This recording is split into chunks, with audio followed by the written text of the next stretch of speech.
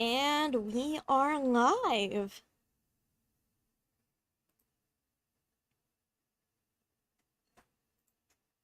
Back at it again at Sumeru. Or well, right now I'm in Liyue, but I'm gonna be teleporting back to Sumeru.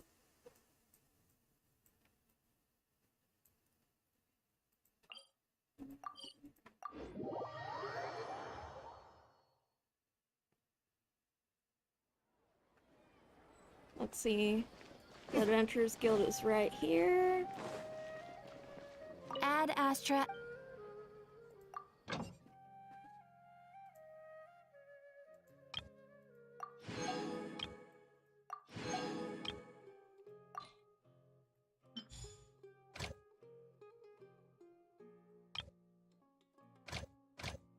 Accidentally put Kuching in Inazuma.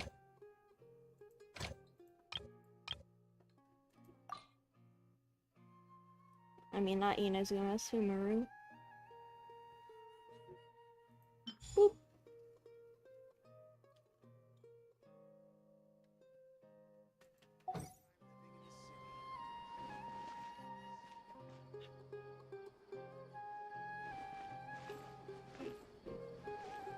Alrighty.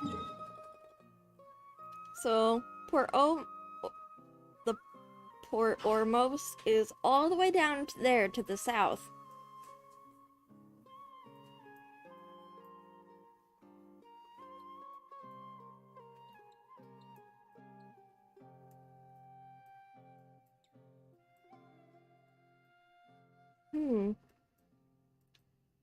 Sumeru big. Not as big as Inazuma, though. Or maybe it's just because of all the ocean separating the islands. Probably.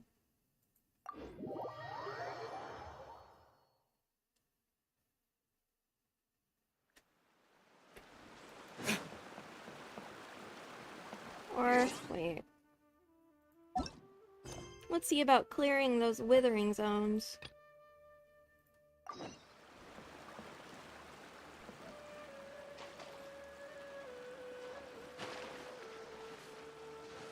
Wee slim. It's much better here. No more running around for some reason.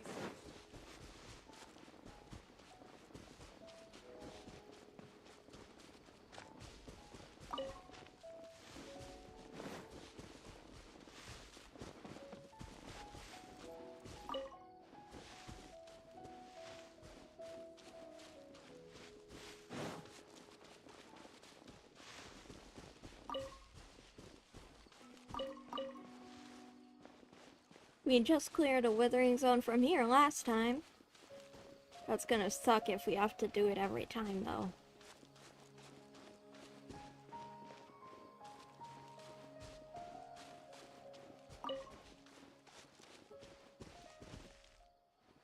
They just keep popping back up like daisies.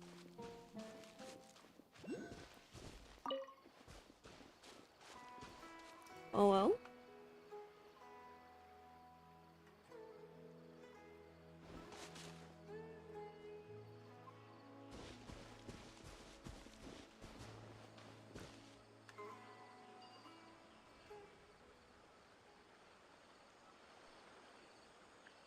I don't see it. Oh whoa. Swimmers.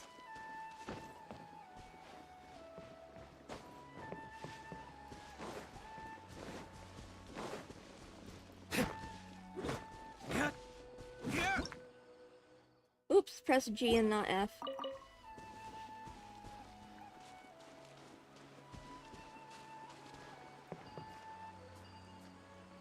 Oh.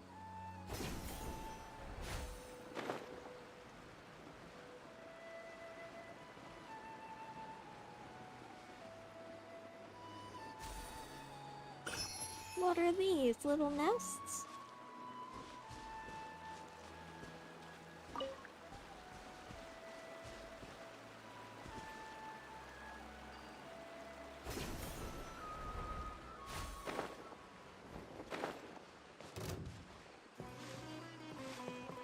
Gators!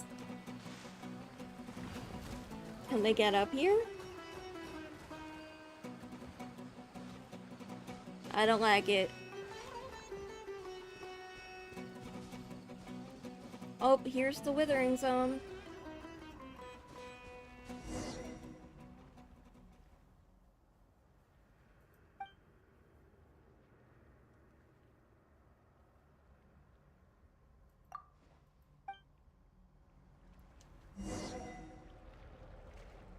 Alrighty. Just gonna boop.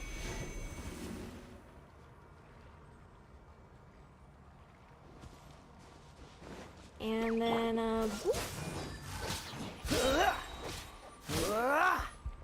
Oh, so sorry.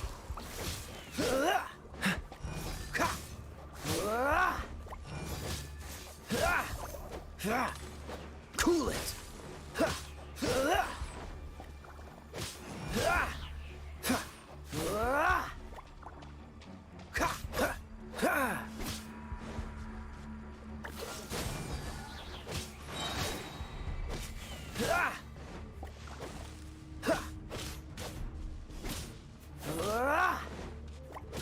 Dodge this.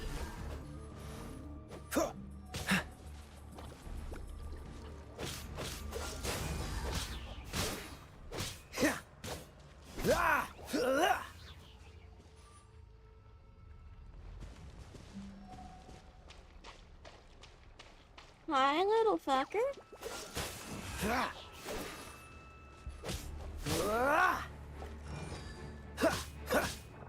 Freeze.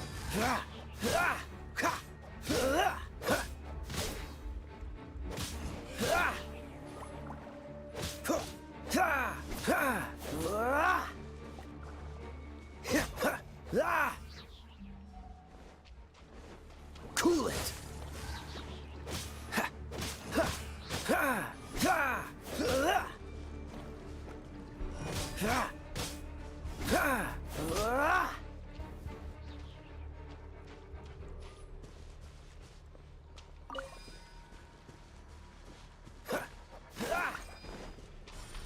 What's the hurry? Okay. One withering plant. Two. Ouch. Withering. What's the hurry? Freeze.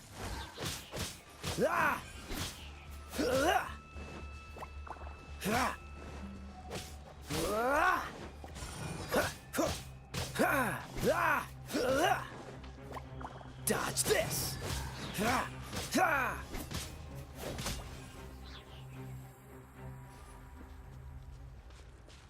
There's that last one. Cool it.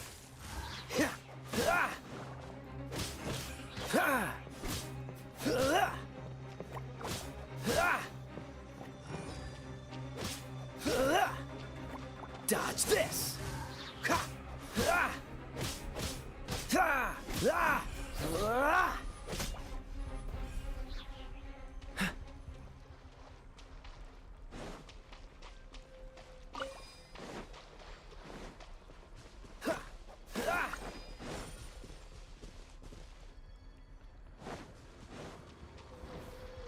Don't get frostbite.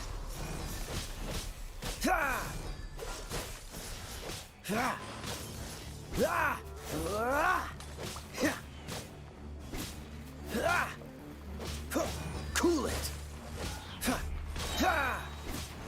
Oh, so sorry.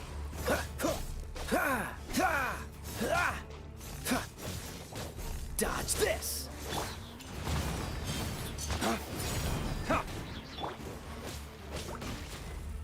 Don't push your luck. Freeze.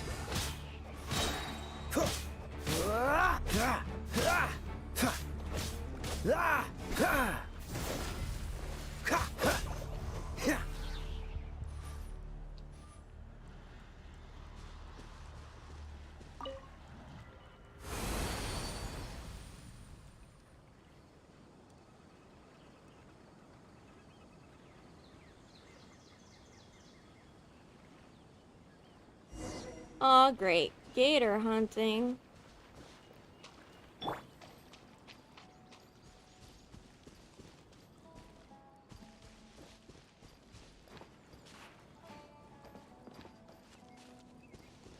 Ha! I'm here.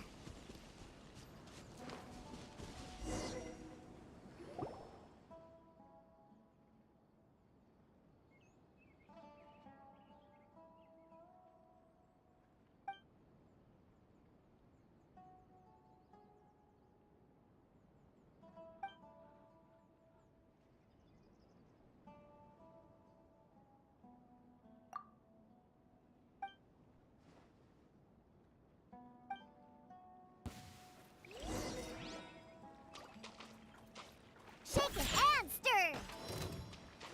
Can't handle your drink, huh? Cool it.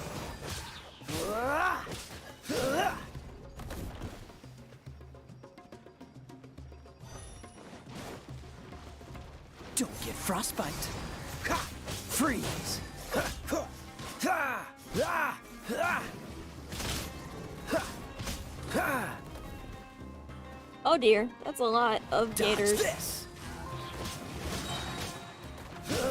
Oh, so sorry. Ha! Ha! Ha! Ha! Ha! Cool it. Ha! Ha! Ha! Ha! Ha! Ha!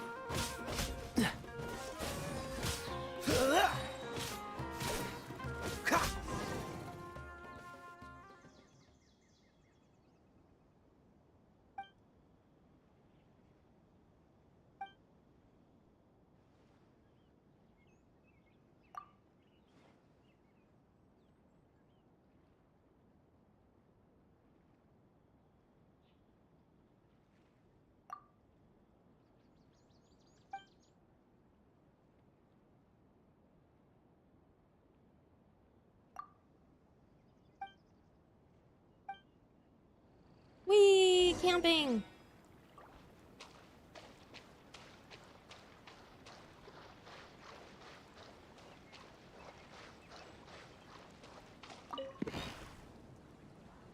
Laura! Nice.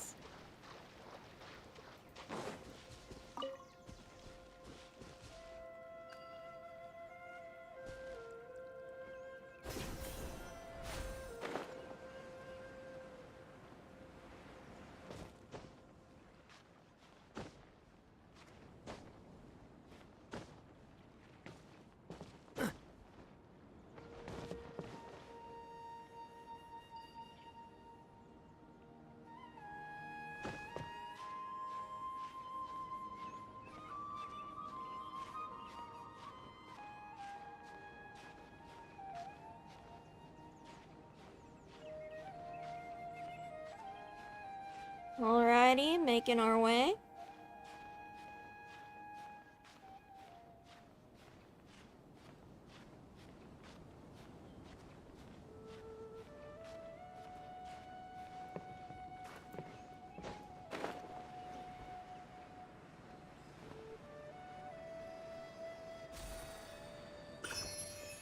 Ooh, need a swing.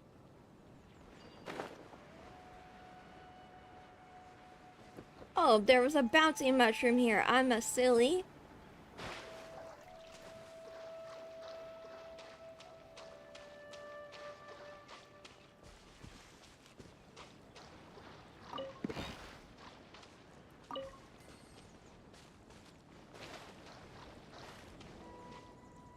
I need as much more as I can get. Oh.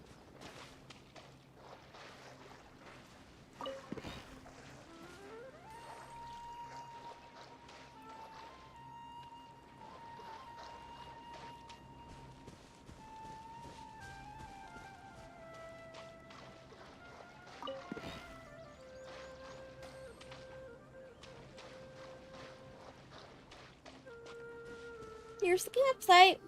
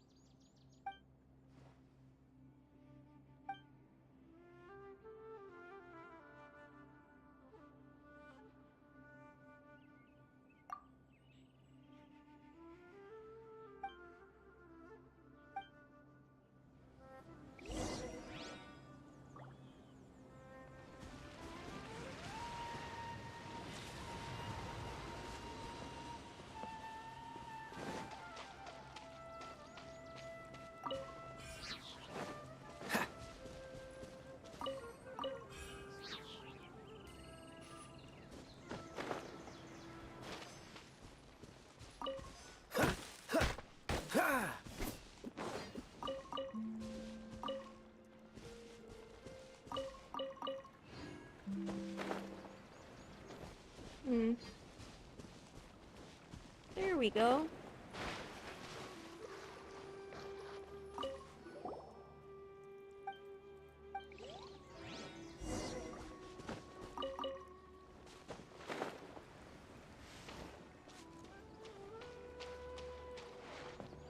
Oh.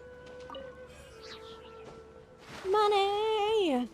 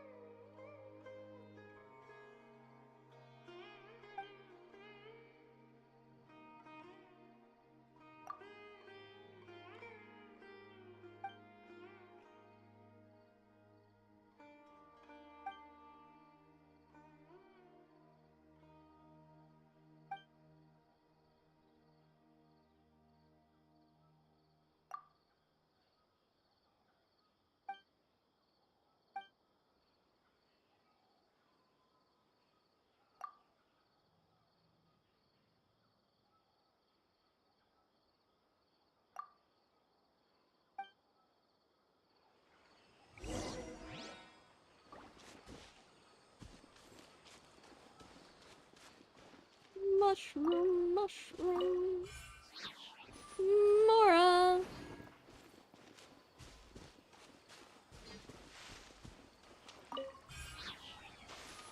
I like me some Mora.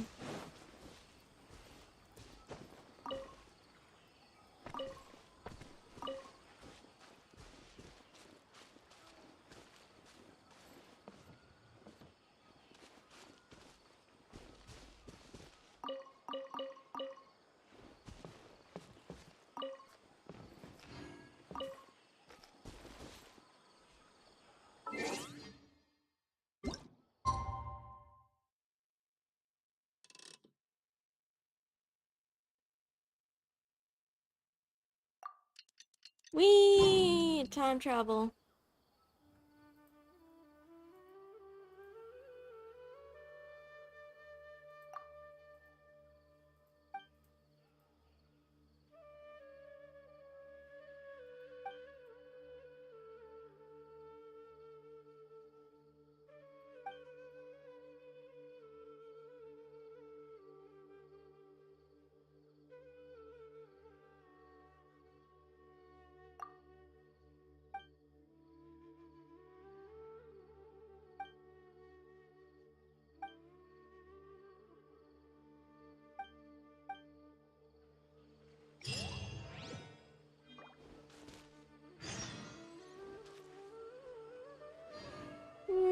Not doing that right now.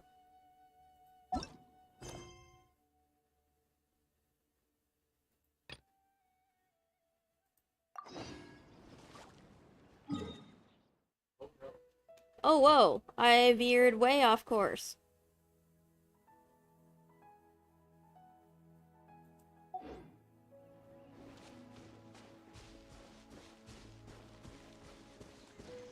Am I lost?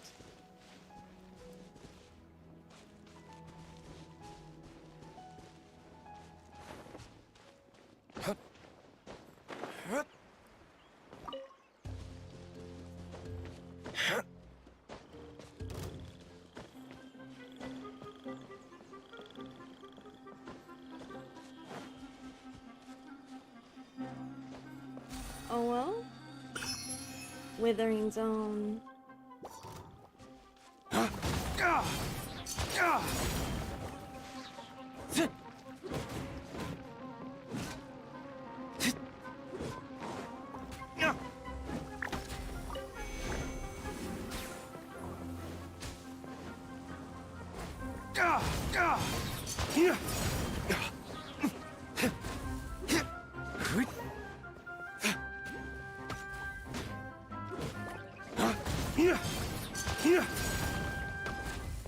Oh shit.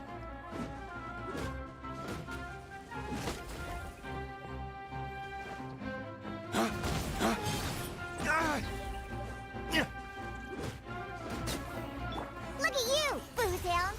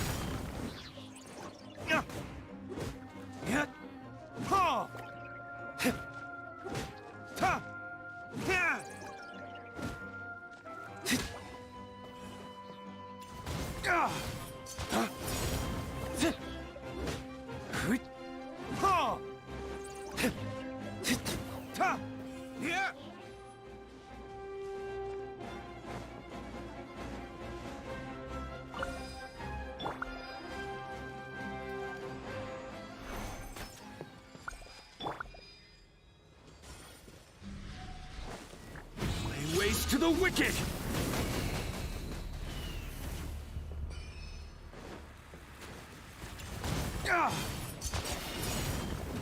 Dodge this! Don't get frostbite. Freeze!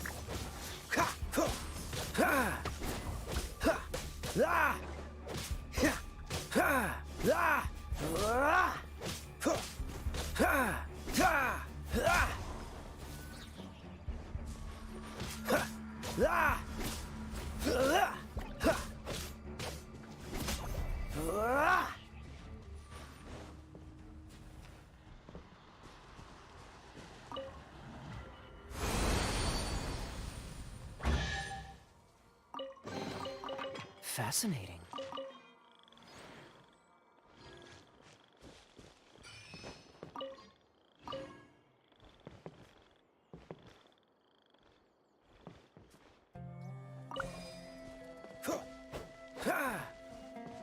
Nope, can't get through.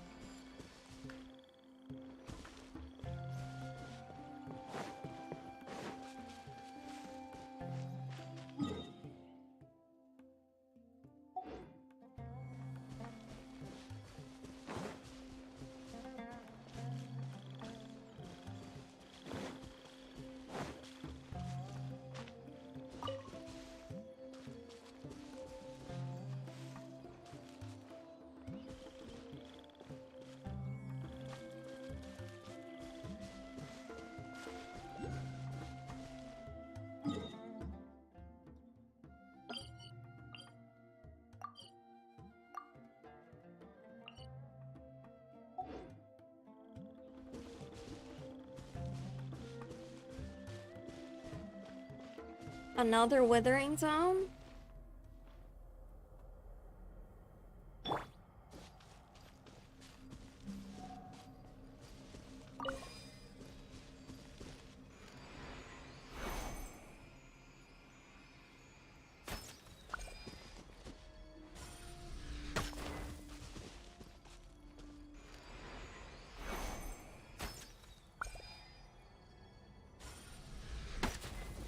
Shit.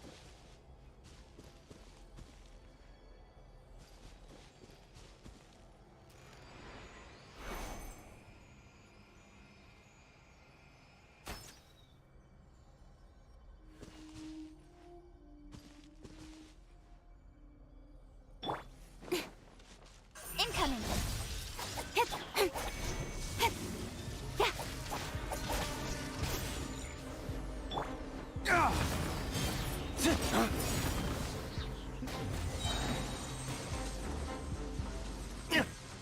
Lay waste to the wicked!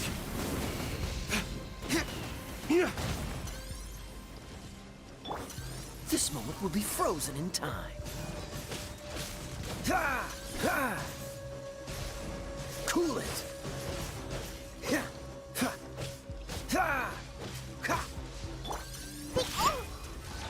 Shaken and stirred. Can't handle your...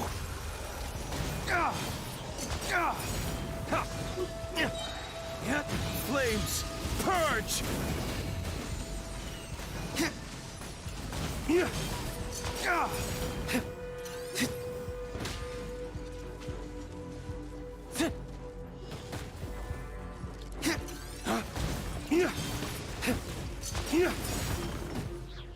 Dodge this! Oh, so sorry. Freeze!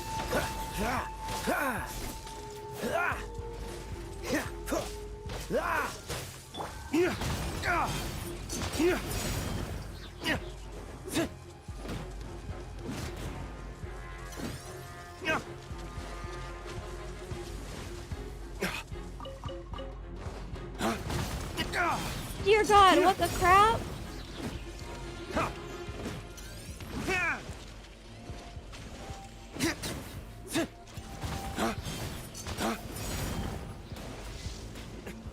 Is that all you've got? Scratch that. Diana Special. Let's go,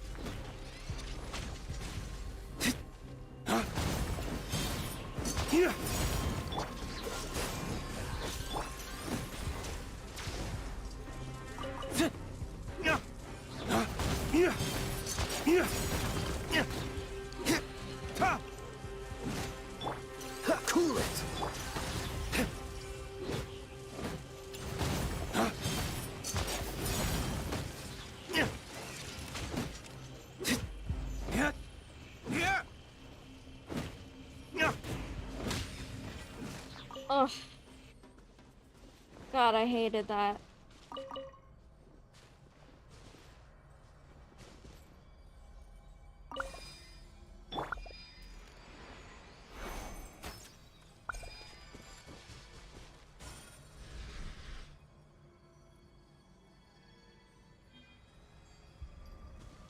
Oh dear. Spring Fairy!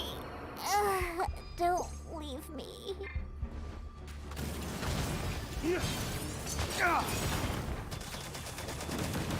Oh dear God. Don't get frostbite. Ha! Freeze! Ha! What's the hurry?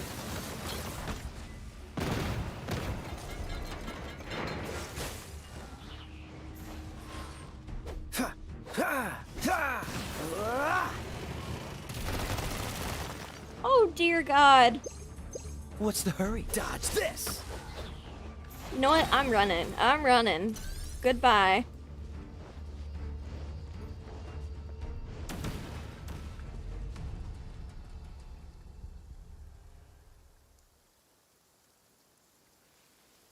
Holy shit.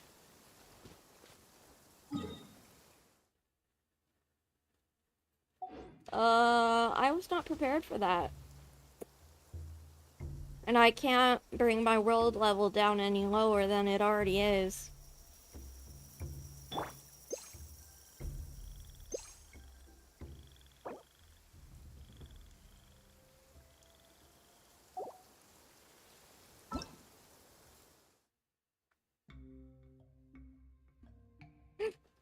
Oh, it absorbs energy?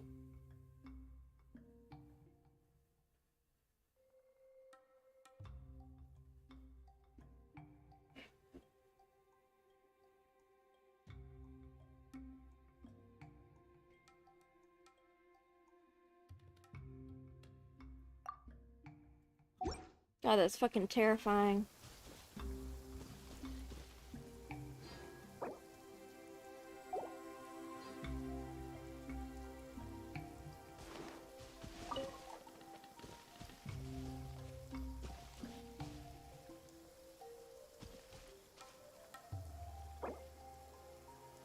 Okay, let's wait so we can revive Dean Luke.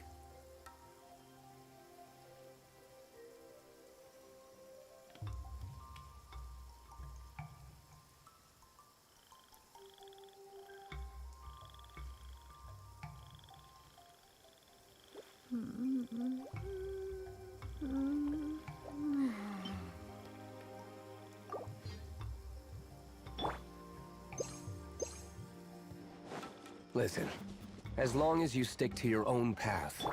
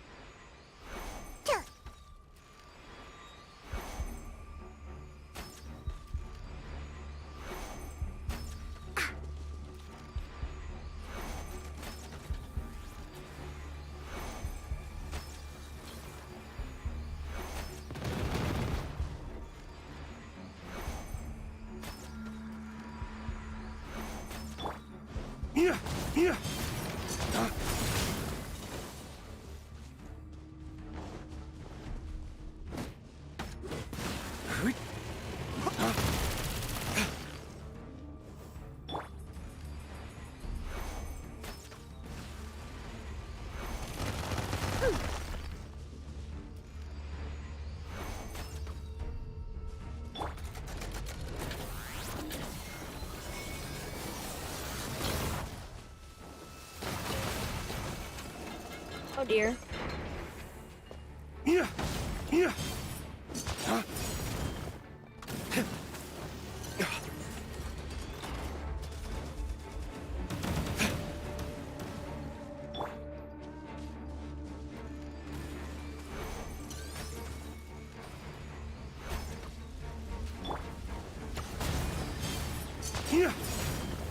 Cool it! This moment will be frozen. Nowhere to hide. Don't blink. Huh?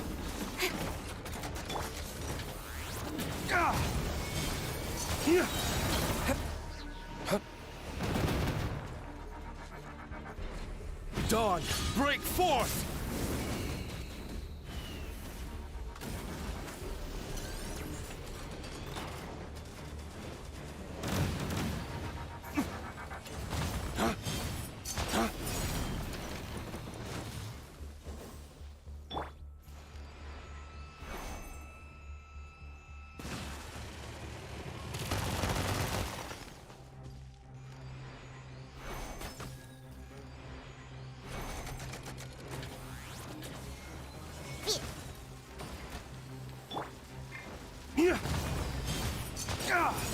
Okay. I've got it down. Freeze!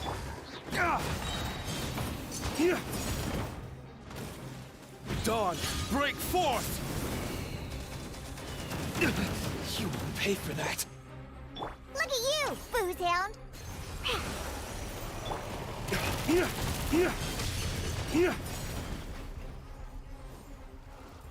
Thank God.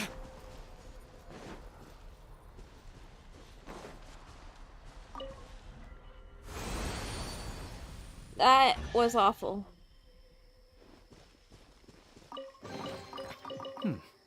Better than nothing.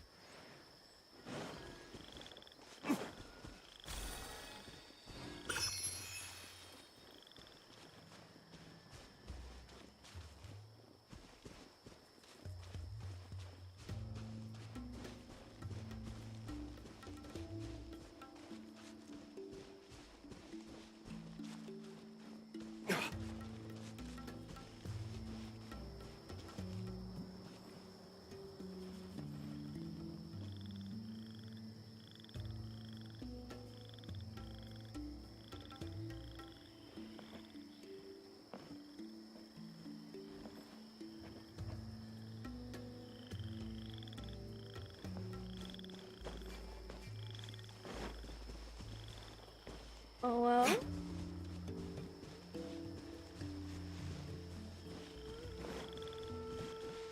Oh.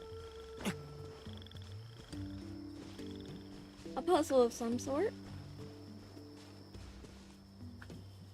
Oh, statues up there? Ugh.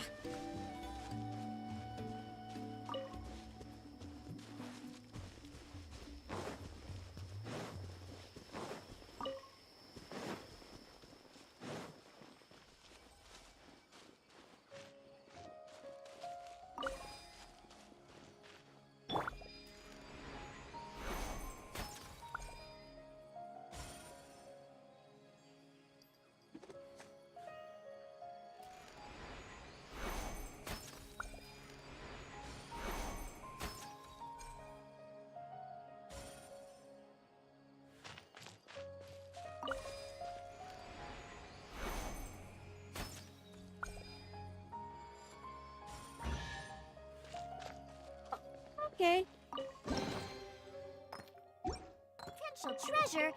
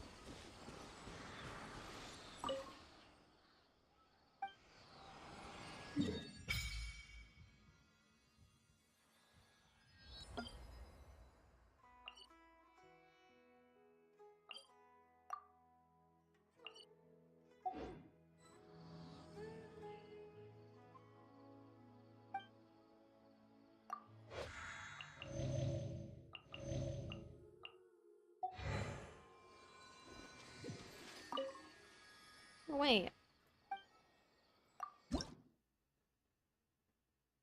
What? 20? Dear God.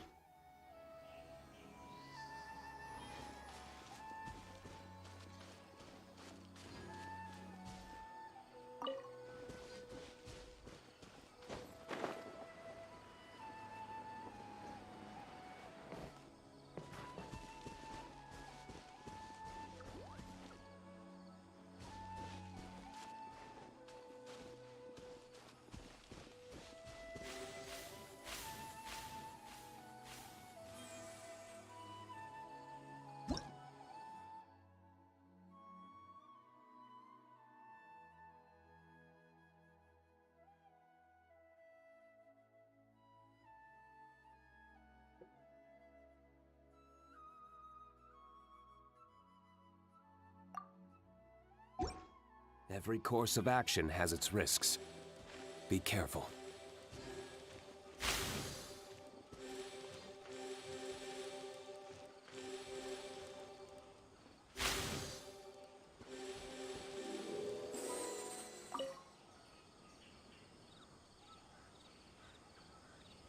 Ooh, pretty.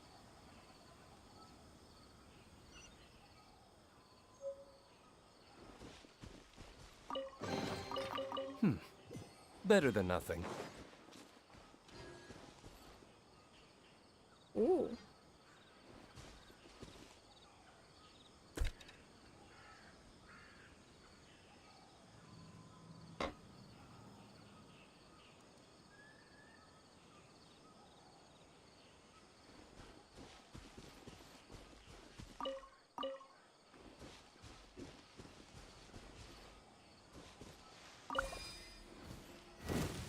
Here!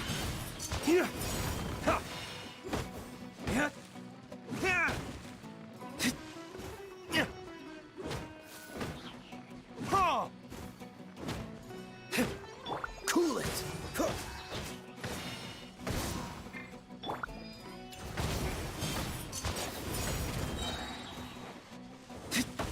Yeah! Ta! Yeah! Yeah!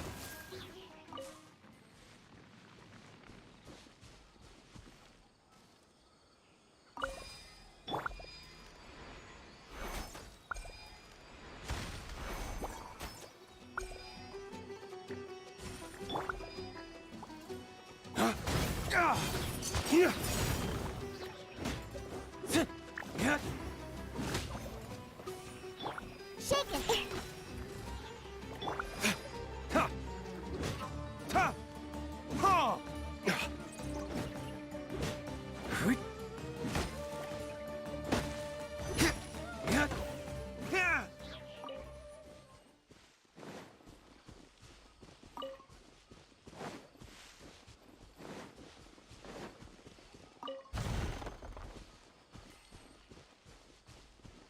Ooh, that's a lot of Mora.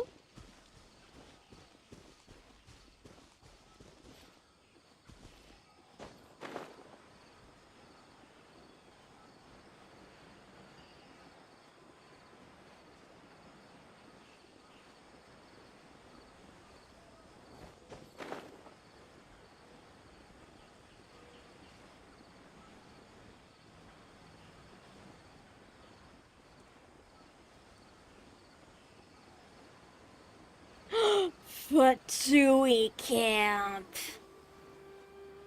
Evil, evil, evil. Sorry, excuse me, don't mind me.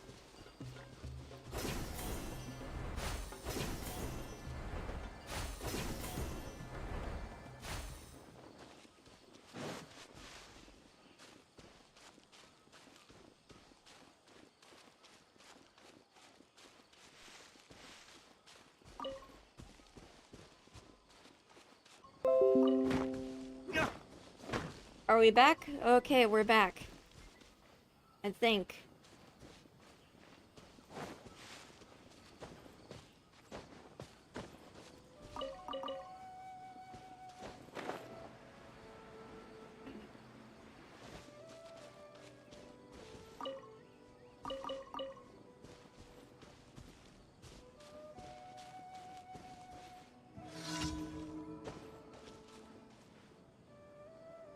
Defeat the treasure hoarders. Okay.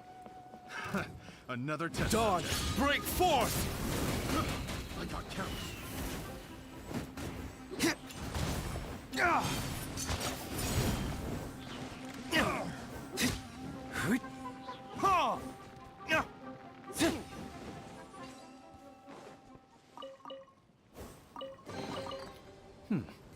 Better than nothing.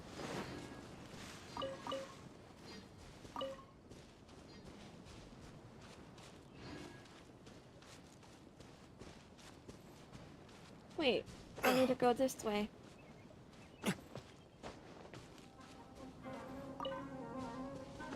Nope.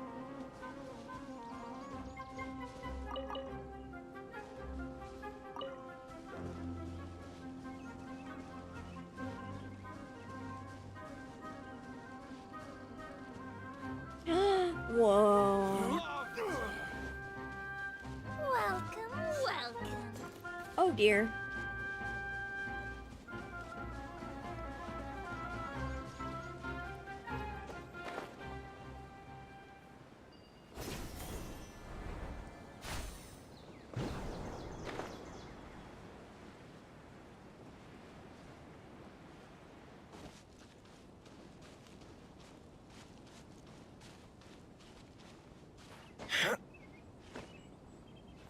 Oh dear.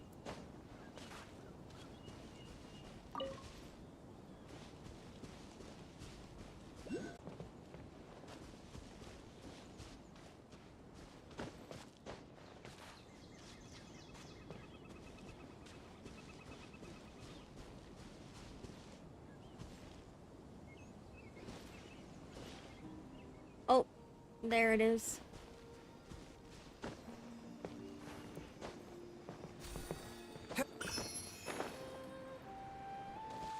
Up the mountain we go.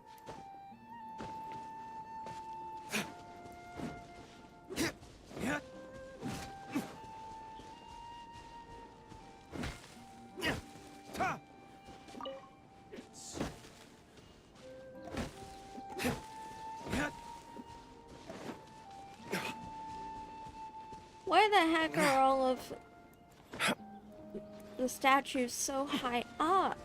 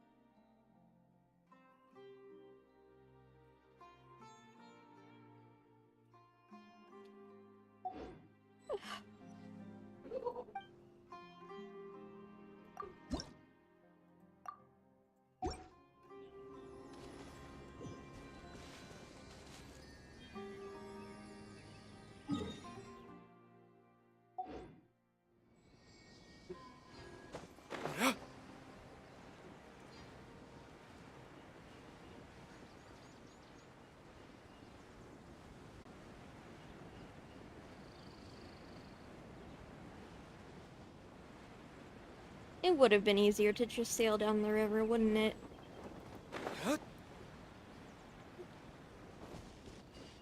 That's what I was supposed to do, I think.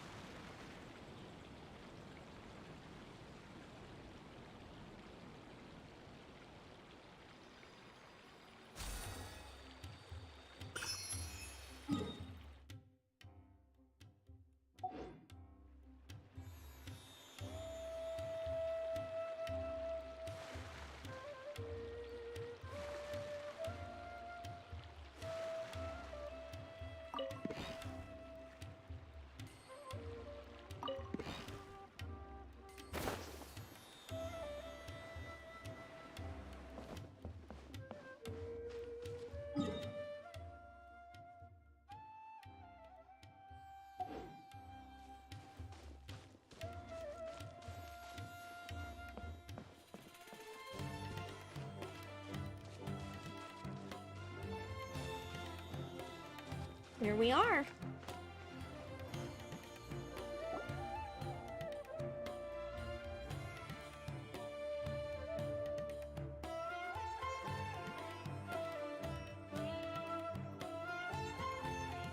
Come and have a good look yourself. Traditional spices of the highest quality, made with pride and experience. You've got a deal. I can't thank you enough for always looking after my business. Believe me, I'm not making this up. Several Eremite mercenary groups are nearly in open conflict, but does the core of 30 care? And that's not all. Did you know that... Wow! Talk about hurly-burly! This place is busy! Guess that's only to be expected for the largest port in Sumeru. Maybe it's because of what Dia told us earlier, but Paimon can't seem to shake the feeling that there's also danger lurking in these crowds. Ooh. Let's get our bearings so we can start looking for leads. We know that whatever the Academia lost is related to the gods. But other than that, we don't have much else to go on. Osvan told us to try posing as Academia students while asking around. Paimon checked the Akasha on the way here, and the Academia doesn't seem to have any research facilities in Port Ormos. Paimon doesn't get it. Won't we look even more suspicious going around saying we're Academia students and asking about the stolen item?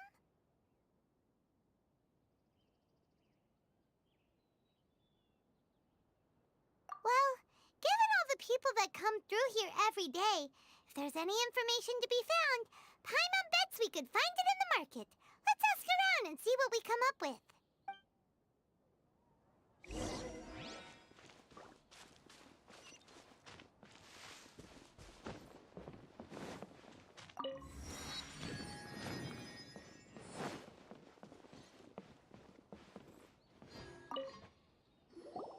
Welcome.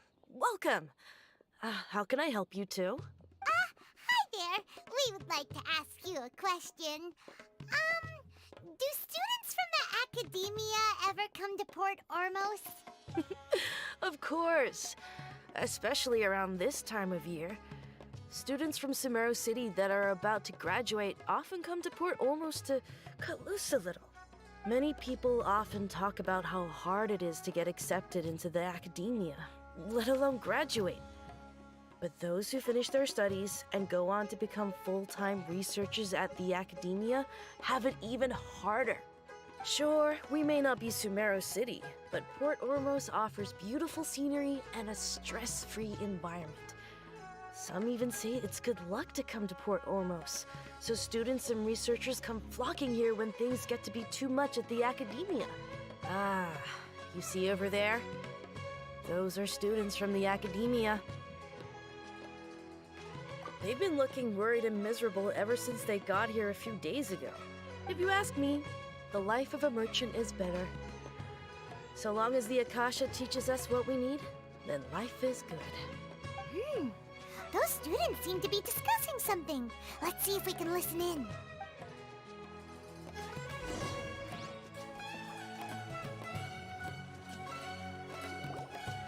It's no good.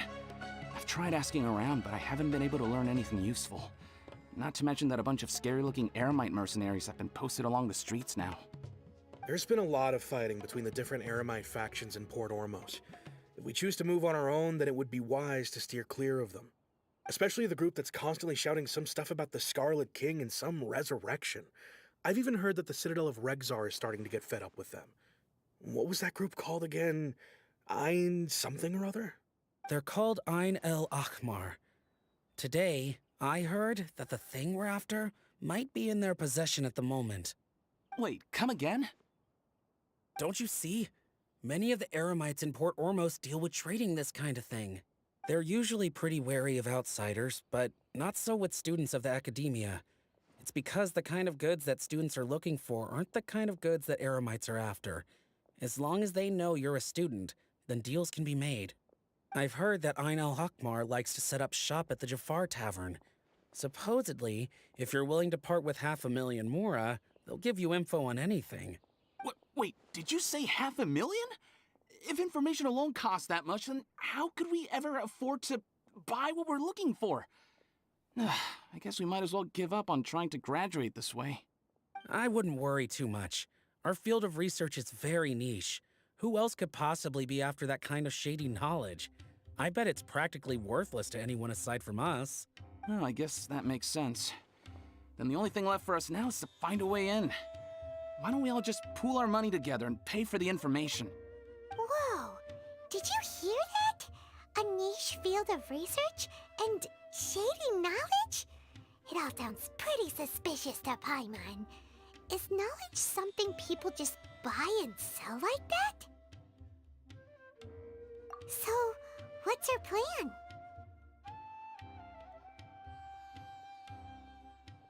Wait! Didn't you hear what they just said? Buying information is going to cost us 500,000 mora! Have you lost your mind? Oh, alright. Paimon never thought she'd agree to parting with that kind of mora. But if you know what you're doing, then we should give it a shot.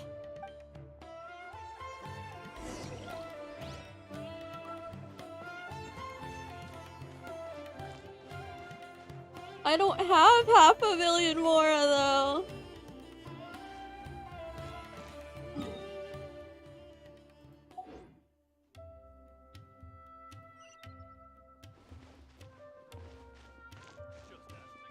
Hello there, my friend. Fate must have brought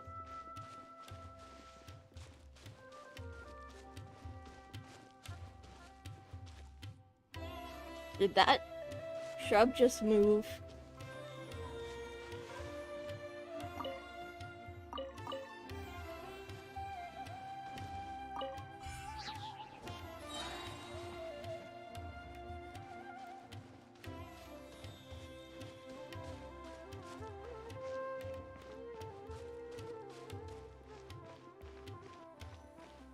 This is the place we heard those students talking about. Let's find a seat somewhere and see if we can spot the group they mentioned.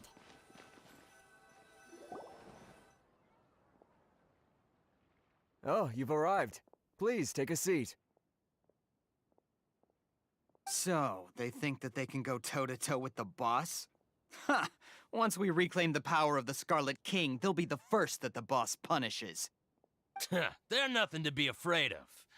Our main rival now is the Caracal Battalion. They've also amassed a significant amount of mora this time, so we mustn't underestimate them. How can the Caracal Battalion compete with the boss when they're nothing but a bunch of money-grubbing opportunists out for a quick mora? Yeah, with boss's fervent devotion, he'll be able to use this power to bring our god back this time. Huh. All these guys talk about is the Scarlet King, so they're probably the ones we're looking for. Greater Lord Ruka Devata.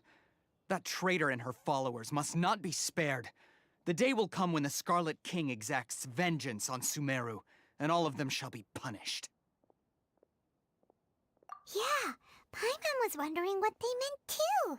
We should ask about that if we get the chance later. How can there be Kairagi here? Should I adjust the shipping schedule? Are they gonna be? Who are you? What do you want?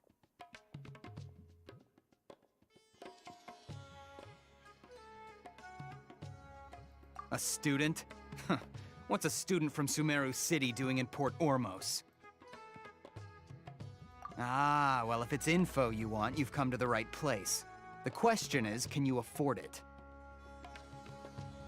Oh, Paimon can't stand to see so much more go. But there's no other choice right now. Here, this is the merchant's address. Whatever you're looking for, you'll find it there. Hmm? Well, what are you waiting for? Oh, that's right. We heard you mention the Scarlet King just now. We're actually interested to know more because we're archaeology students. Fine. Since you've already handed over the Mora, I guess I can throw in a little extra info. As you can see, members of Ain al-Ahmar are devout believers of the Scarlet King. Years ago, the Scarlet King founded the great desert nation that was our homeland. It was an advanced civilization, far beyond anything you'll see in present-day Sumeru.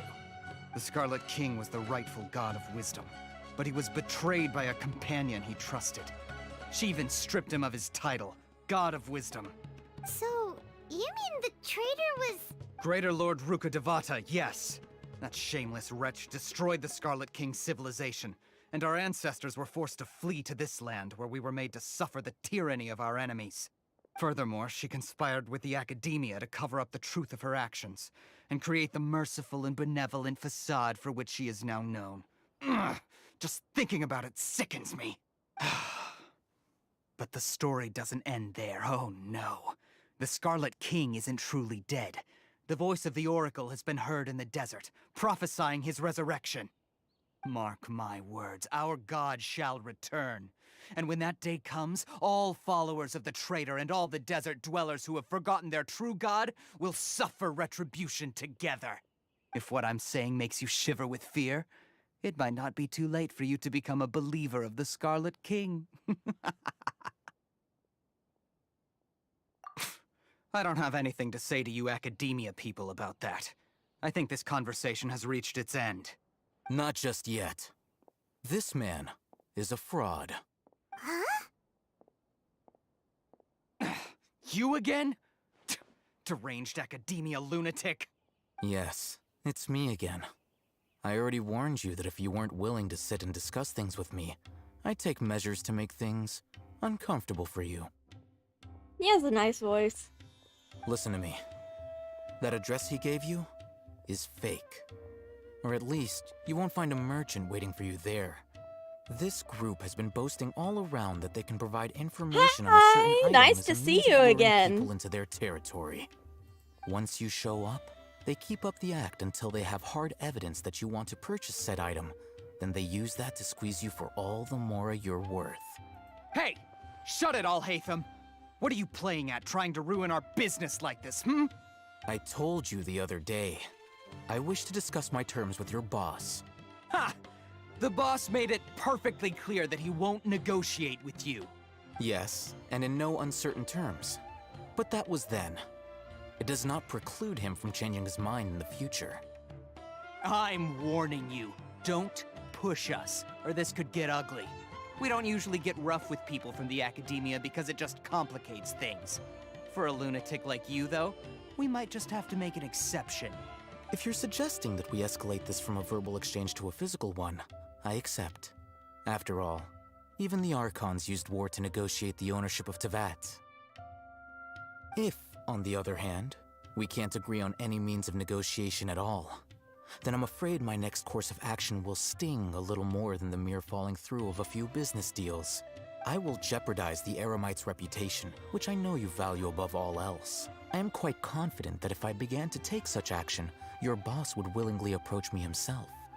However, I fear that by then, some things will have happened that cannot be undone.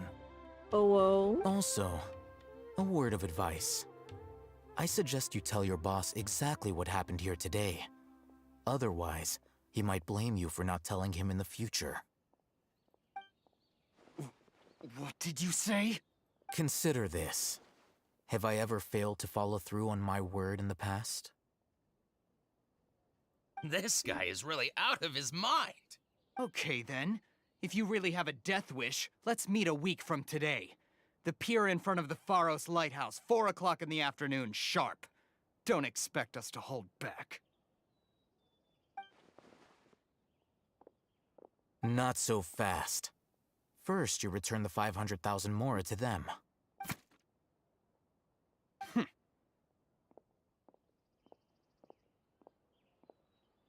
Please, I beg you, don't provoke them. We can't afford any trouble with this crowd. They haven't even paid for their food yet. Ah, Mr. Iman. There appears to be fewer staff in the restaurant recently. This wouldn't happen to be because they're all busy spreading the word to the students, would it? Well... Someone who chooses to do business with a group like that really can't afford to get so flustered the instant someone confronts them about it. Consider the meal compensation for our silence. I'd say you're getting an excellent deal. Woohoo! Did you see that?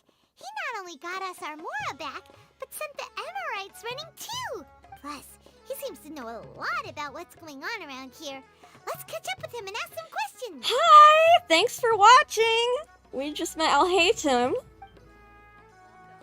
He went that way! After him! After him! God, Paimon's English voice is so annoying. Let me guess, he vanished. Wait up!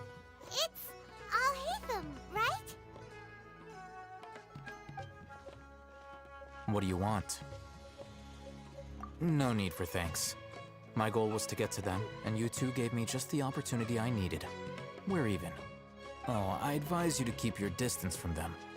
Since they weren't able to make off with your Mora in the end, they might harass you again in the future. Alright. Goodbye. Not one for small talk. Horses! We still have something to ask you about! Since you tore through their scam right in front of them, you must know the real story about certain something, no? Who exactly are you two? And why are you inquiring about that? A student. Right. Look, you should know that those thugs conducting business with you had nothing to do with your lie. Huh? Oh, yeah! He's really strong! Weren't you saying something about a physical exchange? We can help with that. He doesn't even have a vision.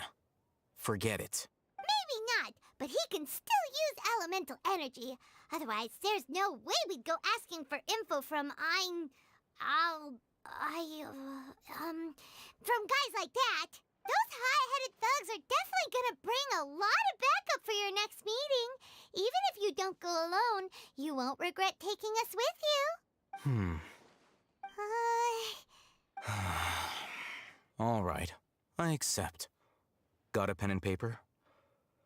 If you're searching for someone who sells that kind of merchandise, I'll give you one of their addresses, and you can try your luck. We'll reconvene at the appointed time by the pier. It doesn't matter if you show up or not. So, since you were happy to give us this merchant's information, does that mean you can tell us exactly what we're after? You were willing to part with 500,000 Mora for something and you didn't even know what it was? Okay. Well, if you truly are as skilled as you claim, then you can beat the answer out of them when they become hostile. Look, if you've been making inquiries, then you have to know something by now. Tell me what you know so far, so I don't waste time repeating information. We know it's connected to the academia somehow, and that not only do the Eremites deal in it, but some students want to get a hold of it too. What else? You know almost everything there is to know, but you're unable to compile this information because you've never seen the object before. This is what you've been looking for. Huh? Paimon can't tell what it is.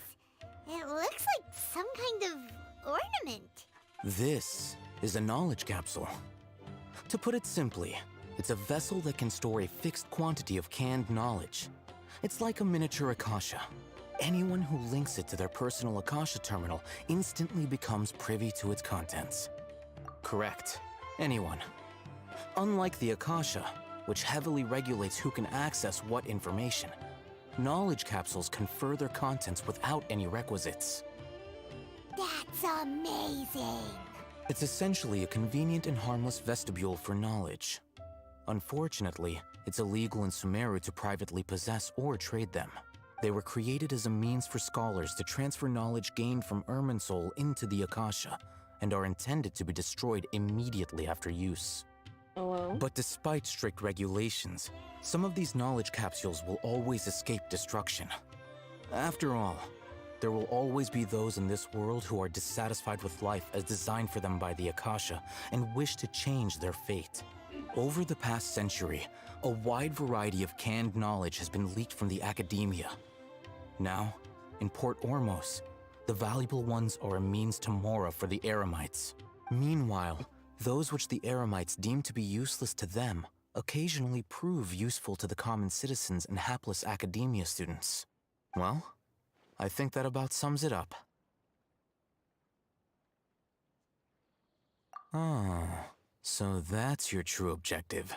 With our current arrangement, I don't believe I can offer an answer. You're still resolved. Fine. Let's talk somewhere with fewer people. Ooh.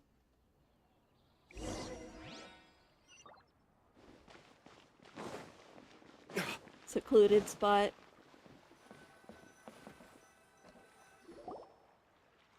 Let's continue our conversation here. If you wish to learn more about the knowledge capsule that the Academia lost, then you must help me with something. I need you to find someone named Dory, a traveling merchant. Unlike the peddlers who hawk inferior knowledge capsules, she often has quality goods in stock. Some say that as long as there is profit to be made, there is nothing she won't dare to sell. She's guarded against people from the Academia because most of her wares don't comply with Academia regulations. I think she blacklisted me. I met with her informant, but it soon became clear that they had no intention of letting me get any further. Become one of Dory's customers and earn her trust. This is my condition for further collaboration. Why do you want us to meet with her? Until you complete this task, you don't have question privileges. Ooh. Fine. So how do we go about doing this? You two are outlanders who haven't been here for long, so Dory should view you as safe clients. I'll give you the informant's address and their contact password. Beyond the password, though, I have no way of knowing what other tricks she might have up her sleeve. You'll have to improvise. This is kind of nerve-wracking. Secret information The dealing! true challenge begins after you meet her. She has a keen nose for Mora and a shrewd eye for wares, and she only likes customers who she deems to have good taste. I'll prepare some funds for you. Buy her highest quality wares and earn her approval. Rich man. We only just saw a knowledge capsule for the first time. We don't know how to tell which ones are good and which ones are bad. Is that something we can learn quickly? That's true. Have you two heard of elemental sight? Oh? That's a surprise. I guess I'll have to hold you in higher regard. Anyway, that ability should resolve your issue. Walks away. Here are 2 knowledge capsules. Tell me, can you detect any difference in their quality?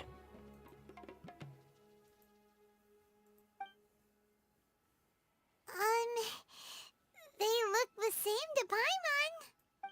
Try inspecting them with elemental sight.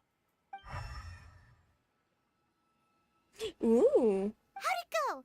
Did you see anything? Rumor has it that higher quality knowledge capsules generally appear brighter when viewed through elemental sight. That's because knowledge originates from Irminsul, the root of Dendro power itself. The more powerful the knowledge, the richer it is in Dendro energy. Ooh. However, some canned knowledge with a high concentration of elemental energy is of little use in contemporary times, so those capsules are of little value. Using elemental sight is merely a stopgap measure, but it should suffice for earning Dory's trust. That sounds pretty impressive. Here's a sheet with the informant's location and contact password, and here is the Mora for purchasing canned knowledge. Don't be cheap. You'll need to spend to catch Dory's eye. If there's any Mora left over, just keep it. Oh, and be sure to exercise some caution. There have been Matra present in Port Ormos lately. Your efforts will be for naught if they catch you. Matra? They belong to the Academia's regulatory body. They also handle cases of illegal canned knowledge transactions. Like I said, the Academia has banned both their trade and possession. The Matra are razor sharp. You're in for nothing good if they lock their sights onto you. If you two want to back out, now's the time. Okay, then we have a deal. If you succeed in your dealings with Dory, come find me at the Wikela Funduk. We'll have an open discussion then. Looking at what Al-Haytham wrote, Dory's informant is a trader near Old Ormos. Let's follow these instructions and try to get in contact with him. Oh, let's take a look at the instructions. Ooh.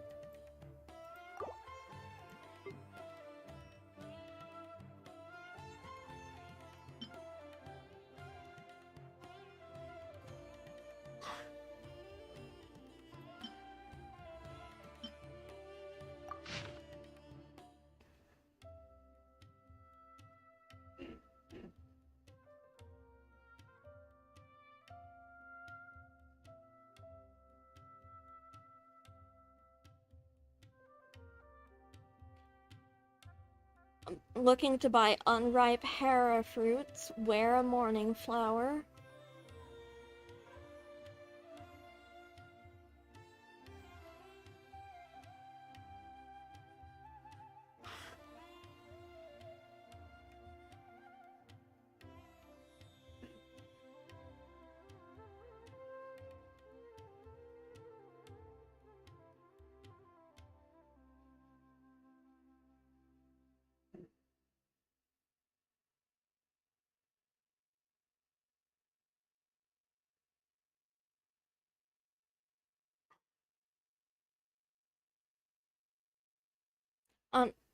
Okay.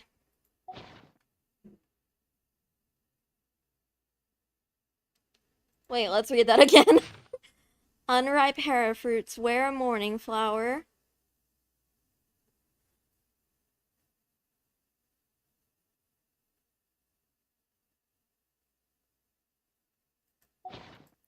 I'm gonna fail, aren't I?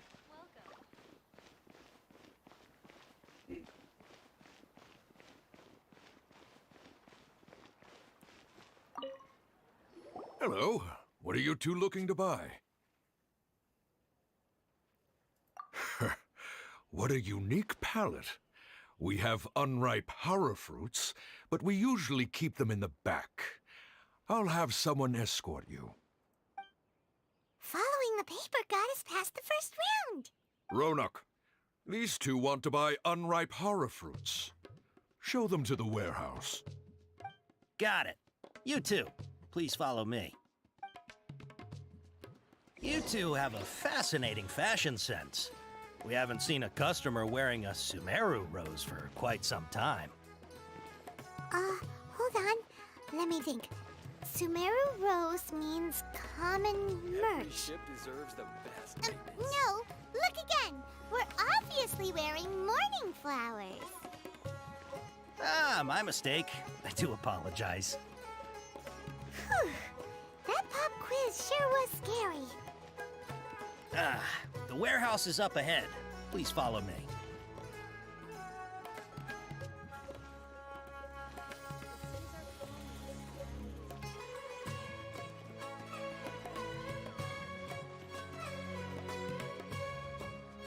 Oop! Whoopsie daisy!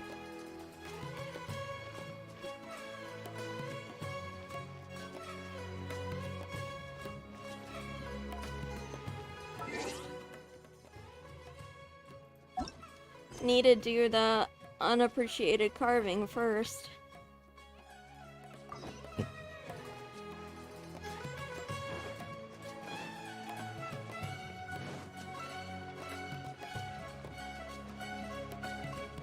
That's where we get Kale. I already have Kale, but I'll get a star for her. Port Ormos is pretty great. There's so many new and interesting things, not to mention all the tasty food.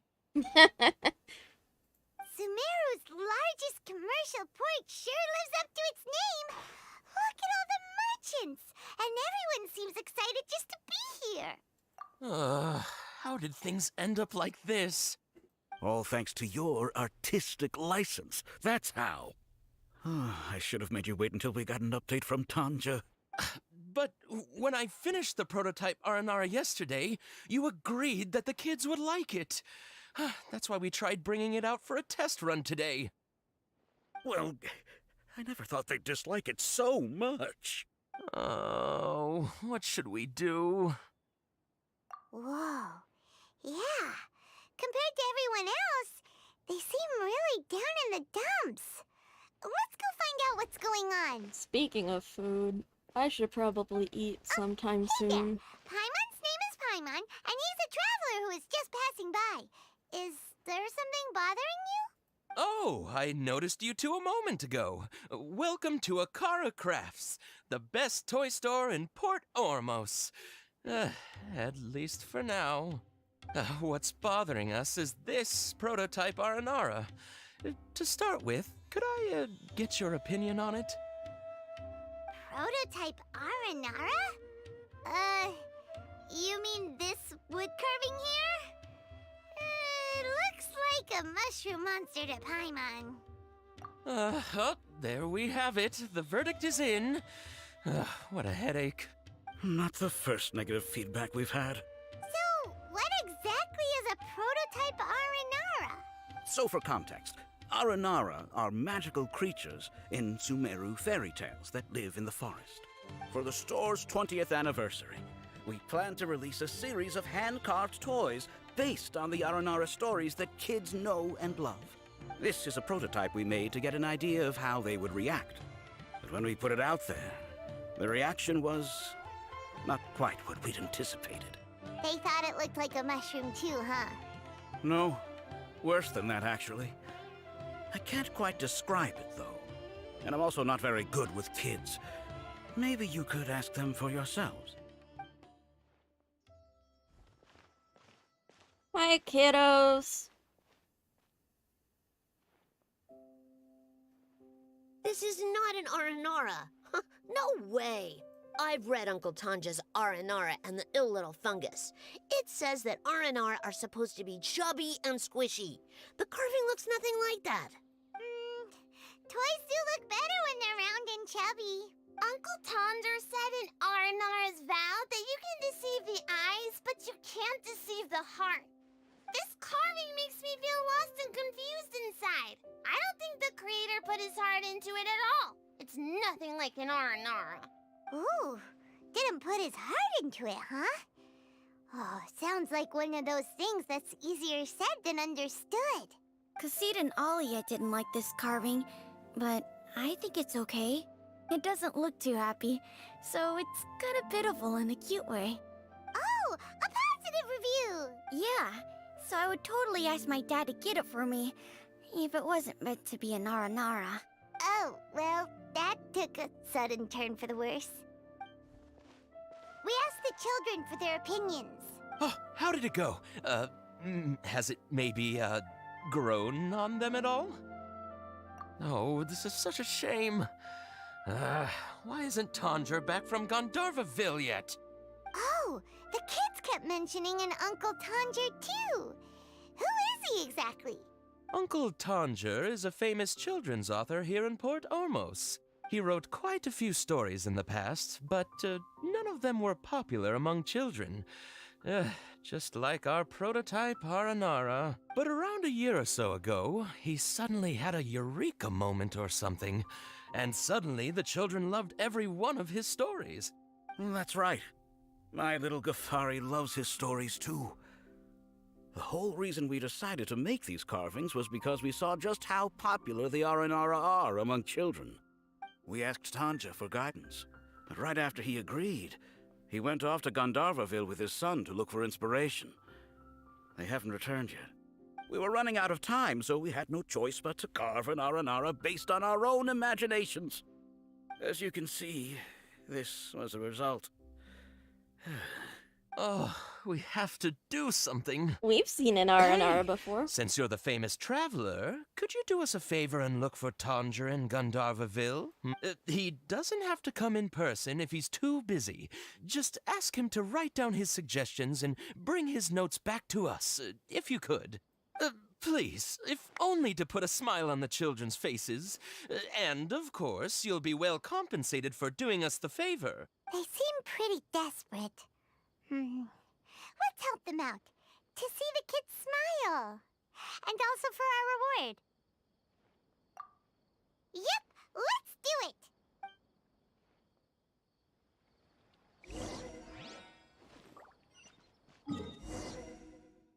Whee!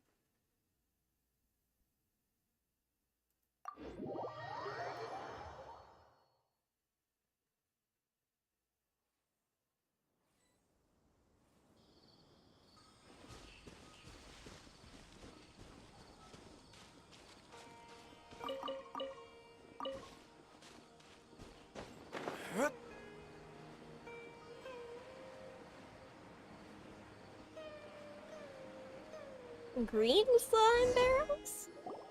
So Danger Tanger's slime supposed to barrels. be here in Gandharvaville looking for inspiration. But how do we find him? It's not like Gandharvaville is that big. Should we yell his name at the top of our lungs? Hey, buddy. What's your name? What are you doing here all alone? Do you live in Gandharvaville? Regardless, don't worry. As a trainee forest ranger, I'll do everything I can to help you. Hi, Miss Forest Ranger. I'm Rozzy. Don't mind me. I know the way back to Gandharvaville.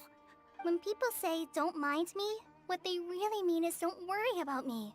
That's all the more reason not to leave you alone. Hey, don't cry. What's wrong? Take your time. You can tell me all about it.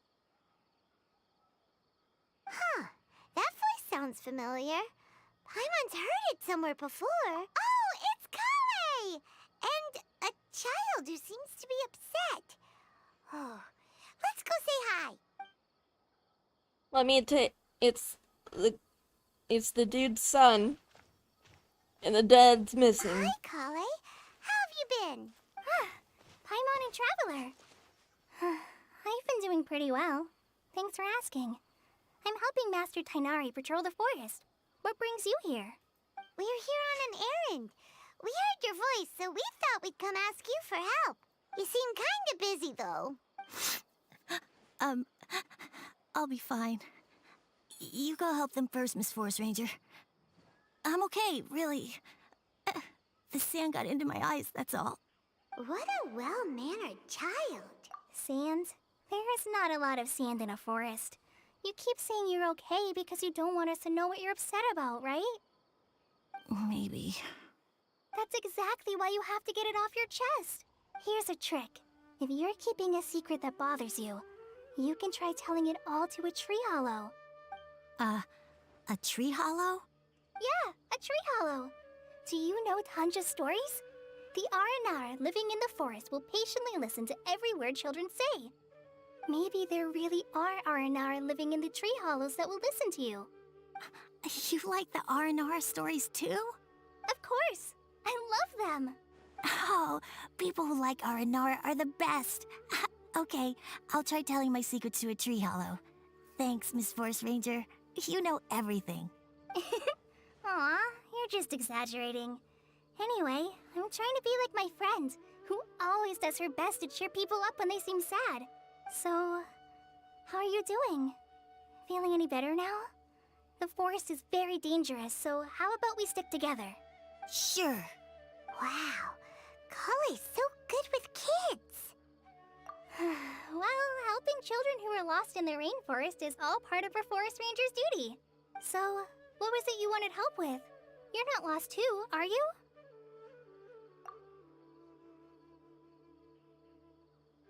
Okay, so you're looking for a children's author from Port Olmos called Tanja. And he's here in Gandharvaville, looking for inspiration. Wait, when you say Tanja, do you mean the Tanja? That's right, Uncle Tanja. So he's in the area, looking for inspiration for a new story as we speak? This is amazing. Could you wait for me for a second? I'll run Rozzy back to Gandharvaville and then I'll be right back. I've always been curious what the man behind those incredible stories is like in person. Aww.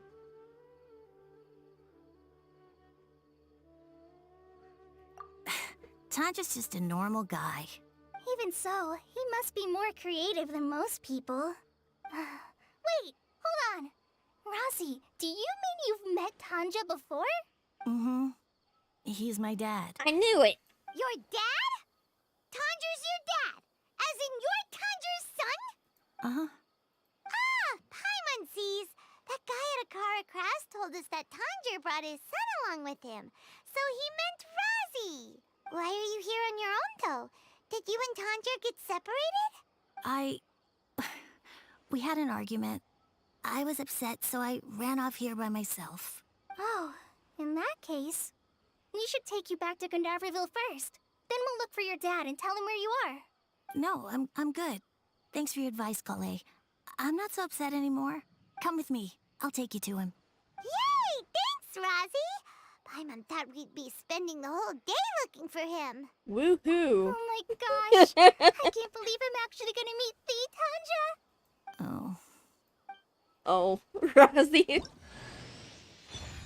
Hey, I got more college Tanja headed this way. installations. I know this place pretty well. Follow me.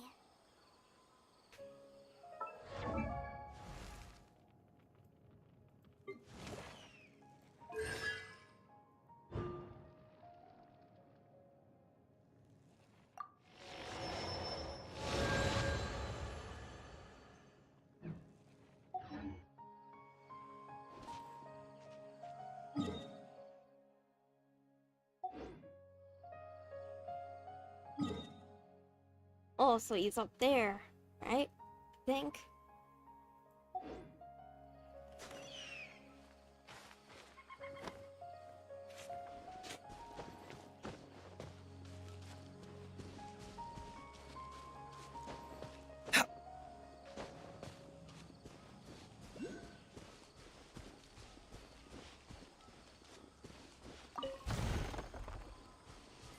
Money!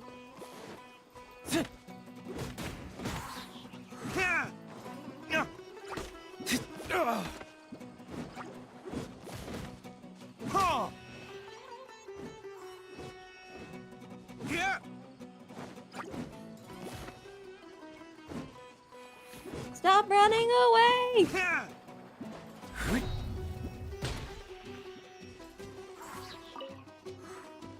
Ah, god damn it. Oh well. Oh well?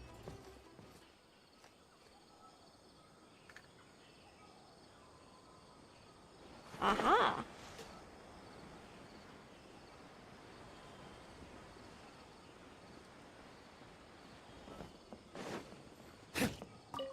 Meet. It's nice to meet you. Ha ha ha ha.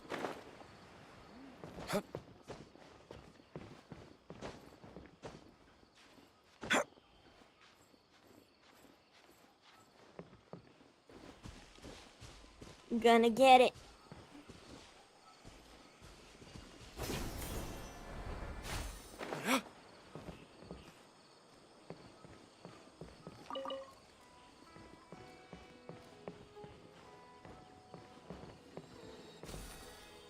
There we go.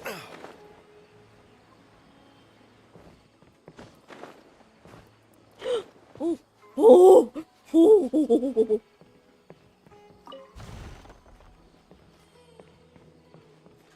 Whoa, 20,000 Mora.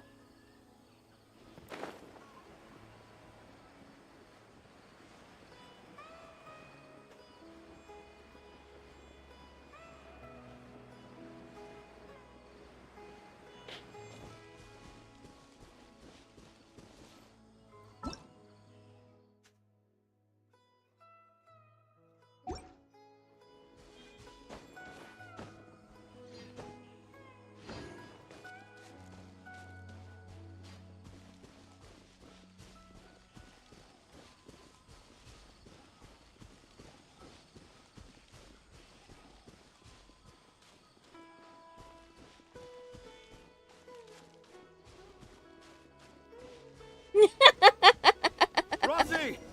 Where are you, Rosie? Someone's calling for... We found your son. Oh, Rosie! Thank goodness I finally found you. What would I do without you, my son? Were you in danger? Did the wild beasts scare you? Did the stars guide your way? I'm okay. All thanks to their help. Thank you. Thank you all. I dare say that even the most cold-hearted Spino crocodile would be moved to tears by your kindness. He's very poetic in his wording. Oh, it's nothing. It's all part of my responsibility as a trainee forest ranger. I'm the one who should thank you for creating so many wonderful stories for the children of Sumeru. I love them too. Really? I didn't know anyone read my stories apart from young children. That must mean you're still in touch with your inner child. Okay, then. I have the inspiration for my next story. It shall be about an Aranara granny who's a child at heart. Huh? It's an honor to become the source of your inspiration. Whoa.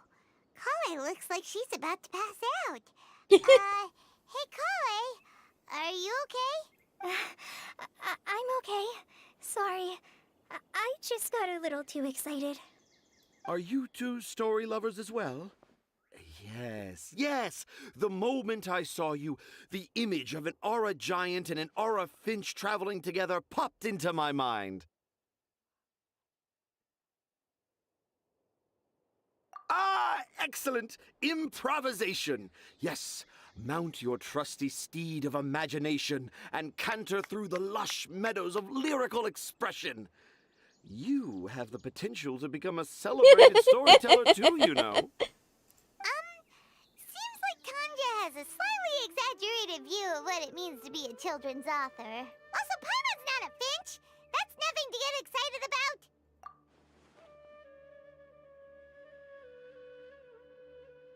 about. Akara Crafts. Akara Crafts. Oh, right. I remember now. That small boat once sailed into the sea of my memory, but before long it floated away over the horizon, never to be seen again. Perhaps for the best. After all, a wild tempest was a-raging in Tangier Harbor.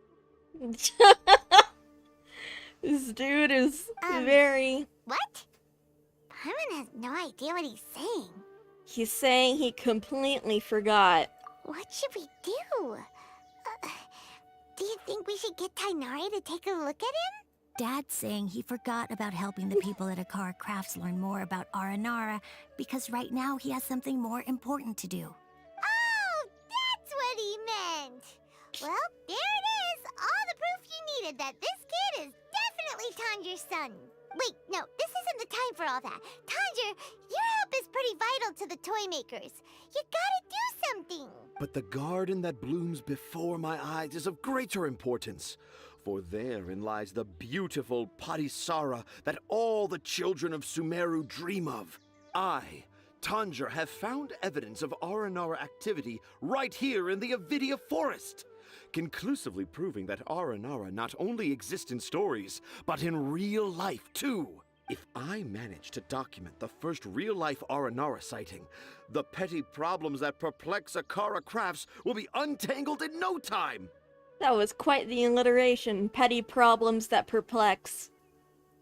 Meanwhile, I may well be able to leverage this to assume leadership of the academia. Then all across Sumeru will know of the great Tanjir living in humble Port Ormos! I think you're getting ahead of yourself there, dude. I haven't written any papers myself, but I think you need to have a bunch of them approved by the review board before entering the academia. You also need a detailed and objective experiment record. Anyway, Tanja, what did you mean by evidence of Aranara activity? The hook's what's important in a story. The great storyteller Tanjir never gives his audience the bait right away. Come with me. Wait, not that way. Kale, what's wrong? Nothing. But that way leads us deeper into the Avidia Forest. I'm just concerned for Tanja's safety. Sounds sus. And I think I'm starting to understand why Razi and Tanja were fighting.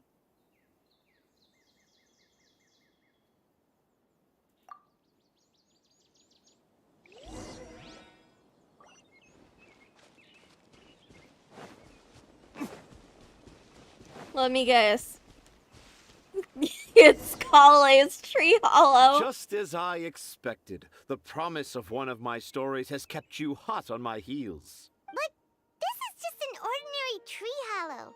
Paimon's not seeing any evidence of Aranara. You can deceive the eyes, but you can't deceive the heart.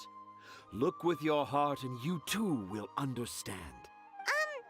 Paimon's not sure what look with your heart means. But Oh, poor Kale. let's start by investigating the area around this tree hollow.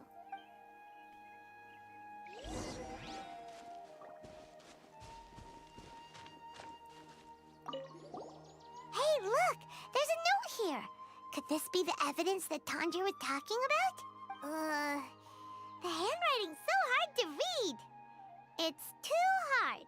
I can't remember the names of all these mushrooms. It's Kale's notes. Do Aranara need to learn about mushroom classification?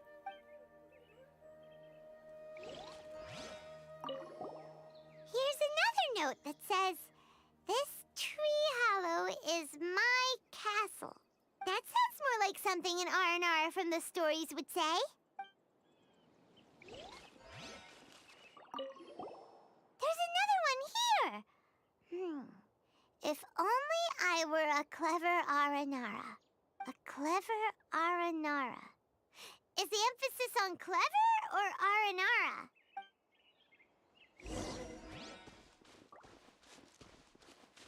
Boop. Give me monies.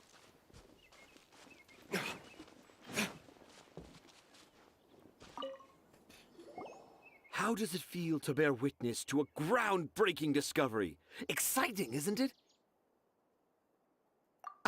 The crude handwriting may look like a child's, but don't forget, we're in the middle of a rainforest. I doubt that a child would be able to reach this deep into the forest, and I doubt even more that they would think of this lowly tree hollow as some sort of impenetrable castle. You underestimate the imagination of children. I thought cardboard boxes were castles when I was growing up.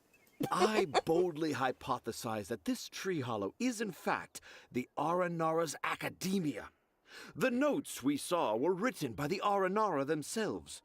There is no doubt in my mind about that. An Aranara that wasn't so bright left a note here wishing to become a clever Aranara. Oh, I shall craft a new story for them and call it The Aranara in the Tree Hollow. How's that?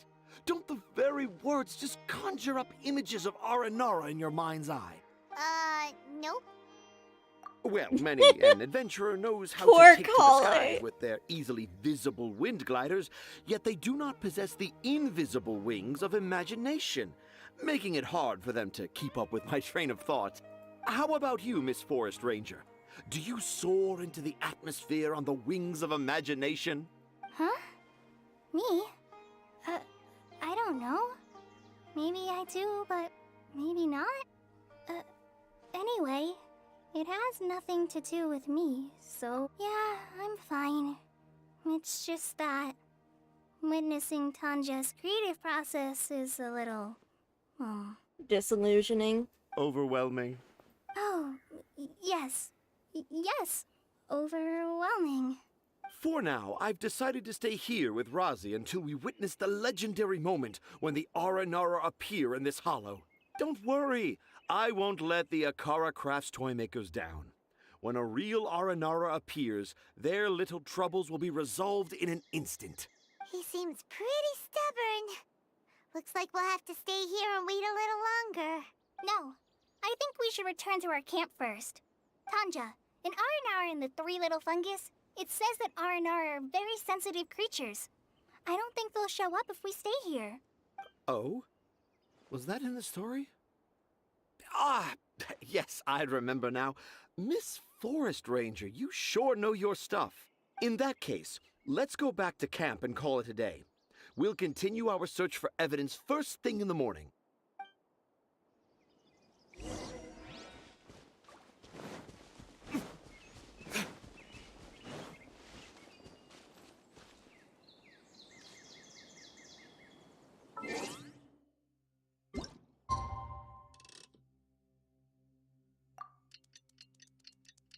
Wait, he means literally just past midnight? What?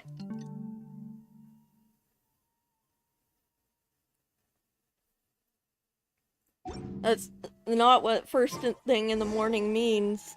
Traveler! Traveler! Wake up! It's not the Aranara! It's Kale! She's everyone's been worried about Kale since last night. Even though she kept telling us she was okay after we saw the evidence of Aranora activity, she's been acting kinda strange. Anyway, let's go find her. Hey, look! Aren't these Kale's footprints? But why are they headed towards the tree hollow? Because this was her tree So home. Kale came back here alone. Is she waiting for the Aranara to show up? And I thought this was a place nobody knew about. I never thought Tanja would find it, or that I would run into the Traveler in Paimon. If I'd known, I would have just told the tree hollow instead of writing it down. There must be another way to practice my handwriting. Now I've created a whole new problem for myself. What do I do now? Dress up as an Haranara? Oh, no, that won't work. I should be writing something that an Aranara would never say, so that Tanja won't mistake me for one of them. But what should I write? What should poor I write? Kale. Oh, I've got it. There's no way Tanja could see this as the work of an Aranara. So the evidence of Aranara activity we saw during the day was actually evidence of Kale's activity. But why didn't she just tell Tanja? Oh, right. Kale told Razi that he could tell any secret to a tree hollow. Must be because that's what she does. And now she even writes it down. Yeah, you're right. We'll keep her secret for her. Oh, looks like she's almost done writing. Let's head back.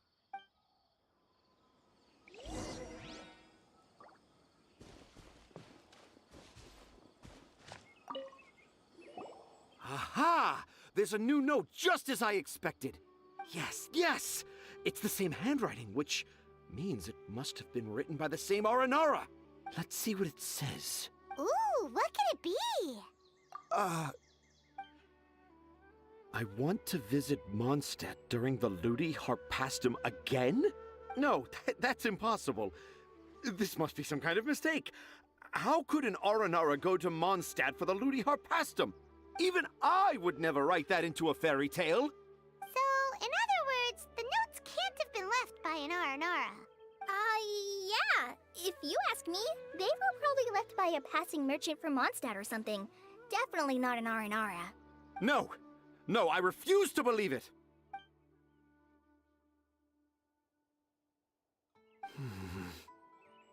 I can't. What do you mean you can't? It's not like it'll take you a huge amount of effort. You've written so many stories beloved by the children. I'm sure you can help create carvings that are just as successful. No! I can't do it. I thought that if I could find an Aranara, I'd be able to help Akara Crafts. But it was someone from Mondstadt all along. But you've managed to write all those stories without ever having seen a real Aranara, right? What makes this so different?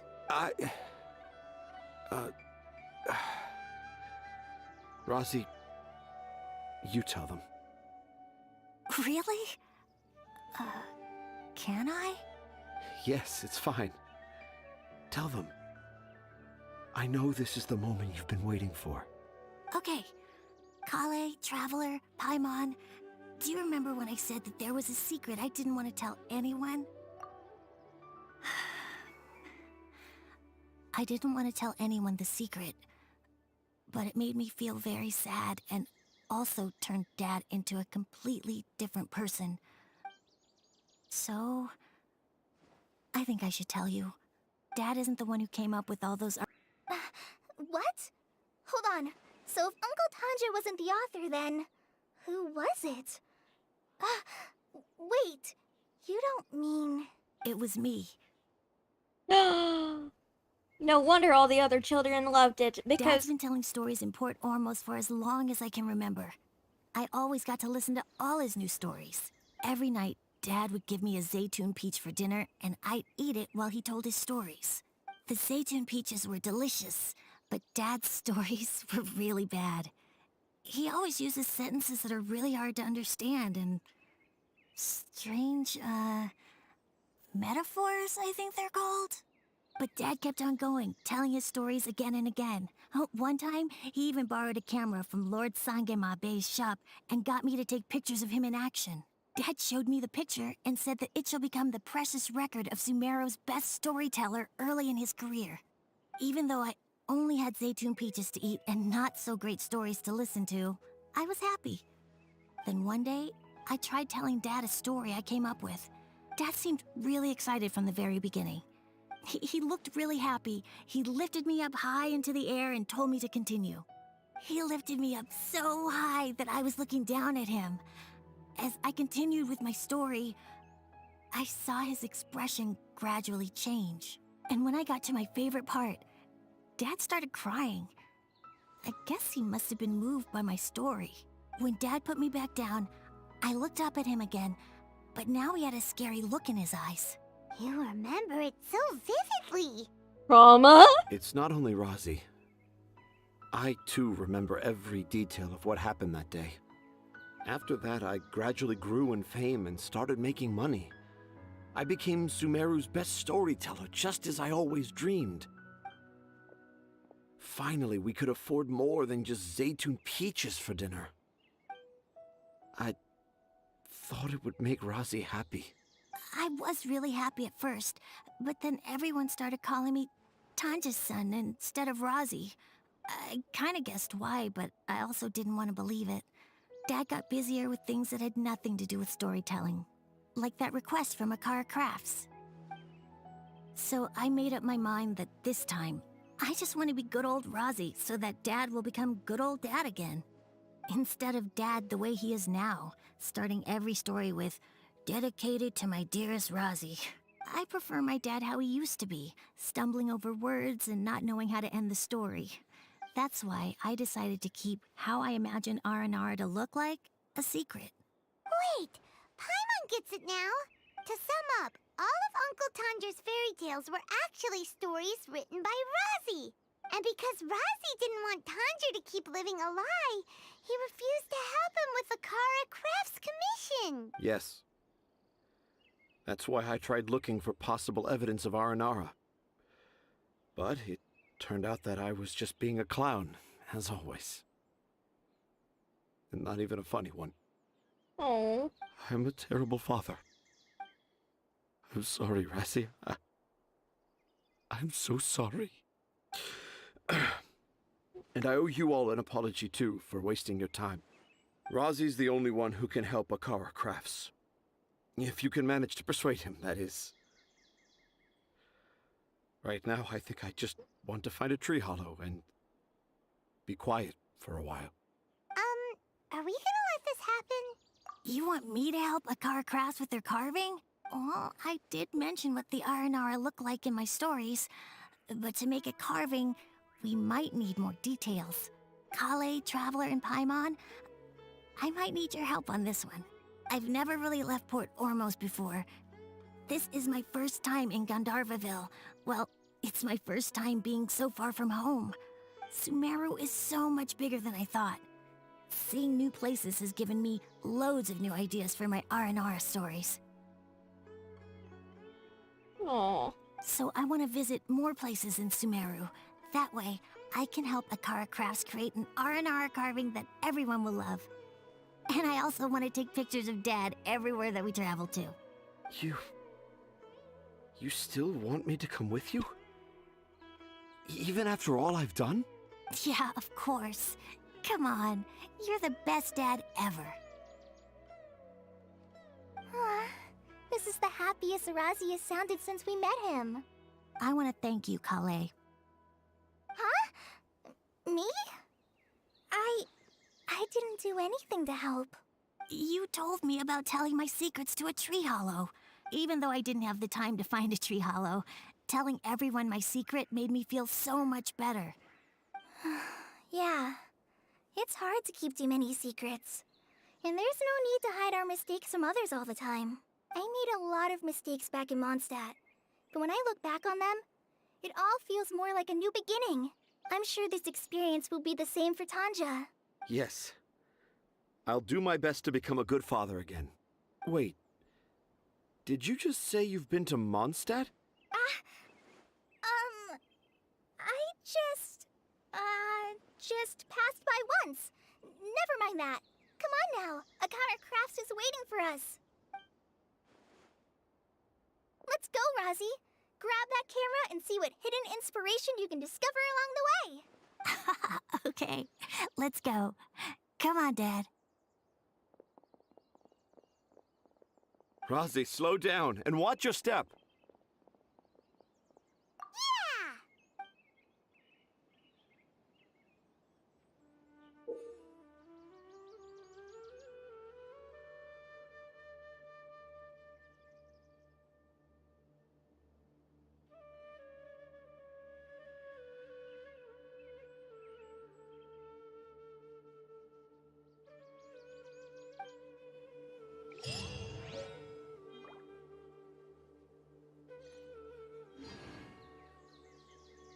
'Nice.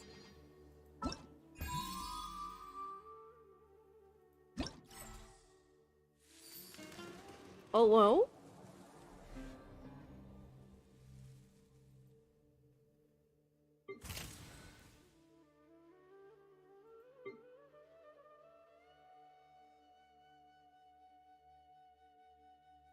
Four different animals found in Sumeru. Ooh.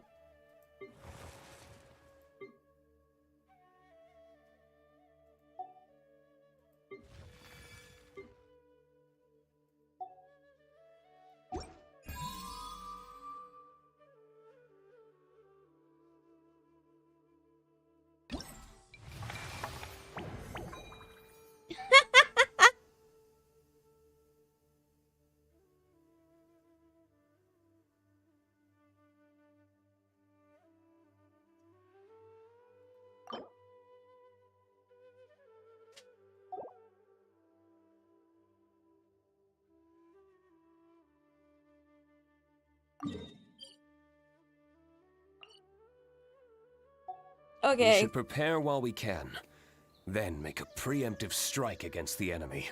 Let's see.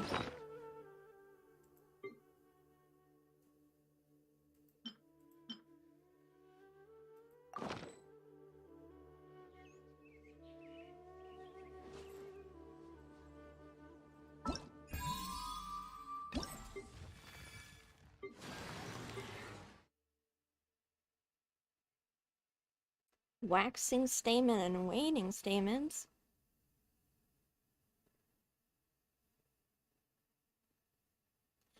I think you just have to get through some of the main Sumeru story and then it unlocks.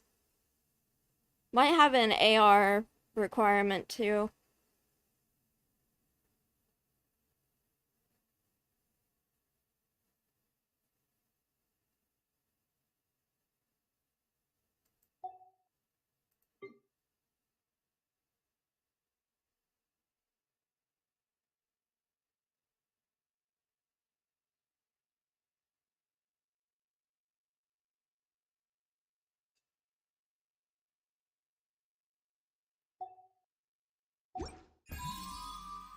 I think I need to stop and have dinner.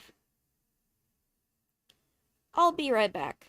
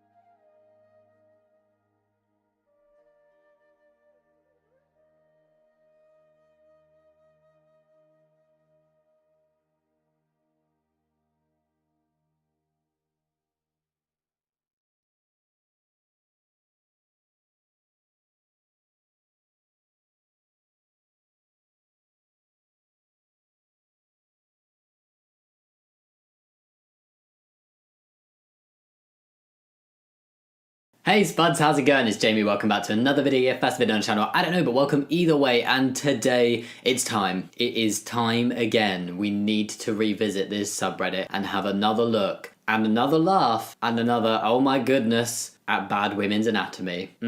Are we ready? And quickly before we get started, as I do in all of these videos, I just want to point out that not all women have the same anatomy, some women are trans, and that not everything discussed in this video is exclusive to women, such as periods and certain anatomy, but it's called Bad Women's Anatomy because it is very much misogyny and just really bad takes directed at women specifically. I cannot express strongly enough how unnatural this knee position is for a female skeleton to perform while descending stairs. What they're trying to say, I don't understand this take. They're going down, this is a person going down the stairs. I don't think you can just categorize it as completely unnatural for a specific skeleton type. My ex thought the eggs in my ovaries had shells on them, and I think about that every time a man makes a decision on women's bodies. It's bad that there's such little understanding, but it's kind of funny. I think it's bad that I'm finding it a bit adorable that somebody thought that there were shells on eggs in ovaries in humans. Shells. Where would the shell go? Who cracks it? When does it crack? Humans don't lay eggs. For F's sake, if you have a vagina, you are a woman. If you have a penis, you are a man. If you have a penis, you are plural men. I don't know what a vagina is. I don't know if anybody's got a vagina. Is it vagina or vagina? Might be vagina, actually. My brain just read vagina. Vagina. Comment down below. I don't know how you would comment that. My girlfriend had her 3 children, so opted to have her tubes tied. I spoke with her doctor, and he said I personally cut 1 inch off each tube away, cauterized. Like corduroy? Do they mean cauterized? The ends and tied each end in a knot. 11 years later, she gave birth to my wonderful son. When he was 5, we were telling him what a miracle he is. His response was, not really. I remember I had to go through loops and wiggle my way around. It was very hard for me to get out here. I said, are you talking about being born? He said, nope. The tube was very hard to get through, but I knew I had to get somewhere, so I fought hard and found my way. To this day, he remembers. Thank God for giving him the strength to fight. By the way, the doctor said cutting your tubes is only good for 10 years and they're not 100% anymore. Did your heart just skip a beat? Lol, mine sure did. I feel like this is less Bad Women's Anatomy and just like bad making it sound like your kids have said stuff they clearly haven't. Nobody can possibly remember anything from a time before they even had a brain or fingernails or anything. Another tampon commercial. If women learned how to hold their bladders, we wouldn't have to sit through these. Oh dear goodness. Tampons are not for bladders. They're not for we. I'm imagining that means that this person has believed that those who use tampons are voluntarily incontinent. If they're like, oh, just hold your bladder, if they thought that it was for bladder things. If you've sat through tampon commercials and enough tampon commercials to complain about them, how do you not understand what they're about? How? If you were revamping the human body and were to give boobs an actual useful function, excuse me, instead of just sex appeal, what would you have them do? They have a function! They are not for sex appeal. That is what they are not for. What they are for is a function. It's 9 AM here and I'm starting the day knowing I can hardly hear something dumber than this today. I don't know, maybe something crazy, like feeding our babies. Literally, I can't get over that. I answered this from nature's viewpoint.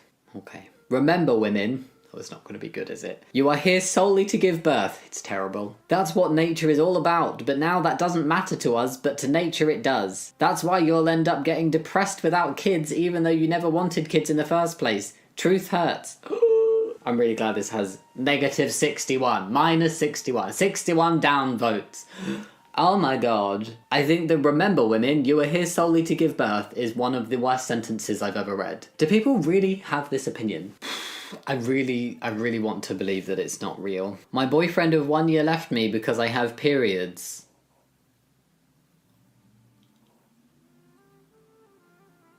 I don't think he's ready to date then. If he can't deal with somebody he's with having periods from time to time, I don't think he should date.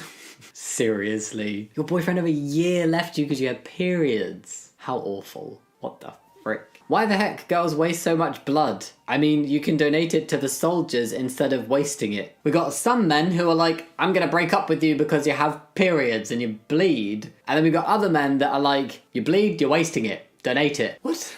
Doesn't work like that. Just sounds like you really want a reason to not like women. And she's got one hand on a stroller that holds an adorable little boy. The boy's soft blonde curls make my ovaries eject 3 eggs at once. I can feel it happening. No. No. Even as a metaphor, this is terrible. Is this supposed to symbolize extreme broodiness or something? Latest gender-critical conspiracy theory is that the Women's March logo has a man on it. Have you heard about this? I've heard about this. It's hilariously tragically terrible. Given that male and female are allegedly just gender identities, this is a pretty interesting amendment to the logo of the Women's March. There's a new logo. So basically a bunch of gender critical transphobes are really angry because the Women's March changed their logo and the outer blue, I mean both the blues are outer, but the smaller blue one, gender critical transphobes are saying is a man because according to them, the features fit what they would expect more typically on a man. So, yeah, that's an interesting take coming from people who claim to be feminists. There is a very, very specific way you must look in order to be deemed a woman. It's literally a side profile shadow. There is so much variation. Plenty of women have a side profile that looks like that. Why have they just looked at one of those images and said, well, the nose is not as pointy, the lips are not as pouty, therefore man. If there weren't so many transphobes saying it, you'd think that they were joking. Why do people do paternity tests but not maternity tests? Is this proof of sexism against men? I think it's very difficult to forget that you had a baby. Like, that you gave birth to you birthed a baby. It may have something to do with the fact that it's pretty solid that the baby you birth, unless you knowingly are a surrogate or had IVF using donor eggs, that the baby you have birthed is biologically related to you. This happens because women have natural shock absorbers called amniotic fluid. Amniotic fluid is what surrounds a baby in the womb. Men don't have that, well, not when they're not pregnant. Also, since our bodies have been experiencing this for years, we have built up muscle resistance and memory on how we handle this from a pain perspective. In other words, we adjust to the pain level through muscle memory. I'm not sure what this is concerning. I've never heard of amniotic fluid described as a shock absorber for women. It's about babies. Anti-abortion lawmaker gets anatomy lesson. Women cannot swallow camera for exam. Idaho Representative Vito Barbary asks if a woman can swallow a camera for a remote gynecological exam before medical abortion. The answer is no. Does he think that you can get to the reproductive organs from the mouth? That's very not possible. So like a lawmaker, somebody who makes laws wanted this. If you looked at the footage of someone swallowing a camera and you were looking for gynecological information, it's not gonna happen. What do men think of cellulite on a woman? Why would you ask this question? A normal body function. I guess that it's a normal bodily function due to aging and other habits. People have cellulite?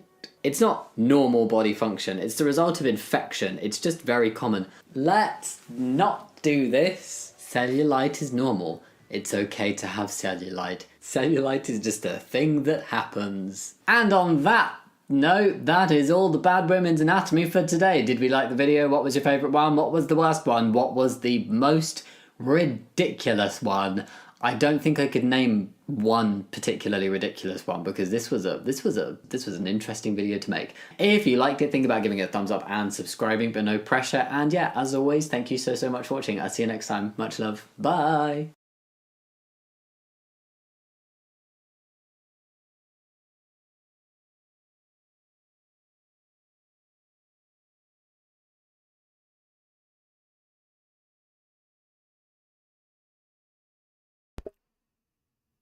I'm back! Black Knight Quest? That sounds like it's something from the chasm.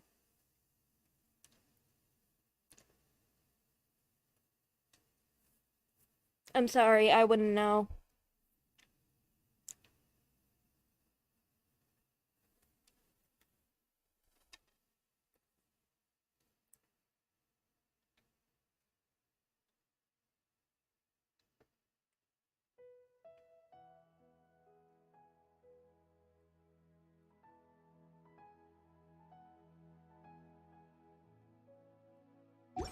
Every course of action has its risks. Be careful.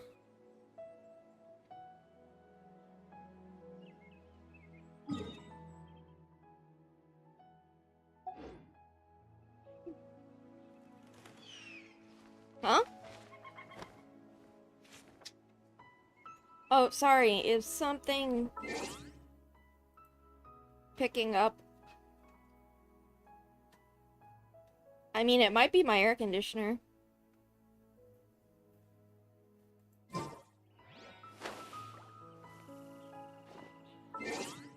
But yeah, let's see if we can do the main story quest now.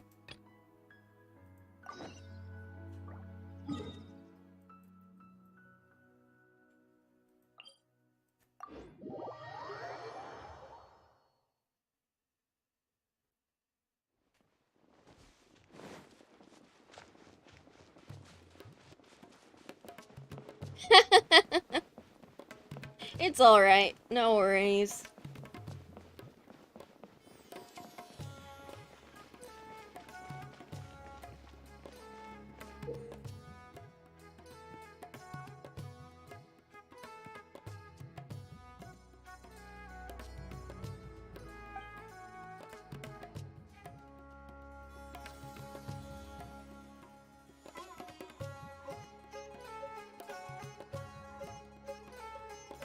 Excuse me.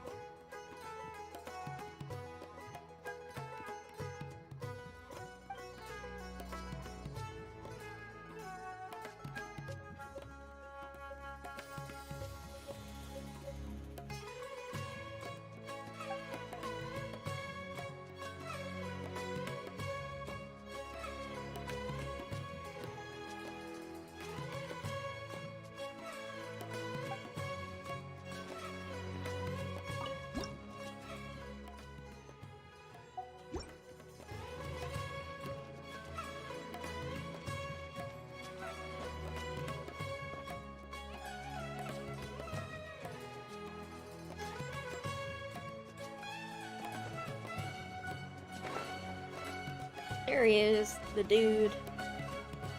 Before I retrieve your products, I need to confirm a few things. Please forgive me, but we may not have sufficient stock for you today. Earlier, many of our hara fruits were taken by mice. Thanks. If better goods come in, you'll be the first to know. You look like you have some skill. Why don't I pick out some fruits that'll make you dizzy? Yep, that's the right answer. But eating hara fruit that makes your head and ears ring sounds like a bad life decision. Would you like your hara fruits to be packaged in the Sumeru City or Port Ormos style?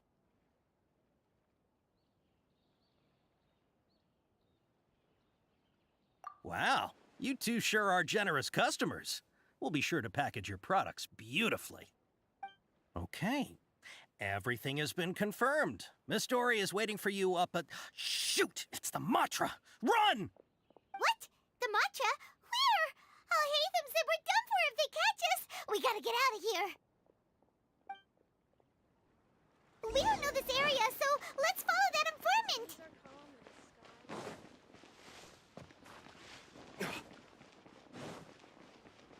Oh, wait, higher up.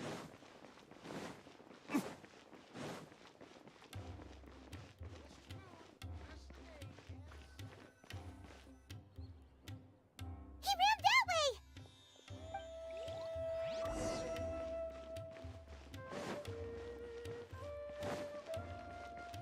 Up we go. Look, he's over there.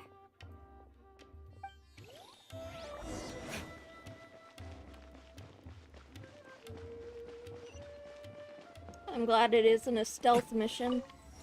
I'm horrible at those.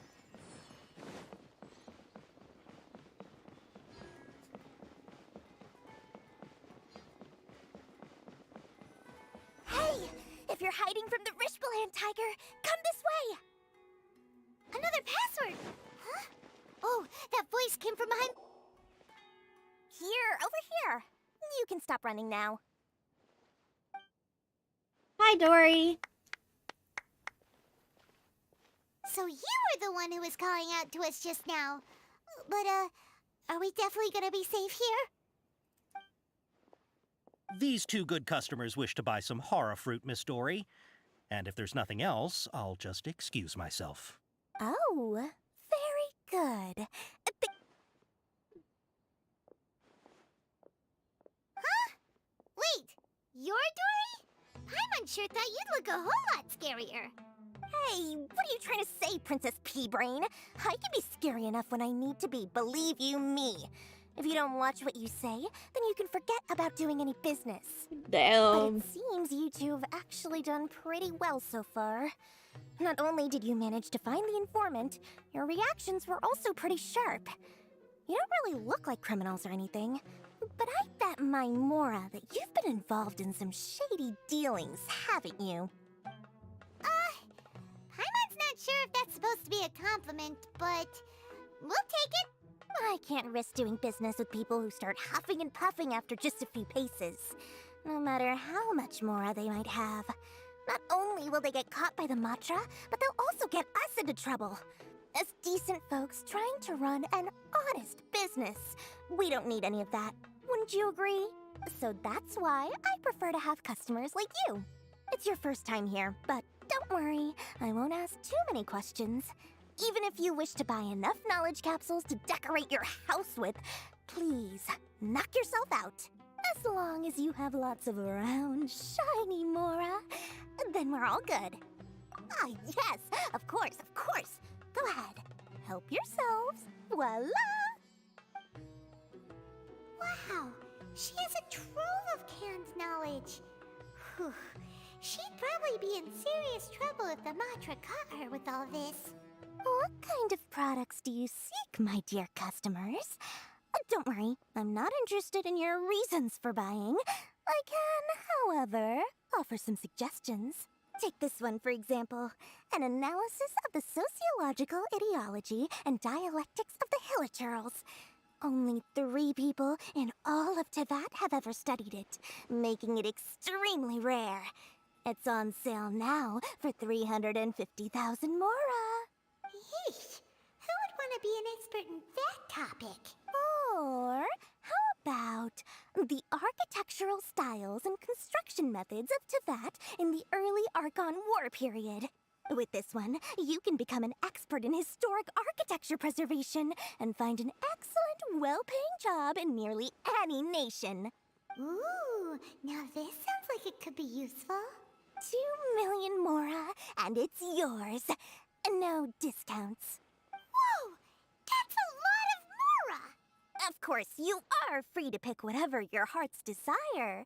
The contents and price of each knowledge capsule are indicated in small text on the body of each one, down at the bottom. Alright, let's try the method that Alhaitham mentioned.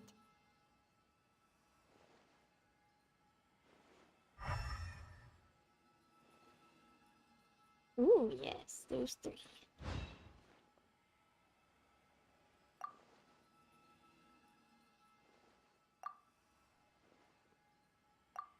Ah, you've really got a good head on your shoulders, and quite the eye for quality.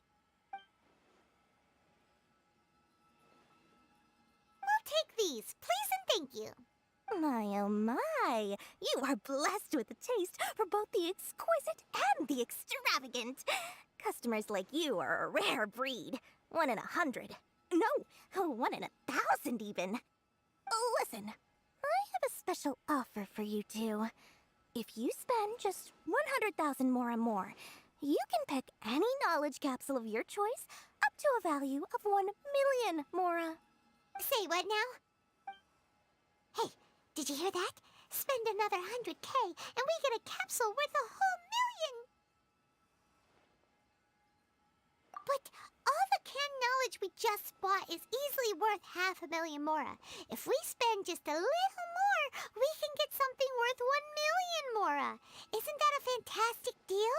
Think about it. We've gone to all this trouble to get this canned knowledge. And so far, everything we bought belongs to Alhaitham. Aren't you even the least bit curious about how this whole canned knowledge thing works? We're talking instant knowledge here. Don't you want to try it yourself? come on, come on! We still have around 100,000 of Alhaitham's moral left, so let's put it to good use by finding something useful for you. Ahem, you've got a deal, Dory. We'd like to spend an extra 100,000 mora. Excellent! Then please, select from this fine collection of canned knowledge over here. Hold on a second. Paimon thought we could choose whatever we wanted. Why can't we choose the ones from over there? Oh, but my dear customer, the knowledge capsules over here are worth 1 million mora each. I'm sure discerning customers like yourselves will be able to find something to your liking. Please, take your time. Uh-oh, Paimon has a bad feeling about this. Let's use Elemental Sight again to check these.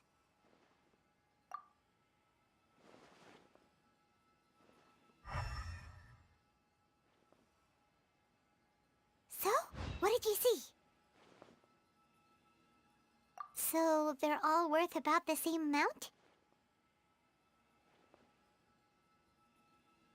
Well, anyway, the mora's already been spent, so let's at least try to find something useful. Let Paimon take a look here. An introduction to traditional Sumeru brewing techniques, the art of growing spices, an overview of ancient runes. Oh, how about this one? Sword Fighting Techniques 8. Not sure we'd ever find volumes 1 through 7, but at least this knowledge should be useful, right? Let's go with this one. Dory, we'll take this one. All right, very good. I'm expecting some new goods in the next couple days, so be sure to check back again soon. Whether it's canned knowledge or anything else you need, bring your mora to Dory and doors will open. Door-y. Experience with Dory went smoothly enough. Let's head to Wakala Funduk and meet up with Alhaitham. Hopefully now he'll finally tell us about what the Academia lost.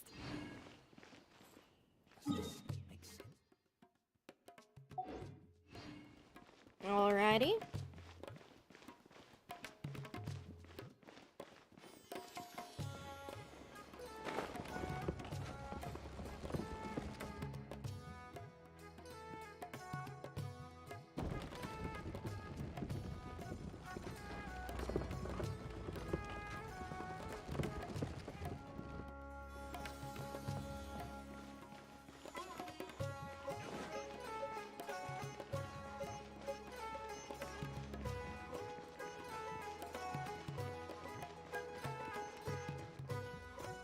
Ha, you two made it.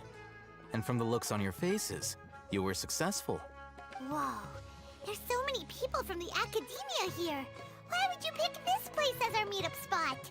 Oh, we're gonna get arrested, aren't Well, we? Wakela Funduk is under the Academia's control, so naturally the Academia has people working here.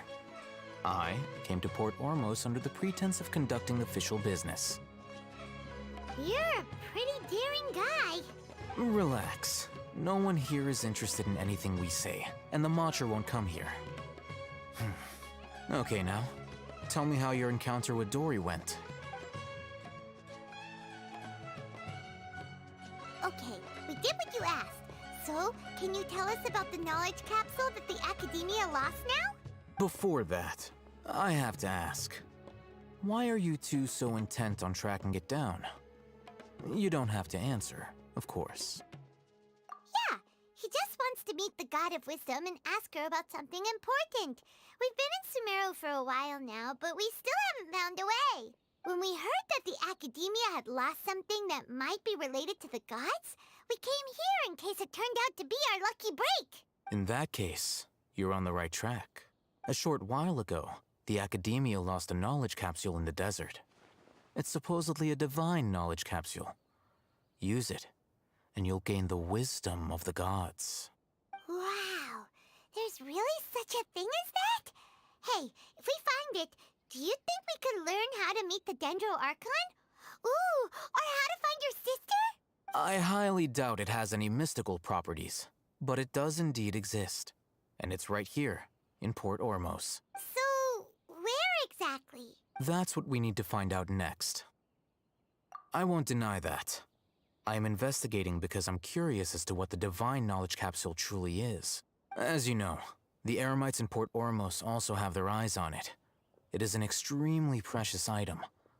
The knowledge contained within may bring great power or wealth to whoever has it in their possession. Ooh. Several brigades have been vying for ownership of it as of late, but there is still no victor. My personal finances and connections cannot compete with those of the Eremites. After attempting various methods, I finally managed to reach a tentative agreement with several brigades. I agreed to forego ownership of the Divine Knowledge Capsule in exchange for the opportunity to study it. After all, there's no harm in understanding what it is. However, there are those who are less amenable to negotiation, such as those from Ain al-Ahmar. They adamantly believe that the Divine Knowledge Capsule contains the Scarlet King's power, and that he will return to this world when they obtain it. They refuse to let anyone from the Academia tarnish their deity's soul. So you kept hounding them because they refused to cooperate with you? Yes. Ain al-Ahmar isn't exactly wealthy, but its members are determined to get that capsule by any means necessary. To that end, they've resorted to many methods more foul than fair in order to amass sufficient funds. So, I've been sabotaging their business to force them into negotiating with me. The Divine Knowledge Capsule should be up for a secret auction within the next few days. Each brigade will place their own bid, and the prize will be covertly given to the winner. To ensure the capsule's security and to evade the Matra's notice, the winning brigade will not publicly disclose their victory. Unless I know whose hands the Divine Knowledge Capsule ends up in, my agreements with them will fall through. Dory is the most reliable source of information, but that avenue was previously closed to me. With you on board now, the situation is different. In other words, you wanted us to befriend Dory so you could find out where the Divine Knowledge Capsule is. Yes, you can say that. But this arrangement harms none of us. The day after tomorrow, go back to Dory and try to purchase information on the Divine Knowledge Capsule's whereabouts. If she has no information, wait 2 days and approach her again. If I get the opportunity to study the Divine Knowledge Capsule, I will relay my findings to you. Will that suffice as compensation? Okay, then we'll meet up in 2 days.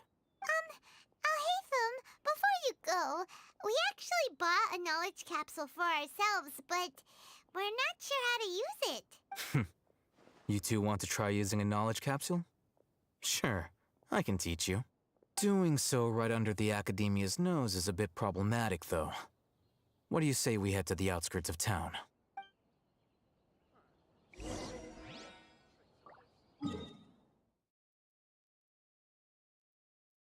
That's pretty far. I thought Sumeru would be different. Nope. Where's the same?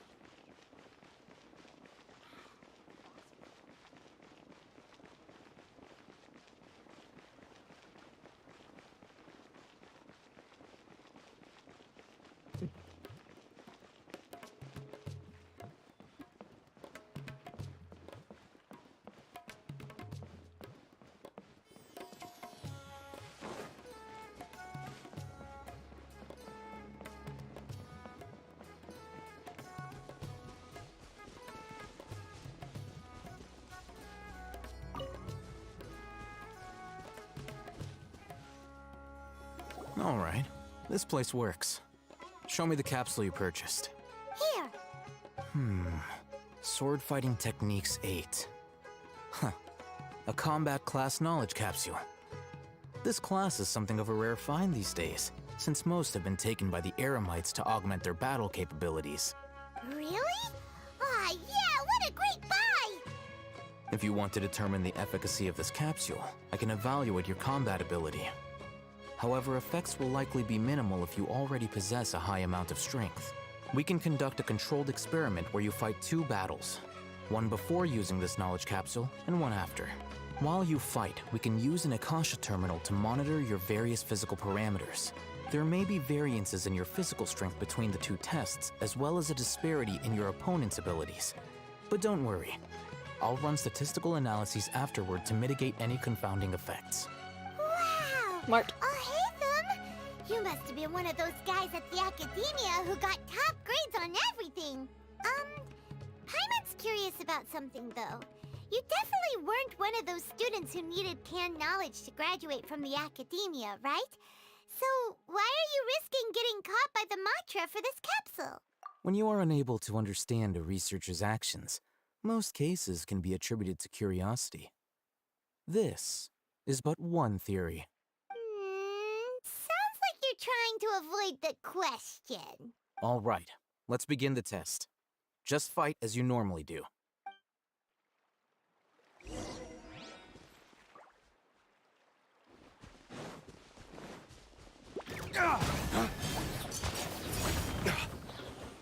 Dawn, break forth!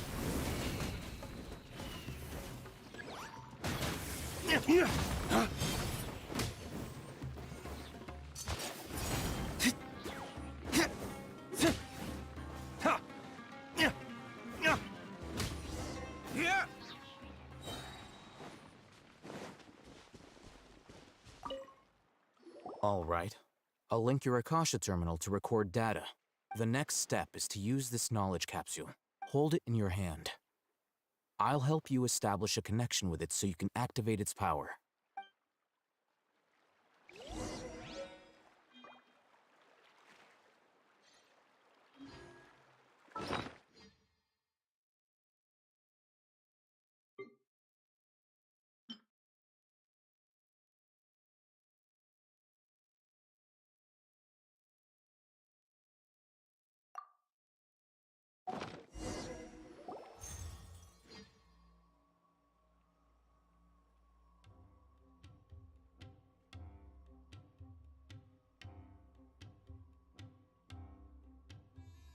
Ooh.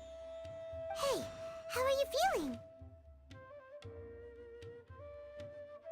You mean that it worked? All right. Time for round 2. Fight with the same composure as before.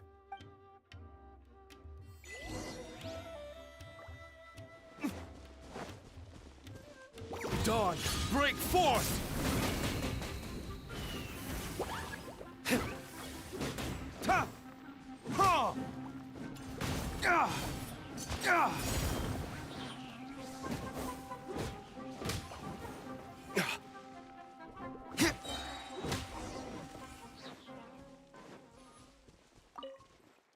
Now, I'll start recording data again. Oh, hey, how's it going? Well, the knowledge capsule you purchased did improve his combat capability. During the second fight, his overall fighting performance increased by 0.073%. What? How much?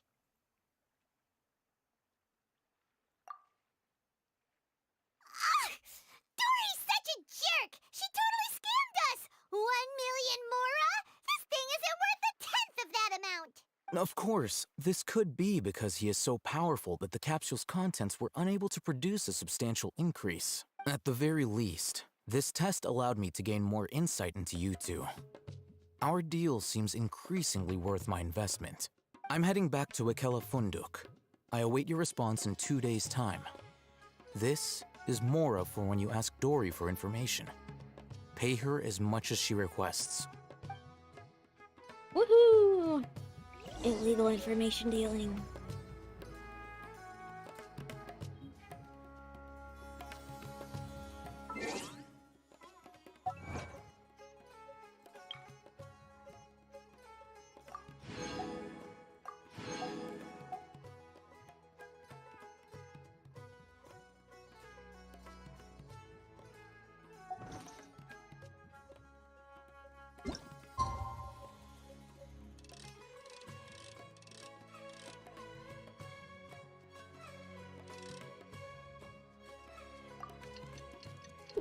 That didn't help.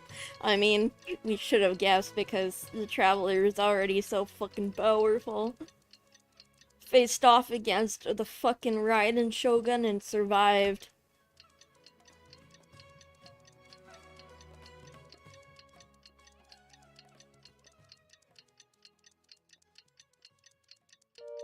Hi! Thanks for joining! Welcome! Let's today and ask her about where the divine knowledge ca-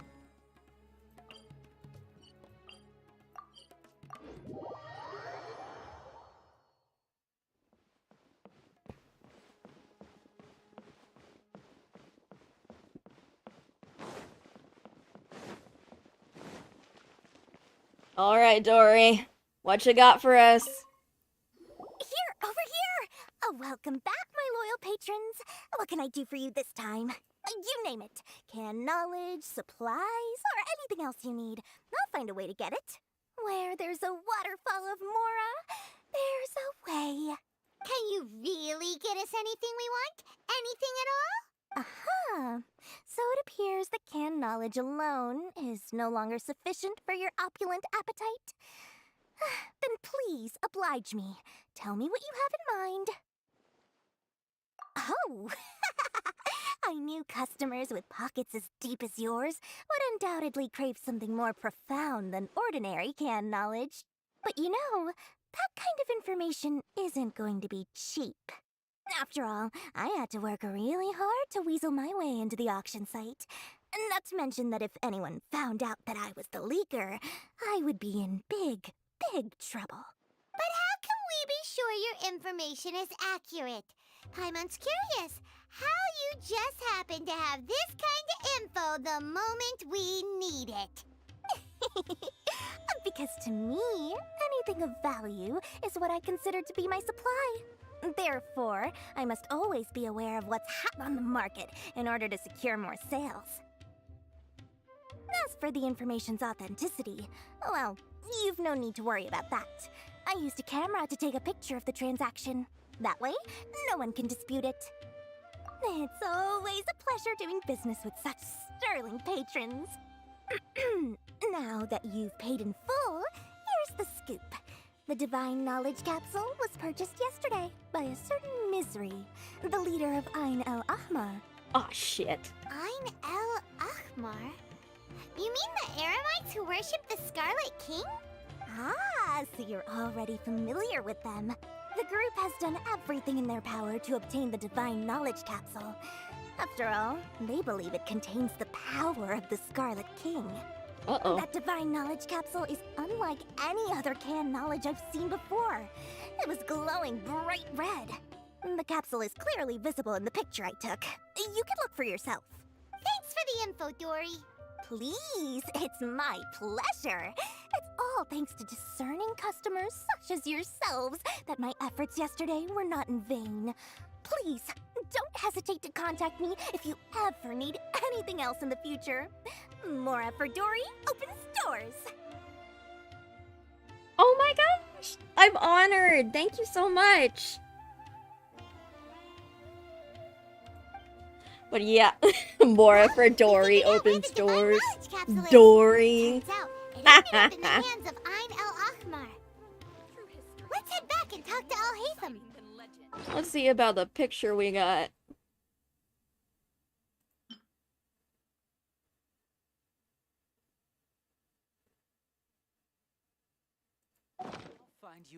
Okay, can't actually view it, so we don't know what Miziri looks like.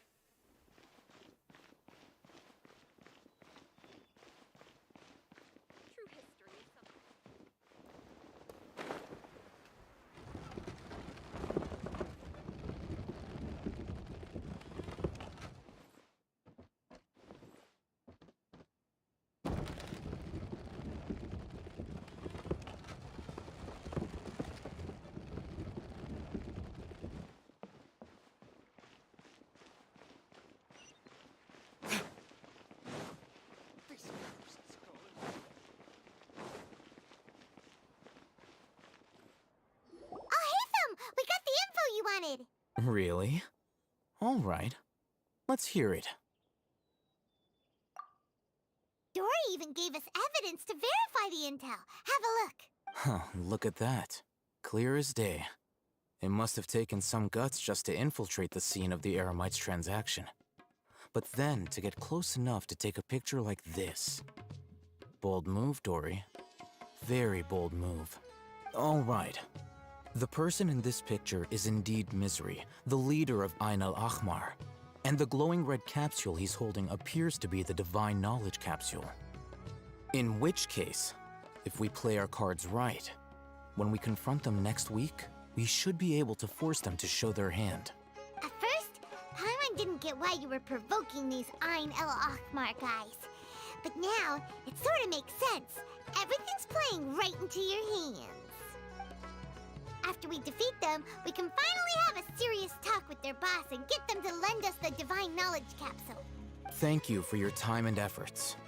Take a few days off while I make some preparations. Let's meet up again on the afternoon of the arranged date, 3 o'clock sharp. See you then. Aw, do I have to wait real life time? I hope not. Oh, they did a time skip. Oh, Hatham sure is taking his time.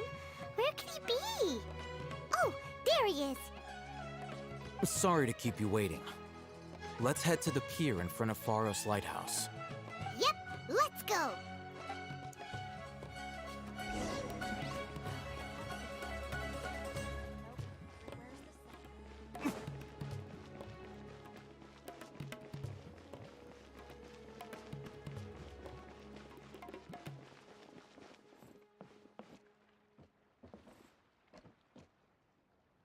Waiting for the elevator. There it is.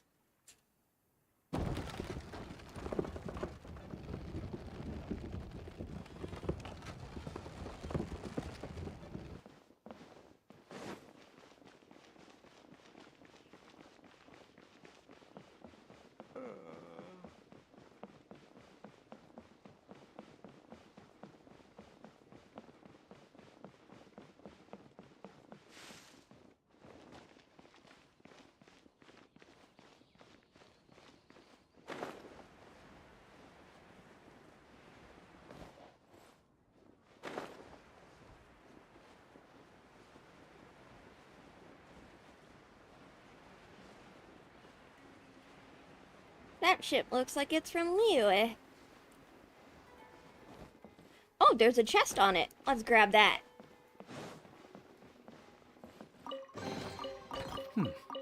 Better than nothing. Why is that shipment of spices still not here? That's enough work for today. Al-Haytham. I knew you were crazy, but I didn't know you were crazy enough to actually show up. It was I who demanded that these negotiations take place. I was more worried that you might go back on your promise. But to your credit, it appears that you're sticking to your word. This is turning into quite an occasion. I also brought some backup. I assume you don't mind. Backup? Aren't you the brat from the restaurant the other day? You've come to support this lunatic because he helped you out? Fine, your funeral. I'm not going to mince my words. Once we're done with you, you'll be nothing more than fish food. Get 'em, boys!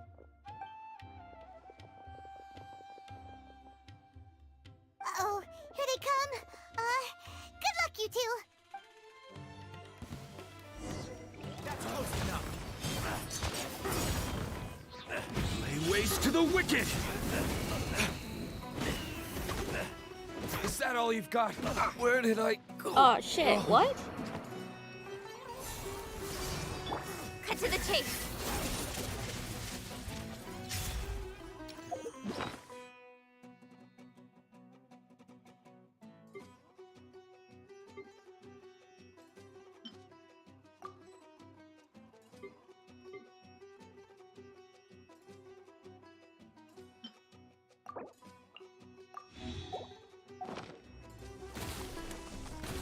Speed of light. Dodge this! Ha! Diana special. Scratch.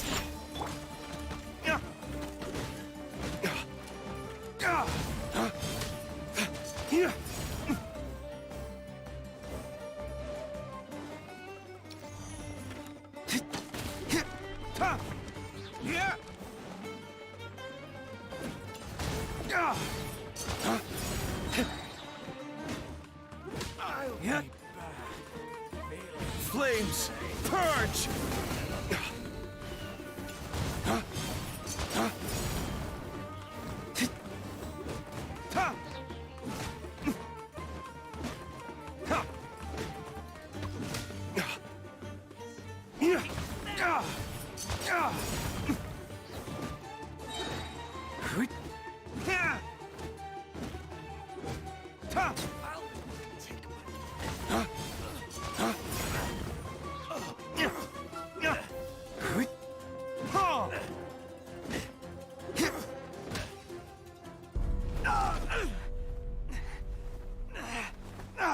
Academia scum!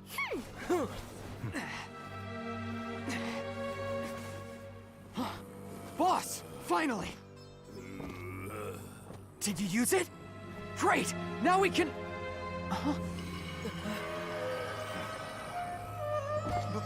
Boss? Boss!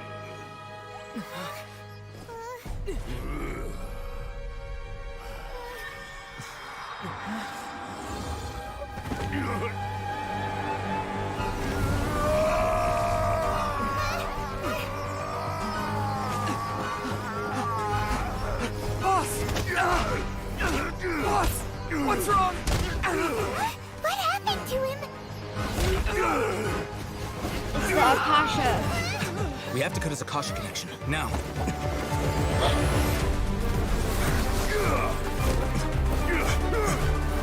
Oh, damn.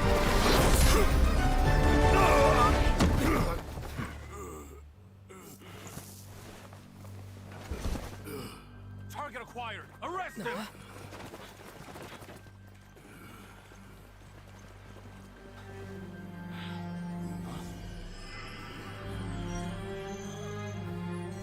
Do not impede our work. Is that understood, Al-Haytham? Of course. I was only trying to help. Take him away. Ooh.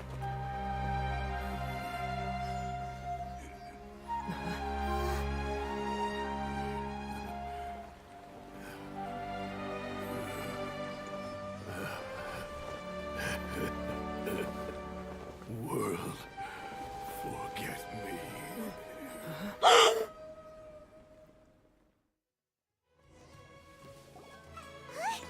What in Tibet just happened? It's like that big guy suddenly lost his mind. It looks like he used the Divine Knowledge Capsule. You mean the Divine Knowledge Capsule did that to him? Oh, yeah. You mean how some researchers go insane after getting knowledge from Irminsul? I've heard of numerous incidents of researchers in Satyavada life going insane. The state that man is now in suggests that this is a similar situation. This Divine Knowledge Capsule does appear to be linked to the gods, but beyond that, it doesn't seem anything like the rumors suggest. Possessing it doesn't grant you divine wisdom or power. Did you hear what he said? World, forget me. What could that possibly mean? If the mantra took him away, then that means the Academia got the Divine Knowledge Capsule back, too. What a shame. We were so close. Still, Paimon didn't expect the Divine Knowledge Capsule would be so dangerous. Imagine if we tried to open it. Oh, who knows what would have happened to us? As things stand, there is no reason for me to remain in Port Ormos. I believe our collaboration has also reached its end. Oh, we were so busy trying to find the Divine Knowledge Capsule that Paimon forgot to ask you something. Since you're a member of the Academia, do you have any idea how we can go about meeting Lesser Lord Kusanali? Truthfully, I don't. Lesser Lord Kusanali appears to exist outside of Sumeru's entire administration. Most of the time, you wouldn't know she exists at all. Moreover, since the Academia possesses the Akasha, a symbol of our deity's wisdom, scholars have no reason to desire to make contact with the deity herself anyway. Everything about Lesser Lord Kusanali is such a mystery! Ooh. I'm heading back to the Academia. How about you two? It's almost the day of the Sub-Zero's festival. Maybe Al-Haytham has the Divine Knowledge Capsule, over the past few days, so maybe but a little he rest and didn't tell relaxation us. will do us good.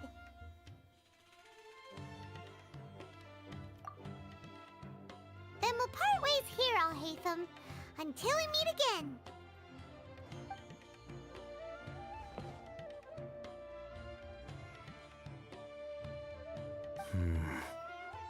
Now, do I deal with this thing first? Or should I produce the report that the higher-ups require?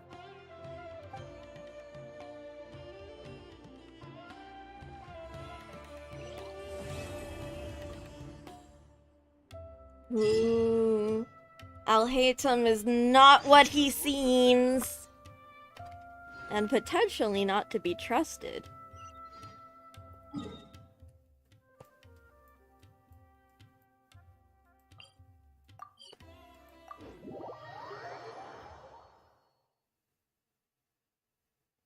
We didn't miss the Sumeru's festival, right? Let's hurry and find Dunyarzad. Paimon thinks she must be around the Grand Bazaar, since she showed us around there last time.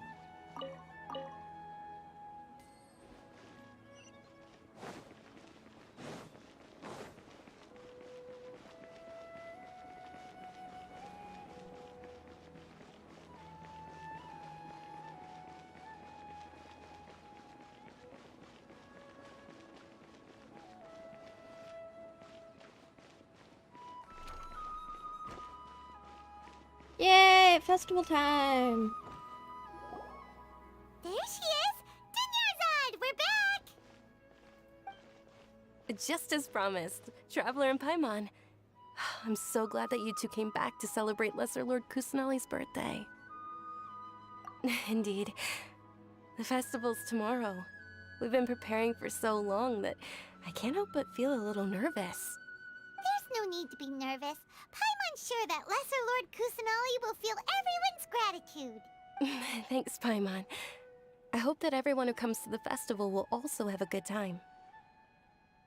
Speaking of which, did you manage to make your way to Port Ormos? Discover anything over there? Of course we went. A lot of things happened there. I see. Sounds like you two had another exciting adventure. If there is another chance, I would love to join. My lady, if you went to Port Ormos in your current state, we'd both be in for a lifetime of trouble. Dia! You were eavesdropping! It's called covert protection. Keeping an ear out for what's going on around my employer is part of the job. It's all right, Dia. I merely said I would like to go. I know better than to think my body could handle it.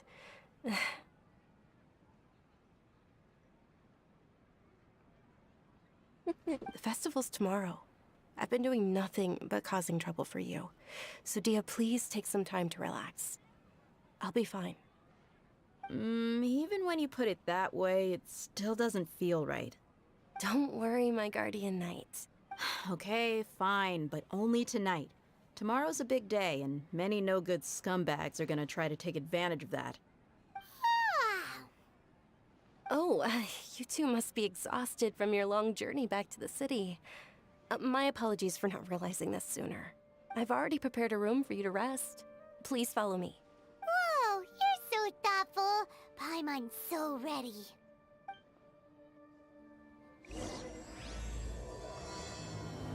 Welcome. Get your spices here. We've got all kinds. I've got great food and great drinks that everyone can enjoy.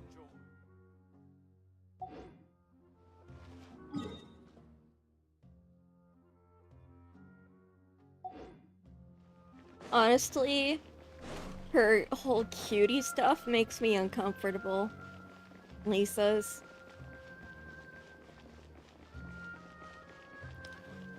I love Dunyarzad. She has Here such we an are. interesting character. It's also fairly close to where I've been staying. It looks really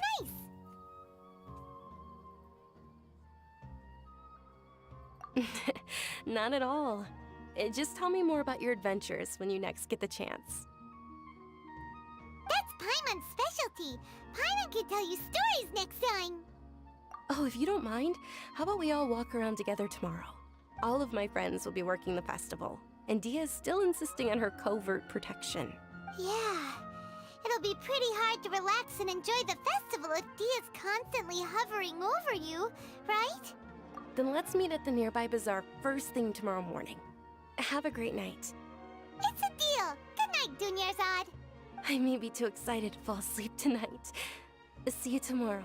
Bye-bye. I'm starting to really look forward to the Sub-Zero Festival, too. Will there be lots of yummy food? Oh, no. Thinking about food is just gonna keep Paimon up all night. The earlier we sleep, the better. Let's go inside, Traveler.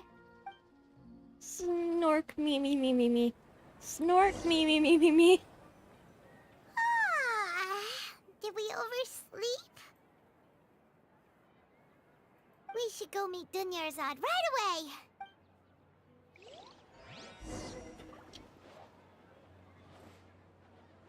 Incense.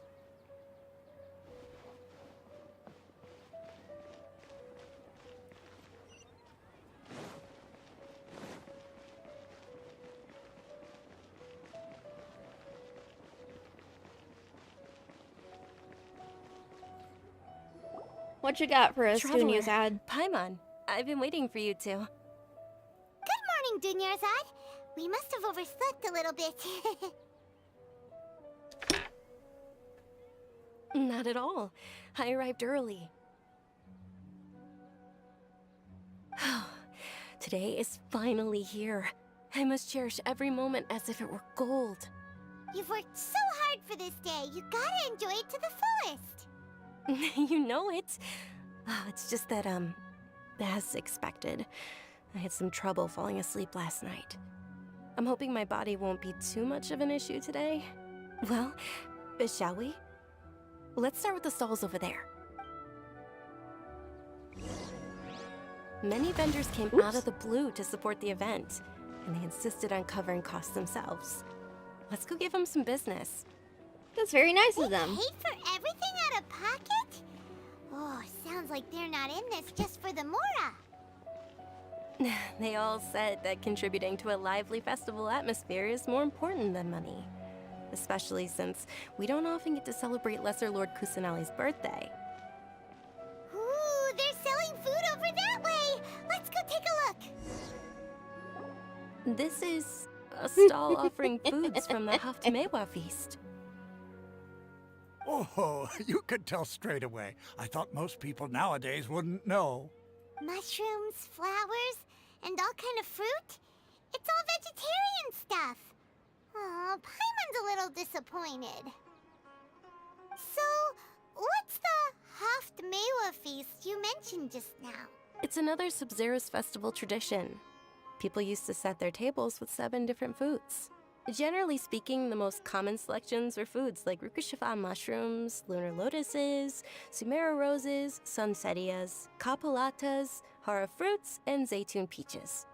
So, the Sub-Zero festival is a vegetarian holiday? You don't have to be a vegetarian to enjoy the spread. We just use the 7 foods to symbolize the 7 virtues of the Dendro Archon. Wait, but if that's the case, if Sumeru uses vegetarian food to represent the Dendro Archon, then wouldn't the Pyro Archon's festival be full of food like roasted fowl, juicy meatballs, grilled steak? Paimon! Oh, Traveler, we have to go to Natlan as soon as possible! I hope your wish comes true one day, Paimon. Thanks! Alright, how about we also check out some of these other stalls? Note, Paimon loves meat. Dear customers, would you like to try your hand at alchemical divination? Divination? Albedo would never do. What's alchemical divination? Those two things sound like they'd be fun to try together. Right? I thought the same when I first heard about it. It is said to be a mysterious craft invented by none other than Lesser Lord Kusanali herself. So, how does it work? It's quite simple. After you give me any 2 alchemical reagents, I'll use them to perform a random transmutation. Sure sounds random. So random that it will probably fail. That is precisely what we need. After the transmutation fails, your one and only diviner here will interpret the remnants. Well, according to Lesser Lord Kusanali, everything is interconnected, and all that occurs can be traced back to fate. You could say this is a pearl of old wisdom. Why does everything sound so much more credible when Dunyarzad says it? Are you guys working together? So that's the true wisdom behind it. This young lady sure knows her stuff. So, how about it? Want to give it a try? Okay, any random 2 items.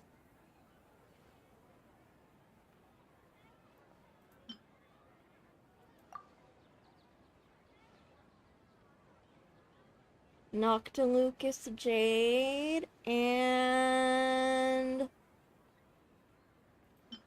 butterfly wings.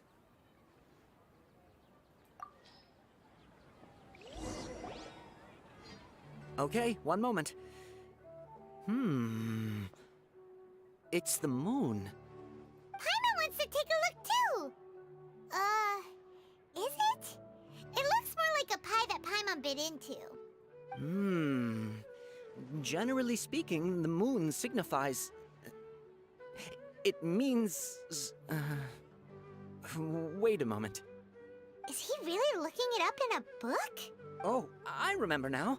It means illusions and lies. Illusions and lies? That sounds rather ominous. Yes, but this book says that if you trust your intuition and overcome your fears, the sun will surely rise. He's not even trying to hide his book anymore. Naturally, fate will only ever show you the beginning of a journey. It is up to you to forge your own ending. Oh, thank you so much. I'll keep that in mind. Oh, it's nothing. I'm just learning as I go. Guess that was still pretty interesting. Okay, on to the next stall. They say the Sub-Zerus festival was very lively a long, long time ago. Large flower carriages used to parade through the city. As they headed towards Port Ormos, people would throw flowers, candy, and liquor all along the way. Dunyarzad's eyes are sparkling right now. I wish I could have seen that spectacle. But if you ask me, I'm sure Nilou's Dance of Sub-Zerus would be just as impressive. Night of Flowers!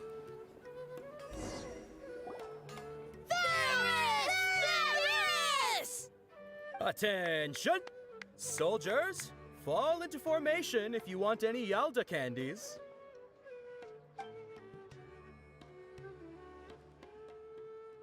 It's a weird guy with a weird hat. Hey, it's Dunyarzad! Miss Dunyarzad, the children love you even more than the Yalda candies. In the few short days it took to prepare for the Sub-Zerus festival, the children have all grown very fond of you. The hallowed Night of Flowers. It's an honor that you know my name. Attention! In the name of Ferris, the Knight of Flowers, I commend you on your contributions to the glorious Sub-Zerus festival. Funny mustache. All right, little soldiers. Take your Yalda candies and don't forget your loyalty to Lesser Lord Kusanali. Dismissed! Yes, Knight Ferris! Just what is going on here? Ferris, the Night of Flowers, is another Sub-Zerus festival icon, and one immensely popular with children. In the past, the actor portraying Ferris would also sit on a flower carriage. It's all thanks to Miss Dunyarzad's sponsorship that the children can make such wonderful memories today. As are we to you, Vihar. Oh, not at all. Oh, speaking of tradition, do you want some Yalda candies? They're a festival staple, and I happen to have some boxes readied here. Take a look and pick whichever one you want. Whichever one? Don't these boxes all look the same? That is the fun part. Each box contains a random flavor. It's up to the luck of the draw. Flavors include lavender melon, hara fruit, sunsetia. Ooh, those all sound pretty good. And there's also lizard tail and oni kabuto. Oh no. Huh? What's up with those two flavors?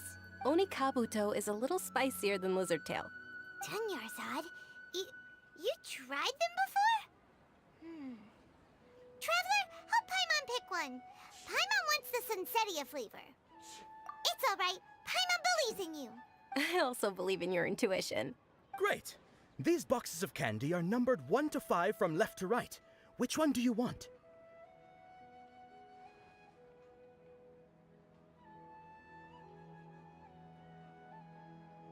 Let's do number 2.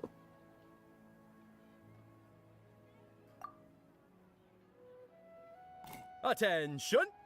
That's unfortunately horror fruit. Oh, Paimon thought you survived so many epic battles because you had incredible luck. But looks like Paimon was wrong. I'm sorry, Paimon. The Sunsetia flavored candy was in box number 4. How about this? The most important thing is that everyone has a good time at the festival. So please, take both boxes. Really? Thanks a lot, Knight of Candies. It's Night of Flowers, not Night of Candies. Paimon really wilted the carriage-less Night of Flowers. They all basically sound the same. We got our candy, so let's keep going. Actually, I just remembered that I left something behind. Since you're here, can you come with me to get it?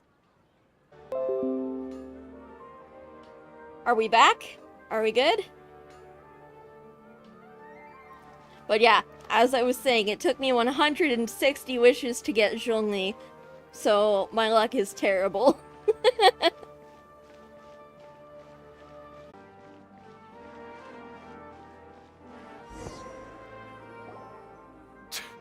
We're too late. Who knew the little lady was such an early riser? Uh-oh. I know, right? Hey, wait a minute. Pause. Isn't that her? Oh, that most certainly is. We're in luck. She's walking right into our clutches. Those Eremites don't look like they're up to any good. Who are you? I don't believe the Homayanis hired you. That's right. We haven't received any of their mora, but I wonder how much the Homayanis would shell out to get you back. Bye! Hope you had fun! But holy cow, Baddis is very bad. He is bad. Bad is. They're a gang of kidnappers! Traveler, hurry and protect Dunyarzad! Hey, did you scumbags even consider that the Homayanis might have hired a merc that outclasses you? You're Dia. Dia the Flame Main. No wonder we mercs haven't heard anything about you for so long. You sold your unruly mane to the highest bidder. Don't speak so disrespectfully. My family started working with her as gratitude for her past kindness to us. Don't worry about it, my lady. Just some friendly banter between mercs. One punch and those rabid dogs will expose themselves for what they really are. Aren't your claws all dull by now? Don't get too cocky! Traveler, take Miss Dunyarzad to a safe location. No, we're gonna stay and help. There's too many of them. You're right. All right, fine. Please be careful, Dia.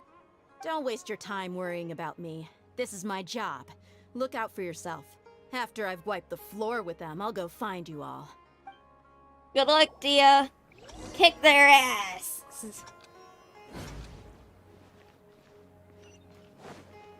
Oh.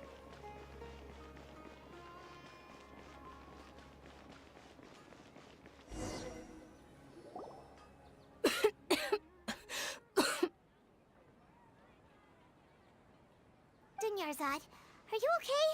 You look a little pale. Are you in shock? I'm fine. My body always reacts like this whenever I exert myself too much. Man, is that a mood. Chronic illness Sure be a you're bitch. okay? I'll be fine after some rest. I'm more worried about Dia. After all, none of this would have happened if I hadn't insisted on coming out today.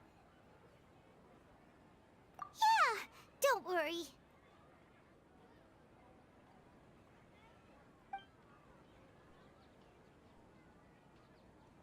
My lady, Traveler, found ya. Dia!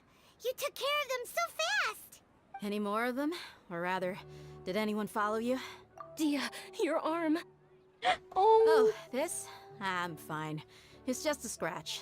Normally, they wouldn't have been able to land a hit on me at all, but I'm still getting used to this new greatsword. Please, let me take a closer look. Come on, it's nothing. Us mercs aren't as fragile as you think. Hold on, you said something about a new greatsword. What happened to the one you were using before?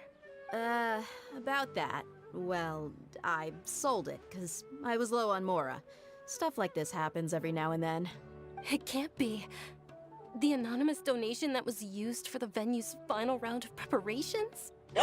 It wasn't Dunyarzad! It was Dia! Hey, Miss Dunyarzad, I wasn't trying to make you cry. I'm not gonna lose my commission because I made my employer cry, am I? Okay, making your employer cry won't affect your commission, but selling your weapon without permission and getting hurt? I'll have to reevaluate your performance. You're so unreasonable, my lady. Aww. Thank you very much, They're Dia. so sweet. They're gay. I ship them. Don't be like that. I get embarrassed really easily. Are you feeling unwell again, Dunyarzad? My lady, your condition. Traveler, can you take her somewhere to rest? I'll look around the area to make sure we're safe from an ambush. Truly. I'm sorry for the trouble, everyone.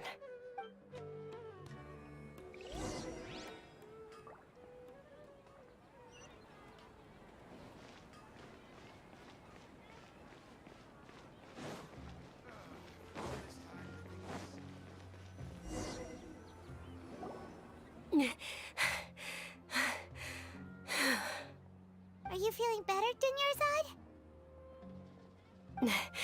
Yes, much better. Just give me a few moments and I'll be good to go. I didn't realize you were concerned about it. I guess I shouldn't continue to keep it a secret. I was actually born with Elazar. It's terminal now. Can't believe it's Elazar. Oh no! The scales. Oh, you've already heard of Elazar. In that case, you probably know about its severity. Sumeru's current medical advancements still haven't been able to find a cure. The disease's progression can only be delayed through environmental therapy. Dunyarzad. There's no need to be sad. I've always lived with Elazar and I came to terms with it a long time ago. Compared to the simple fact that I'm afflicted with this, its effects on my life have been much more painful. I know that my family loves me dearly. They've done all they can to provide the best environment for me so that I can live for that much longer. However, I know I will one day succumb to this. Did you know? Before I ran away from home this time, the world outside of my home didn't even know that I existed. Since I was a child, all I could do was sit on my bed and stare at everything outside of my window. I'm sure my family's worried and disappointed in me for running away, but I just didn't want to have any regrets. I wanted to meet other people. To me, there's nothing more beautiful than being able to meet and speak with others. Not to mention the incredible time spent preparing for the festival. The joy on everyone's faces here, and all the support I've received from friends like Dia. This way, when my final day does arrive, it will be less sorrowful. At the very least, many people will remember that I once existed in this world, right? As long as you don't forget Paimon, Paimon also won't forget about you. No, even if you forget Paimon, Paimon will still remember you. Thank you two so much. I apologize for the depressing conversation. This is out of character for me. To be honest, Lesser Lord Kusanali gave me the courage to do all of this. If it weren't for her encouragement, I wouldn't have taken that first step. Thanks. There will always be frustrations in life, but I know that the point of living is not to leave behind any regrets. Oh, right. Isn't it almost time? Huh? Almost time for what? Isn't the Dance of Sub-Zeros about to begin? It's the part of the festival that I've been looking forward to the most. Nilu will recreate that legendary scene with her most splendid dancing. And the Sub-Zeros festival will conclude amid everyone's applause and blessings. And with that, my wish will also... Then what are we waiting for? Let's go to the stage! Yeah, We should still make it in time. Let's go! Though I have a feeling our party is going to be crashed.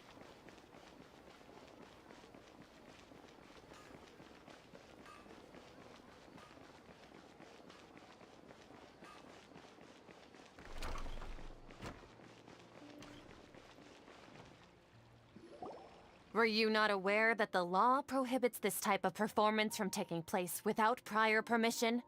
Over there! Someone's yelling at Nilu! Oh, yep, our party was crashed. I think I just saw the Academia's Grand Sage. Why is he here in person? But the Dance of Sub-Zerus is one of the key parts of the Sub-Zerus Festival. If we can't perform it... The Sub-Zerus Festival. The law also prohibits the private hosting of large-scale religious festivals. Only the Academia can host such an event. If you continue to resist, we will have to order an investigation into every single event organizer. The Grand Sage has already granted you much leniency. I advise that you exercise tact. Asshole! How did things turn out like this? The Academia was originally responsible for the Sub-Zerus Festival, but they failed this responsibility for many years. I need to speak with them. This is a hard pill to swallow, but you're right. Things would only get worse. This is horrible. Dance. Aren't you ashamed of pursuing such frivolous and meaningless activities in this land of knowledge and reason? Our Archon created the utopia that is Sumeru City for all scholars who sought validity, verity, and truth, while people like you wish to defile it. Oh, what an asshole. I want to beat his ass. No. I believe that our Archon never rejected the arts. Even the Goddess of Flowers dedicated a dance to her. With your lack of intellectual credentials, I do not believe you are qualified to debate with me. What you should be doing is finding workers to tear down this ridiculous eyesore. When we return, have the scribe draft an ordinance before the next Nyargarbaha Day that prohibits public art performances. We will announce it to the public later via the Akasha. Understood. I will inform him when I return. What a dystopian society. The Sub-Zerus Festival. Go celebrate the birth of that god to your heart's content. Nilu, are you okay? Oh, Dunyarzad. You all saw that just now? The Grand Sage ordered us to stop the performance. Yeah. Let's go somewhere the Academia can't find us and perform there. But how do we let everyone know? And what about the atmosphere and the stage? Or we could get people to block them off so they can't interrupt the performance. No. They just threatened to investigate the organizers. If we were caught... Nilu, it's all right. Don't worry about it. But you've been looking forward to the Dance of Sub-Zerus so much. And I know how important this festival is to you. I don't want you to have any regrets. It's okay. Seeing you care this much about my feelings is more than enough. It would be too risky to continue the Sub-Zerus Festival at this point. I don't want to get everyone in trouble. If you say so. But you can sneak out for the next Sub-Zerus Festival, right? We'll make sure the next one is a smashing success. The next one. Yes. Okay, it's a promise. It will be a smashing success. Oh, hold up.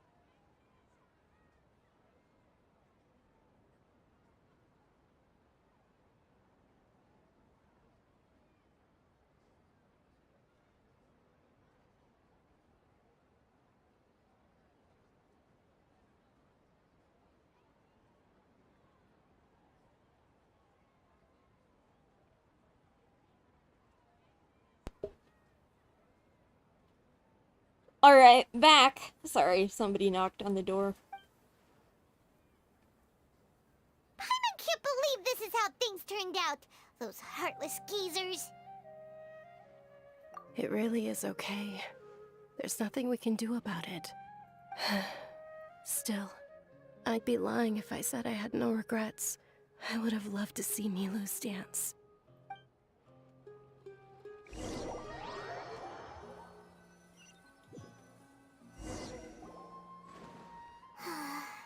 A lot happened today. It's a shame the festival ended the way it did. Nilu and Dunyarzad promised to make the next Sub-Zero's festival a success, but Dunyarzad is running out of time. Yeah.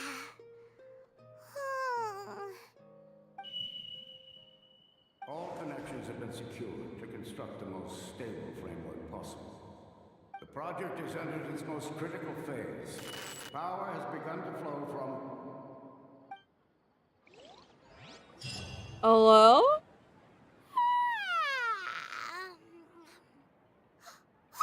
We're gonna be late! It's all because you wouldn't get out of bed! We should go meet Dunyarzad right away!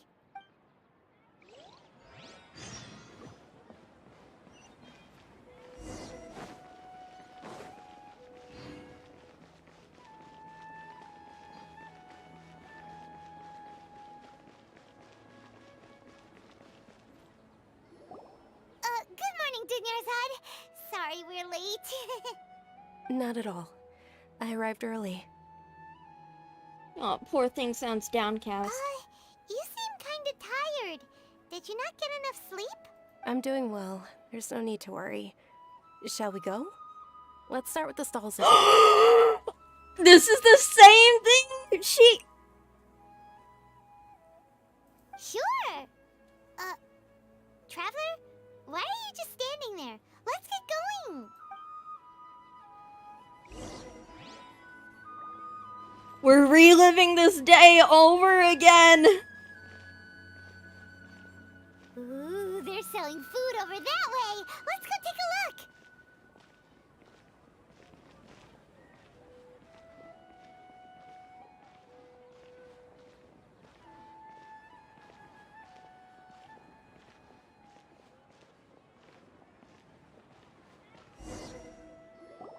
This is a stall offering foods from the Haftmewa feast. You are quite well informed, miss. I thought most people nowadays wouldn't know. They're all plants. Oh, Paimon's a little disappointed. Actually, what is the Haftmewa feast you mentioned just now? It's one of the Sub-Zero's festival's traditions. People used to set their tables with 7 different foods to symbolize the 7 virtues of the Dendro Archon. Appear to be in the form of the moon. Really? Paimon thought it looked like some kind of food. The moon signifies... It's escaping me for now. Wait a moment. Wait, this wasn't exact because Paimon said it looked like a pie with the bitten out of last time. I remember that. That was very funny. Is he really looking it up in a book? Oh, right. It means illusions and lies. Premonition. But if you trust your intuition and overcome your fears, the sun will surely rise. Understood. I'll keep that in mind. Oh, it's nothing. I'm just learning as I go. Guess that was still pretty interesting. Okay, on to the next stall. So, where to next?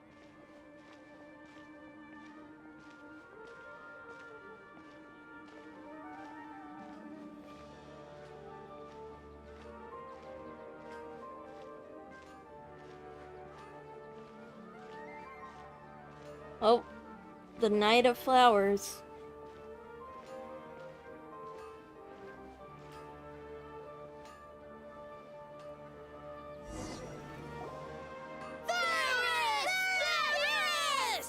All right, soldiers. Now that you have your Yalta candies, This don't is forget so your loyalty creepy. to Lesser Lord Kusanali. Dismissed. Yes, Knight Varus! What's going on? Is this a play? Ferris, the Night of Flowers, is another Sabzeruz festival icon and one immensely popular Aw, with children. sorry that you have to go, Daphne.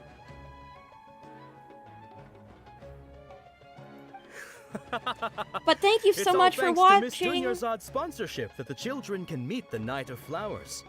Oh, do you want some Yalta candies? I happen to have some boxes ready here.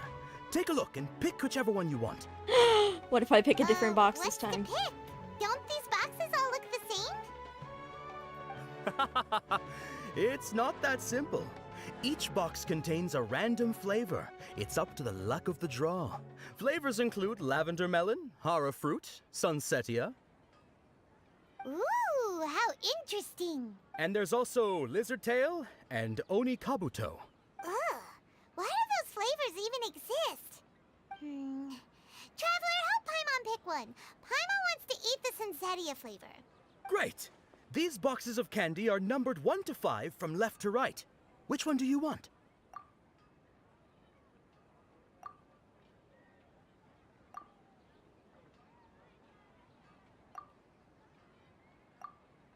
No.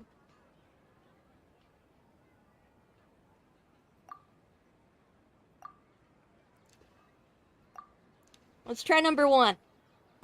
Ah, excellently chosen. Number 4 What? is indeed Sunsetia. Oh? I chose number 1. Paimon bet you had incredible luck, and Paimon was right.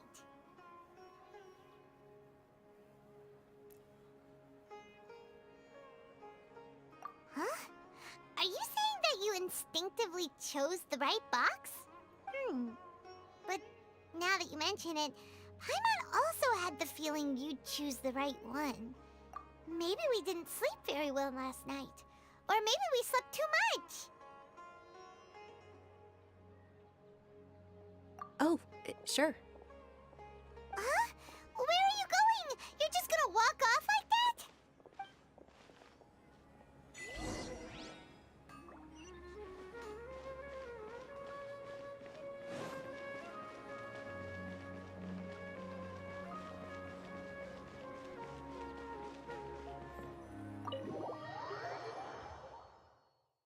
Oh, wow.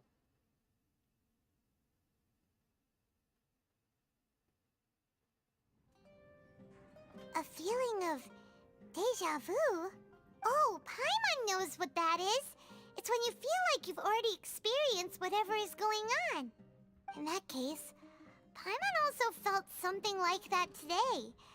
But that's just our brains playing tricks on us, isn't it? Not this time! So, why'd you run here in such a hurry?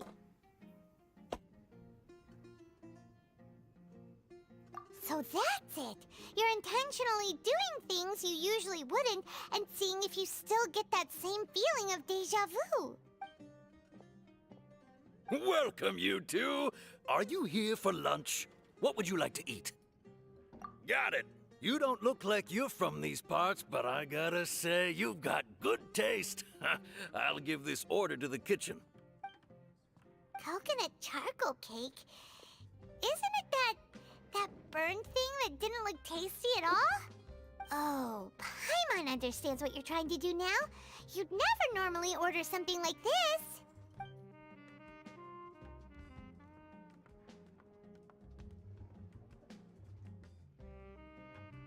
That thing?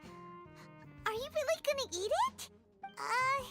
Isn't this going a bit too far? Oh, his poor face! Oh, he looks so upset!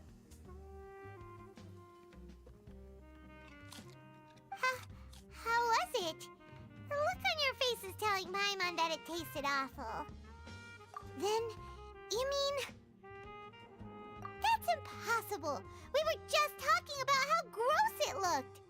So, would this be a case of taste bud deja vu? Paimon also gets the impression that we've been here many times, even though we aren't regulars. How about we go out again and try something else? It's a Groundhog Day scenario! Oh my god! We have to break it! You just can't beat the Surprised that the charcoal cake tastes good, though. Coconut charcoal cake. Yeesh.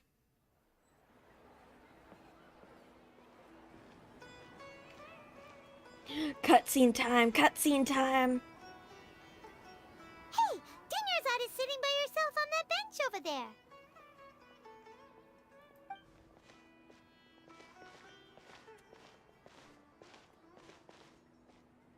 What a coincidence, Dinyarzad. We meet again. Why are you sitting here all by yourself? Oh, I ran into some kidnappers just now, but thankfully Dia came to my rescue. I started to feel unwell after that, so I sat down here. Kidnappers? Oh my goodness, are you hurt? I'm okay. Dia's arm got scratched, but it isn't serious. Whew. That's a big relief. But, Dunyarzad, you seem a little down today. It's the Sub-Zero's festival, and you've been looking forward to it so much! Not at all. I've always been like this. Excessive physical exertion or strong emotions tend to aggravate my illness. Besides, no matter how amazing today may be, it is but a single day. After however many more days, my time will come to an end. Paimon doesn't quite follow you, and Paimon feels like something's really got you down right now. Elazar. It really is fine. I don't mind.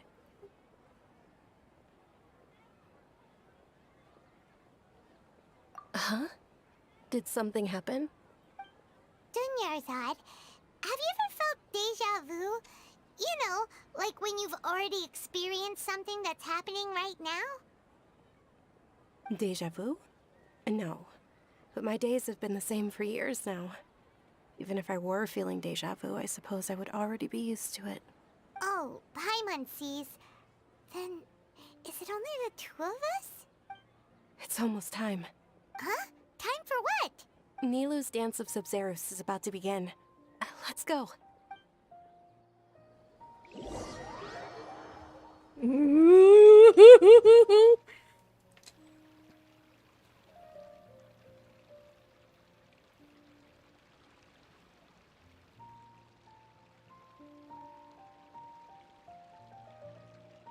With your lack of intellectual credentials, I do not believe you are qualified to debate with me.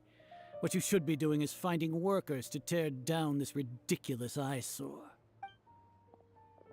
When we return, have the scribe draft an ordinance before the next Nyagarbaha Day that prohibits public art performances.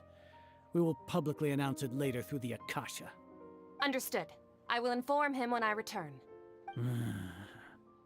The Sub-Zero's festival. Go celebrate the birth of that god to your heart's content.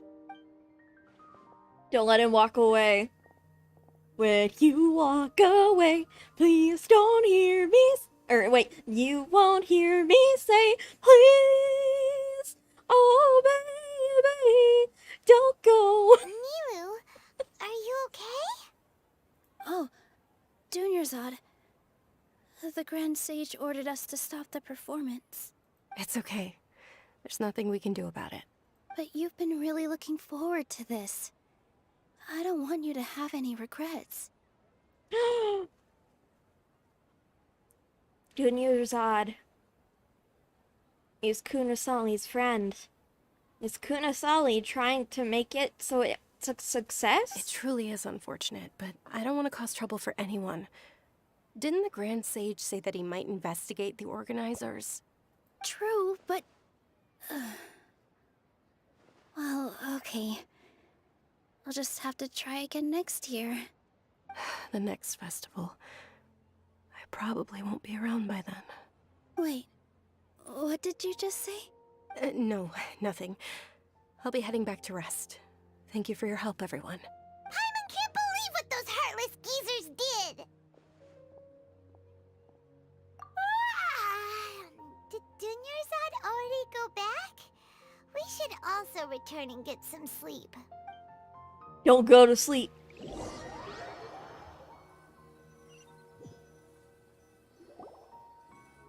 So, in the end, you still couldn't figure out what that deja vu feeling was all about? Maybe it really was because of exhaustion. Same here. That's why Paimon stopped thinking about it halfway through the day. Then, how about we settle in and get a good night's sleep? For now, we can chalk things up to exhaustion. We can do more thinking tomorrow. A squirrel. Observing a modest drop in the output of Jnana energy, but values still remain within normal parameters. Is Aether being experimented on? Continue to monitor for variances in the data and find the cause as soon as possible.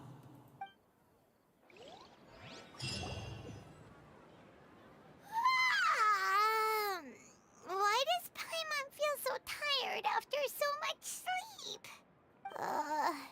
Anyway, we should go meet Dunyarzad right away.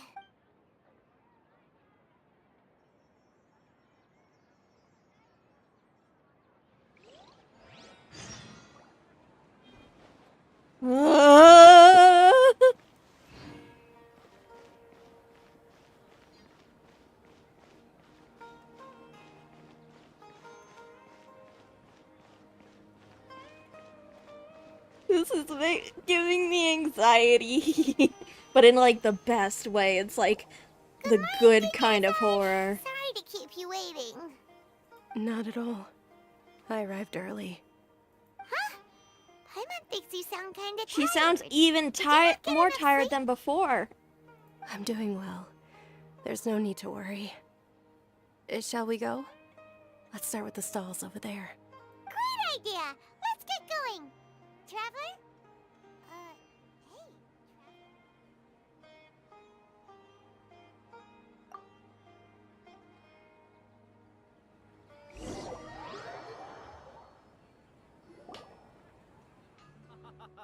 It's all thanks to Miss Dunyarzad's sponsorship that the children can enjoy the Sub-Zero's festival. I have to select the right box, don't Are I? you interested in Yalda candies? I have some boxes of candy here. Pick whichever one you want. Not much of a choice. All these boxes look the same. It's not that simple. Each box contains a random flavor. It's up to the luck of... And there's also lizard tail and... No problem. These boxes of candy are numbered 1 to 5 from left to right. Which one do you want? Oh my god! All of the options are number 4. Oh dear. Oh. Oh, I like your confidence. No hesitation at all. Oh, congratulations! Number 4 is indeed Sunsetia. Paimon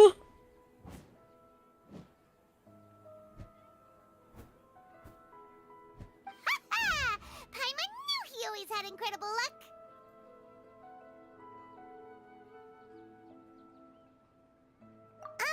Paimon's not really interested in the other flavors. Ah, wait. How did you know? Don't tell me that you already knew which flavor was in each box. What? He was right about all of them? That couldn't have been luck. How is this possible? I packed all those boxes this morning and they've been sealed ever since. You couldn't have known beforehand. Mind reading? X-ray vision? Or some kind of magic trick? This is way too freaky. Tell us what's going on! Since when did you get superpowers? Traveler? Kusanagi! Hey, where are you going? What's going on? Did you see something? Us leaving Dunyarzad without letting her know is kinda rude, you know.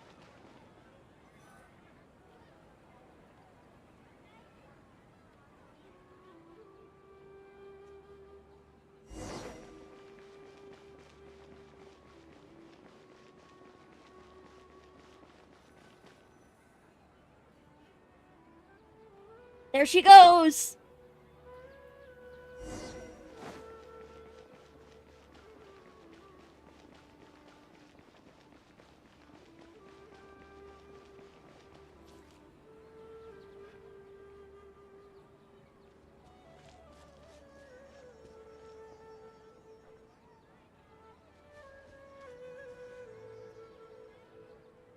What are you looking for?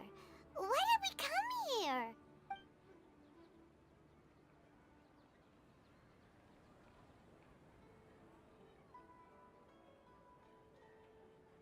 Traveler? There she is. That's... The bird is gone.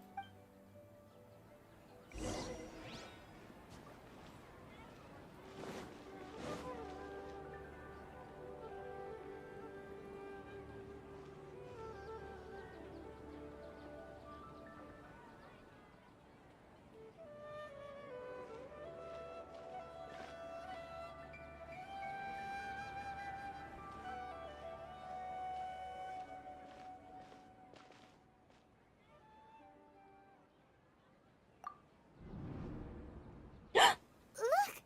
That's... Isn't that Dunyarzad?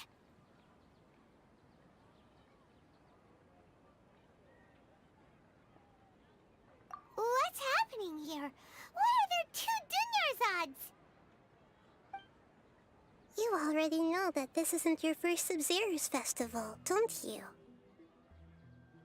I'm sure you already know how to use this. A knowledge capsule?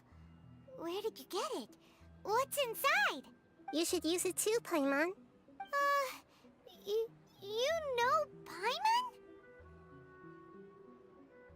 Well, this seems kinda sketchy, but Paimon feels like this is what we should do.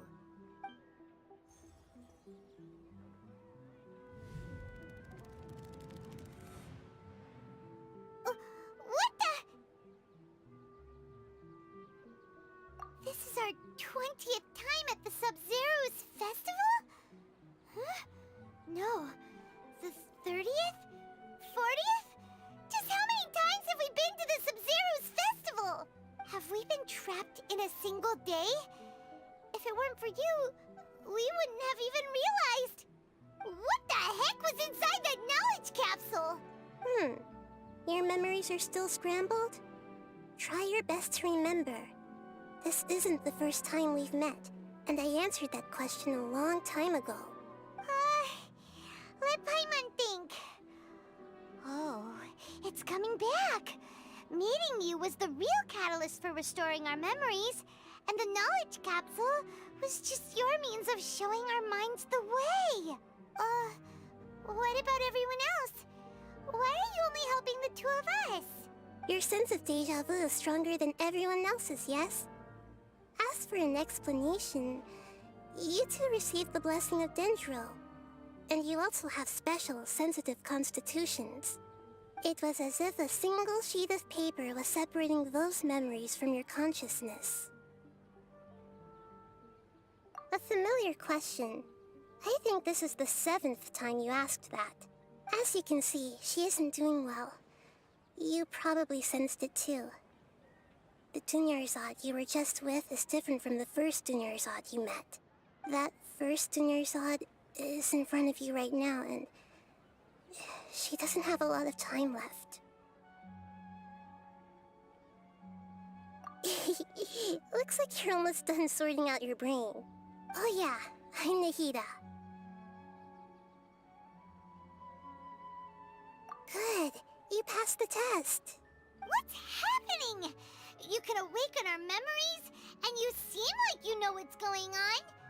Oh, wait, please don't tell Paimon even you don't know. Everything in this world runs in a loop. This cycle is called the samsara. You, me, and everyone else are all stuck inside the one-day samsara. As for the truth, that's on you to find out. If you were told the truth instead of discovering it yourselves, it would literally blow your minds. I don't know how you'd be after that. I can only give you surface level help, like bits of information and subtle hints. For the rest of the time, I'll be doing all I can to slow down Dunyarzad's illness. She looks like she isn't doing well at all. Her illness gets worse after each Sub-Zero's festival. If we can break out of the samsara, I might be able to save her. But as things are right now, she's just a small bird in the sky that's about to lose its last feathers. All I can do is raise a gale to delay her fall. Oh, that's so sad. You sure love to use weird analogies. Analogies are wonderful tools. They let you use existing knowledge to understand unfamiliar things. Okay, so, with what you know so far, what do you think the truth is?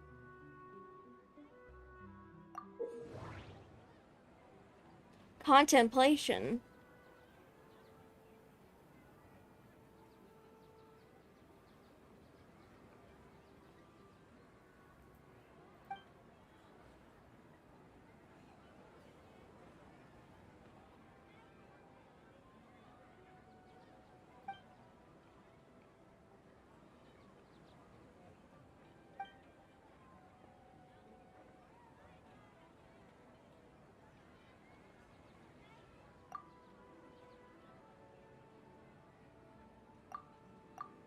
What's happening right now seems to have happened before.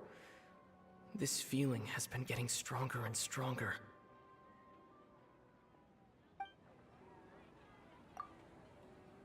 My mind feels exhausted, even though I haven't done too much thinking. What is going on? The moon, illusions, and lies. What do they all mean? The Grand Sage said, "Go celebrate the birth of that god to your heart's content." Did he mean something more? Oh, we're celebrating the birth of the god on loop. We've already experienced the Sub-Zeru's festival many times, and the day of the festival seems to be in a perpetual samsara.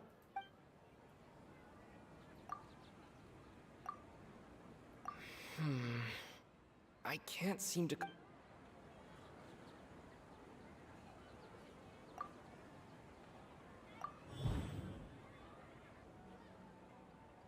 That should be it. The flow of time is endlessly cycling within one single day.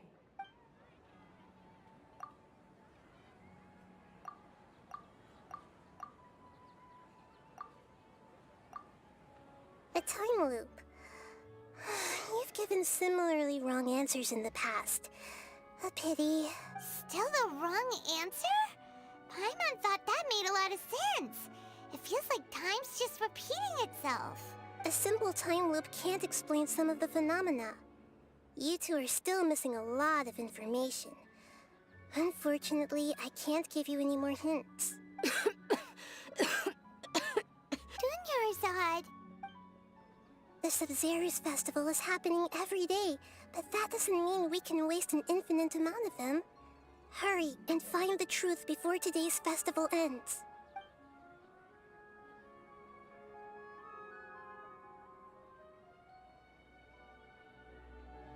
Let's think about our current situation. To save Dunyarzad, we have to escape the samsara of the Sub-Zeru's festival. And to do that, we need to figure out what's happening. The truth. Nahida rejected the idea of a time loop, so we must have missed something, right? Paimon's memories say that we've already done this many times, but let's go talk to people again. It's more productive than sitting here and scratching our heads. Why don't we start with those stall owners? So it isn't just a time loop. I mean, I think that Aether's being experimented on by the academia.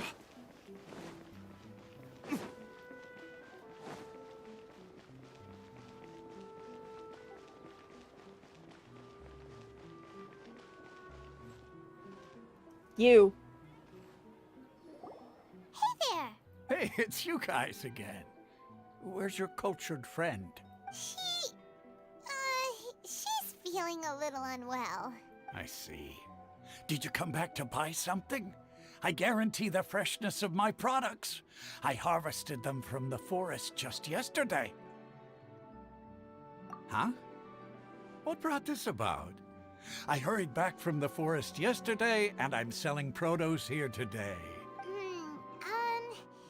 To put it another way, if you really think about it, was yesterday truly yesterday? Did you actually come back from the forest yesterday? What kind of philosophical nonsense is this? Are you two daydreaming? Didn't you know that no one dreams in Sumeru? Go somewhere else if you want to find someone to daydream with.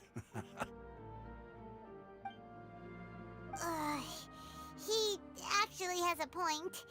Is this a dream? Is everyone dreaming? True. It's so weird that people here don't dream. Why is that? Anyway, if this all really were just a dream, we would have woken up a long time ago. Let's keep asking around. I knew that was sus. No one dreams. Oh, it's you two. Was my Oh, hello, divination baby. so accurate that you felt compelled to compliment me in person? Ooh, I knew it! I told you, the god's divination is highly accurate. You just hadn't fully understood its significance yet. You're really excited about this, huh? That's exactly why we came back. Help us better understand it. Help you better understand it? Well, that isn't exactly what I excel at. So, you're admitting that you don't have a clue? Anyway, what kind of situation did you get into? Huh? Hold on a second. I thought you guys just lost your wallet or fell for a scam. What you just said, are you serious? Does that kind of thing actually happen in real life? Paimon knew you weren't going to believe it. Marvelous. Truly marvelous. I believe you. Recall the interpretation of your divination. The moon, illusions, and lies. It really felt like an omen. When you say it like that, the divination does sound like it's related to what's going on. Can you read any more into it? I believe that the Archon's revelations are never more than vague hints. Anything more specific is beyond the reach of mere mortals. But we're not just a mere The mortal. book only says, if you trust your instincts and overcome your fears, the sun will surely rise. So that's how it is. Looks like fortune-telling is just fortune-telling. It's no good for practical problems. We haven't made any progress. Who else can we talk to? Paimon remembers that we tried talking to her a couple of times, but she always thinks we're playing pranks on her. You think she'll brush us off again? Yeah, if we tap into Dia's strong sense of responsibility as a mercenary, then she'll definitely take us seriously. At this time of day, Dia's probably just finished beating up those kidnappers. Let's go find her.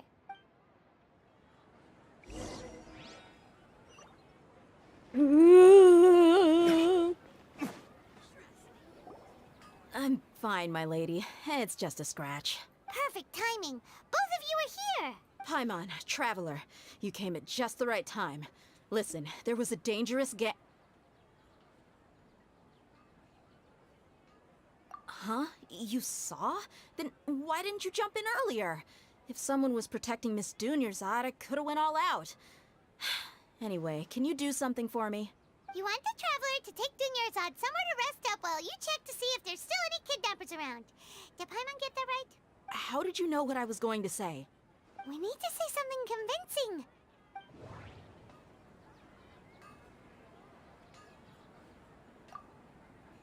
Dia sold her greatsword to raise additional funds, and then she was injured because she wasn't used to her new weapon.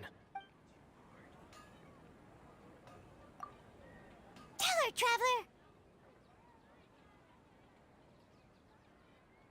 I didn't tell anyone about that, including Miss Dunyarzad. You couldn't have known. And just now, you literally took the words right out of my mouth. What's going on? All right, so this is the situation. It's kinda hard to believe what you just told me. First, let me make something clear. Most of us desert dwellers might not be the scholarly type, but we do have basic common sense. She's quieter than usual, uninterested in anything, and really gloomy. Yeah, she isn't the same as before, but her parents said that this is how she was like at first. Huh? At first? I don't quite understand what you're all talking about. I'll go rest on the bench over there. My lady, are you angry? All right, I'll give you the benefit of the doubt since you knew about my greatsword. Let's make this a quick trip. Miss Dunyarzad isn't completely safe here.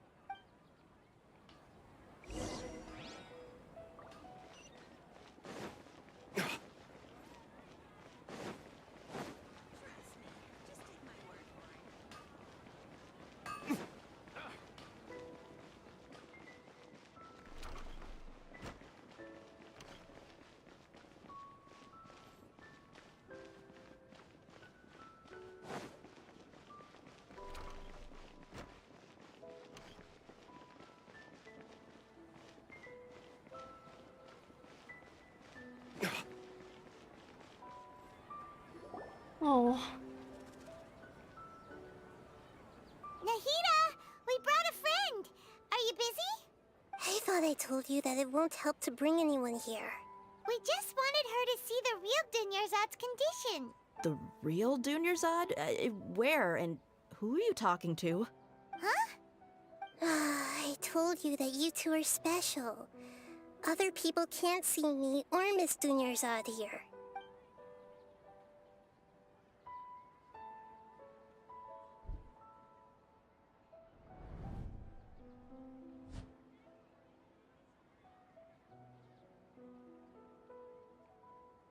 Hold on. Over there. Is that?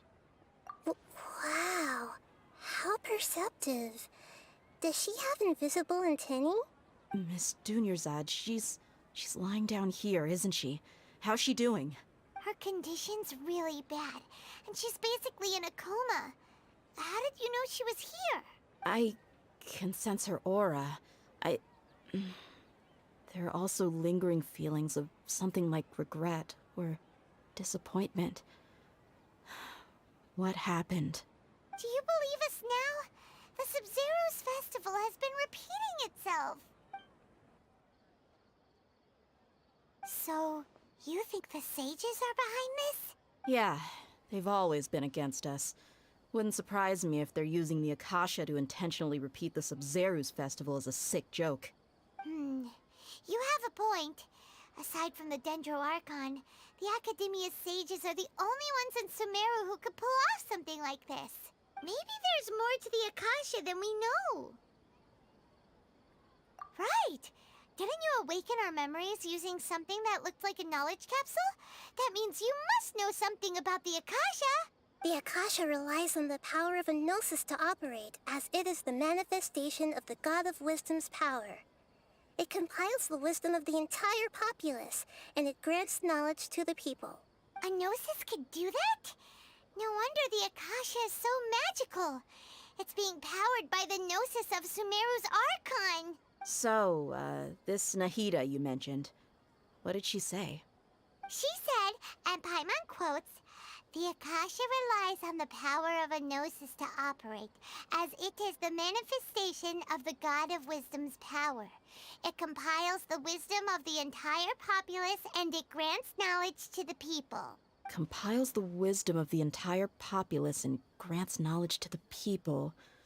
Wait. I get the grants knowledge part. That's what people have always used the Akasha for. But compiling the entire populace's wisdom? How does that work? Did she mean that the sages enter new knowledge into the Akasha? Oh yeah, That sounds about right. What do you think?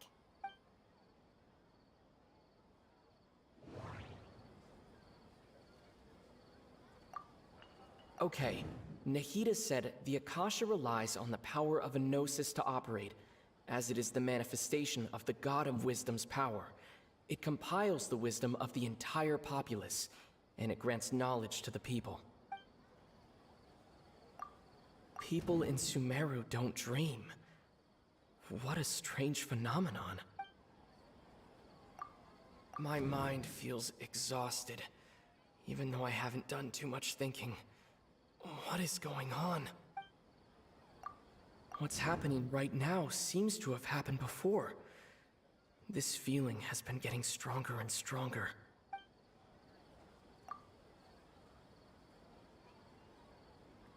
That doesn't sound right. I need to carefully think things through. That doesn't sound right. Okay, Nahida's...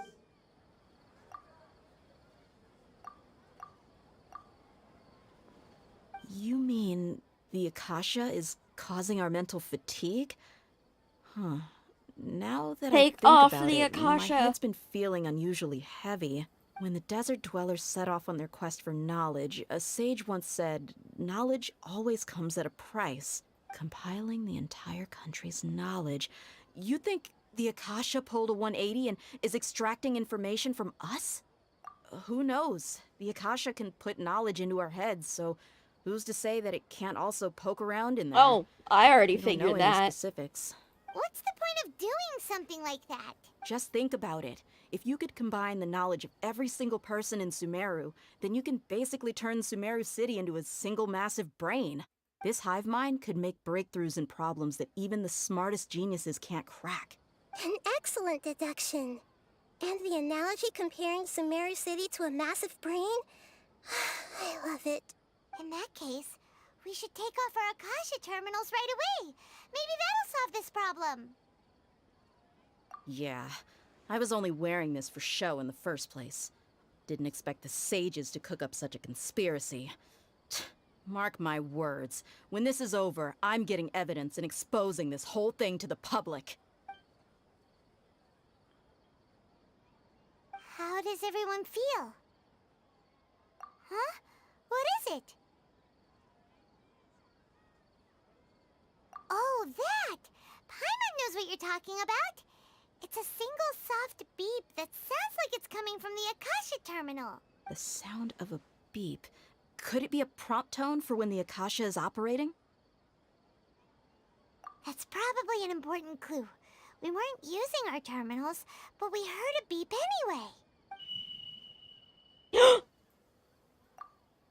Traveler, did you hear that? I heard it too.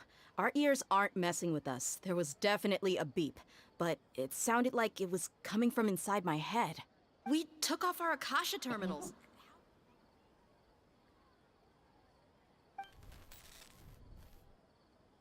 Oh dear God. Phase runtime has exceeded its expected length.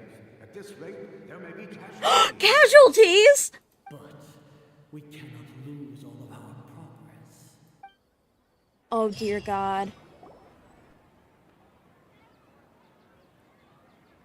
It's the sages. They're not just experimenting on Aether. They're experimenting on everyone.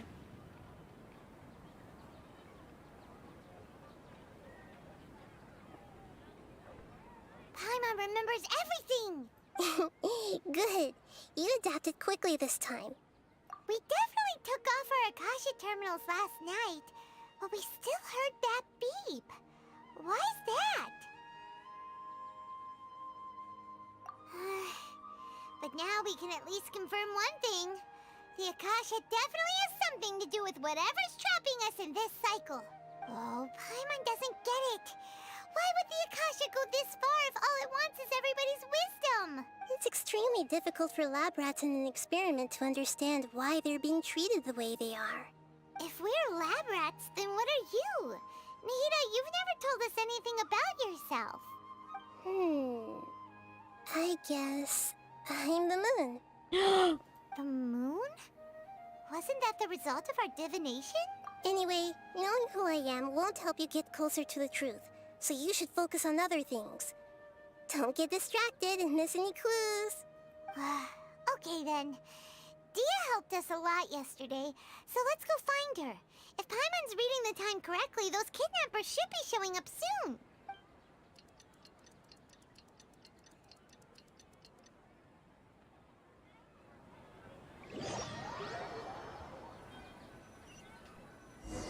Holy shit, my dude. Ah, there you are.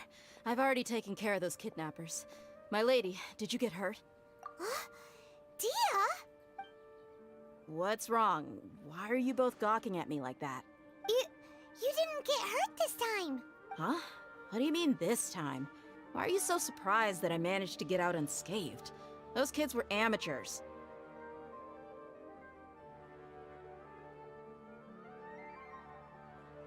Shh! How did you know about my greatsword? I haven't told anyone about it. Please, don't tell Miss Dunyarzad. So Dia's lost her memories after all. Anything strange? You already know that I got a new greatsword.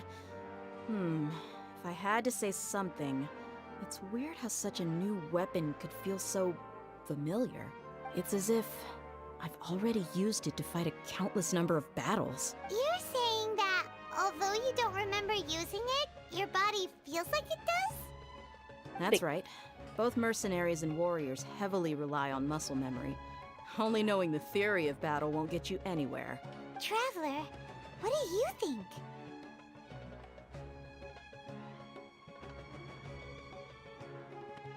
Yeah! Paimon's feeling really hopeful. Oh, you're right! Earlier in the Samsara, something like this would have never happened. I have no clue what you two are talking about, but it's still dangerous here, so... So you want us to take Dunyarzad somewhere else to rest while you check if there are still more kidnappers around, right? How did you know what I was gonna say? Can you read minds? Forget it. Go and do your thing.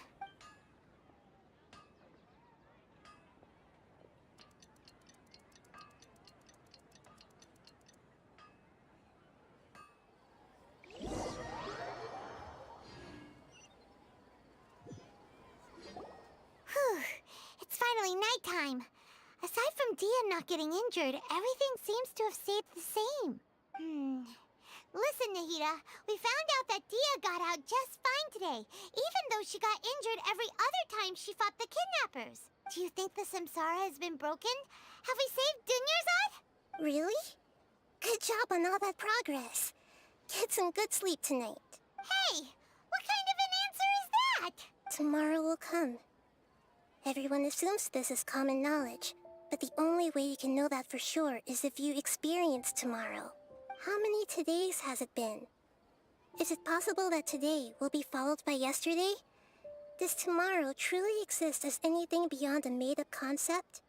It's even possible that this entire world is a lie, and the history of the whole world has just been one endless Sub-Zero's festival. Okay, no more. Paimon's brain is already shut down. Mine is just getting started. That's why it makes no sense to waste your energy thinking about things you will learn tomorrow. Get some good rest. You know, use the bathroom and flush your anxiety dookie away. Anxiety dookie? Huh? Hold on, what did you just say? Did Paimon hear you correctly? Huh? People always say they feel a sense of relief after they take a duk-duk. That's why I suggested you could try that. Is that so strange? It's so strange and so against common sense that Paimon's at a loss for words. You were sounding kind of smart just a minute ago. Yeah, even though it's happy and lively at the Sub-Zero's festival every day, it feels like it's been a long time since we've really gotten to relax. Let's go back to our room. Continue the harvest. Compared to what we stand to achieve, these sacrifices... Harvest.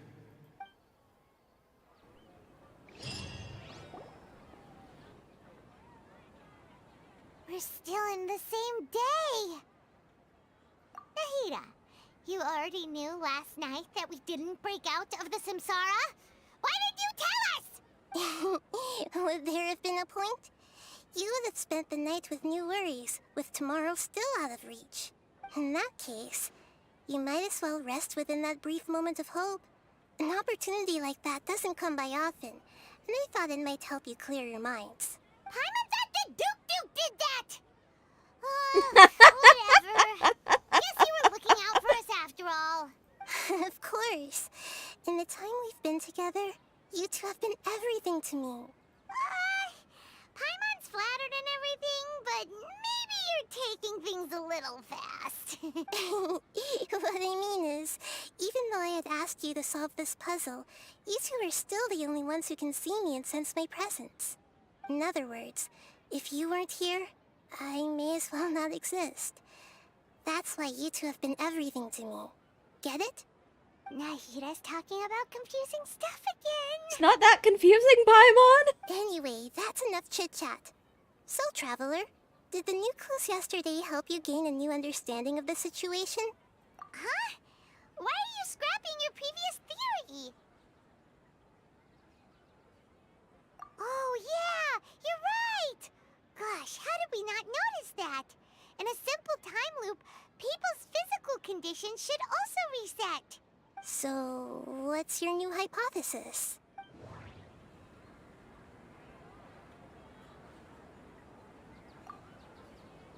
The beep is a prompt tone for Akasha operations. We still hear it every night, even though we removed our Akasha terminals. Mercenaries rely heavily on muscle memory, and Dia was able to use her experiences to avoid injury in later samsara cycles.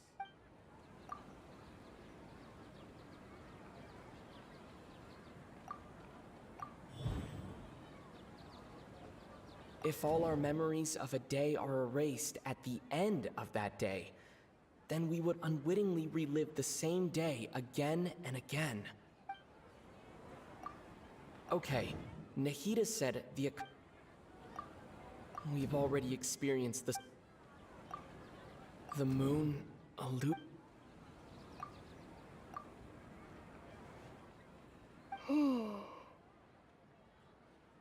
Oh, then the beep we hear every night could just be indicating the deletion of our memories. That's why when we wake up, everyone thinks the Sub-Zero's festival hasn't happened yet. It's already the next day, but everyone still thinks it's the day before. But muscle memory can't be erased. That's why Dia has been getting better at using her greatsword. Now everything makes sense. A brilliant deduction. Nahida, tell us if we're right or wrong. To put it simply, it's as if you've mistaken a pyro crystal fly for a firefly in the night. You lost sight of its true nature because you focused too much on your perception that it glows. That isn't simple at all! Why don't you go talk to Miss Dia again? You might learn something new. Right! She did help us find our latest clue after all. Let's go!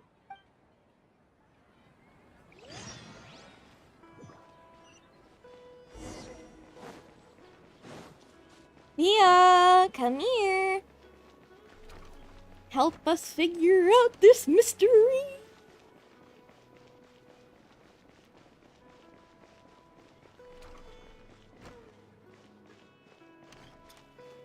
But if it isn't the sages, because the sage came out there every time.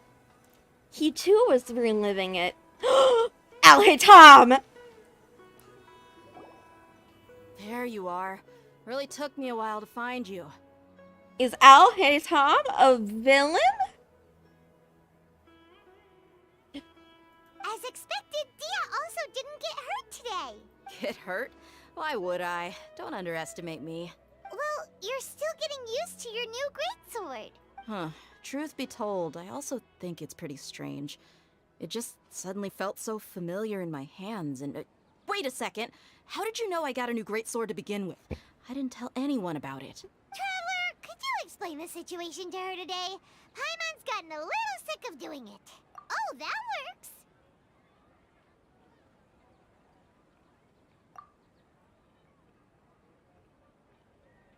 What happened to you guys while I was gone? Did you get brainwashed by some cult? Don't think too hard about it. Just take what we're saying at face value. All right then, let me get this straight. You're telling me that my body's already gotten used to this great sword, but my brain just doesn't remember it?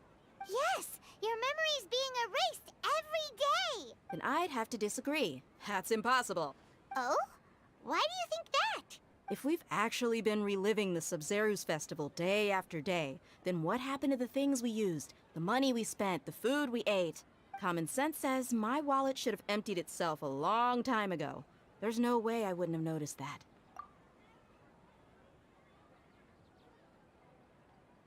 Right. They could use the Akasha to record what everyone did that day, and then use the city's resources to replenish everything. It's not very likely, but it's also not impossible. No, it is impossible. I've got proof. You have proof? Where?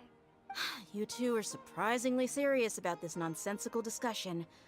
Fine, I'll play along for a little longer. Come with me, Miss Dunyarzad. Please come along as well. I still can't guarantee that this area is safe. Paimon can't believe it's Dia who wants to show us something this time. 2 days ago, we were the ones taking her to see Dunyarzad.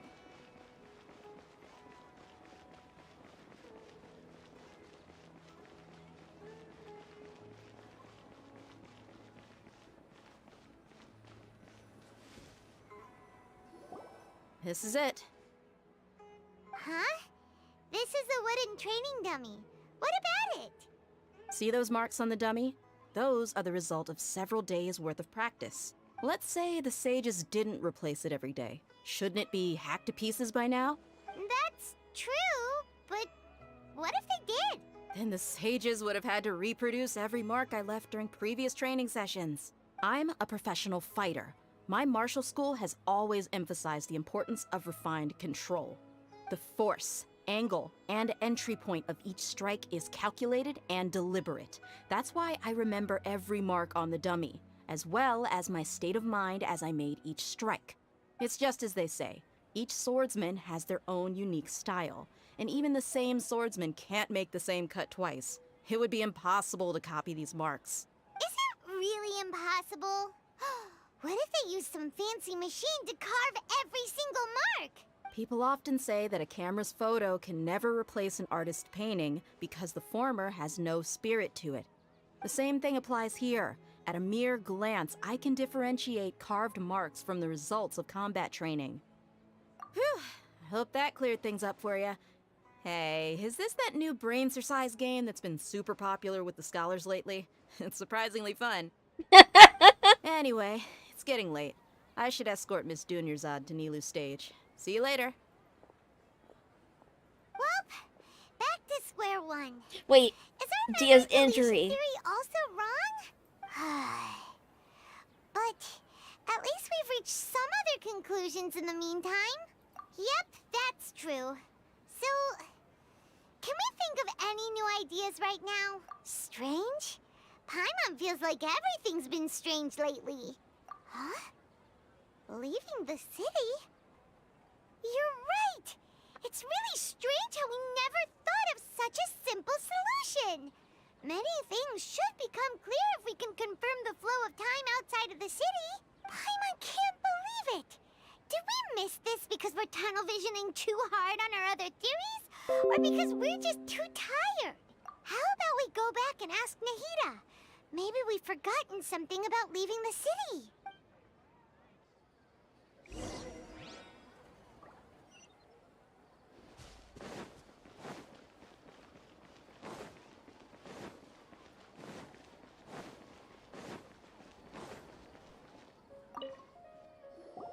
Nahida, we're back! You're back early today. Did you find something new? Sort of. We're mostly sure now that we're not in a time loop. And we also aren't in the real world. But at the same time, we have a new question. Leaving the city. As far as I remember, you've mentioned your plans to do that twice before. We did? But we don't remember anything.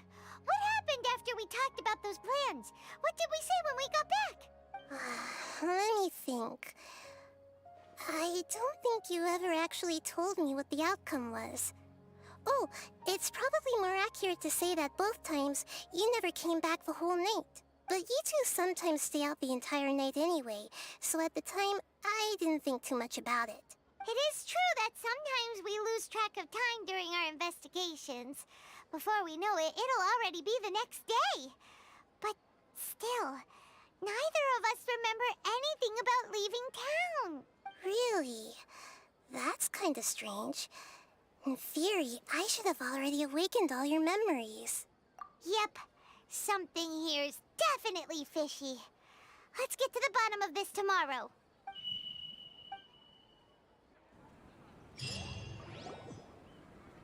Our memories are back! About that... Well, where should Paimon begin? Traveler, aside from your memories that were just restored, I have another message for you. Listen to it and you'll understand. Can't go back. There are countless spaces here. Our Sub-Zeru's festival in Sumeru City is just one of them. Traveler, you should be missing 2 days worth of memories. Paimon will fill you in. It's time to carry out our plan from yesterday. Okay, let's go!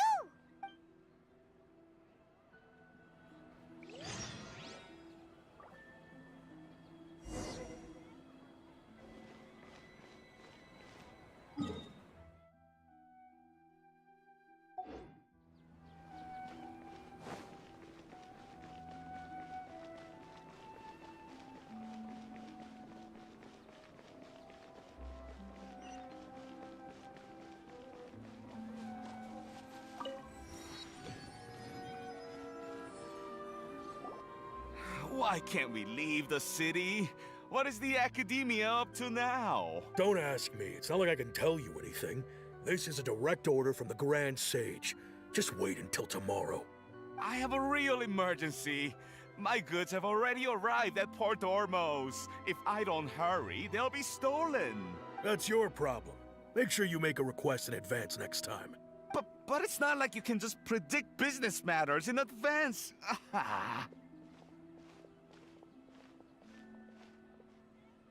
It looks like the Academia already announced a lockdown for Sumeru City today. How completely unsurprising. Let's go and question them. Hello, sir. Why can't we leave the city today? Here we go again. Don't ask me. I don't know either. We just received an order that no one is allowed to enter or exit Sumeru today. They didn't tell us anything else. Angering me won't get you anywhere. If I had that kind of insider info, I would have left this stupid post long ago. It looks like he really doesn't know. If we can't get anything out of him, let's take matters into our own hands. Why don't we climb over the walls? Those guards can't be everywhere at once. This is a good spot, and the guard hasn't noticed us at all. Let's hurry! Huh? Why? Are you going to leave Paimon behind? But what if things get really weird out there and you get into some trouble? Then Paimon won't be able to help you. Oh, Paimon knows that Paimon can't do much, but we've always been together, haven't we? Okay. Paimon will wait for you. Promise Paimon that you'll come back as soon as possible. Just a quick look. And please, be careful.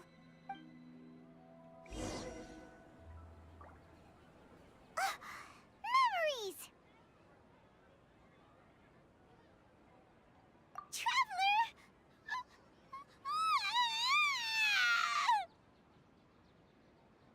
Oh. Paimon would never see you again.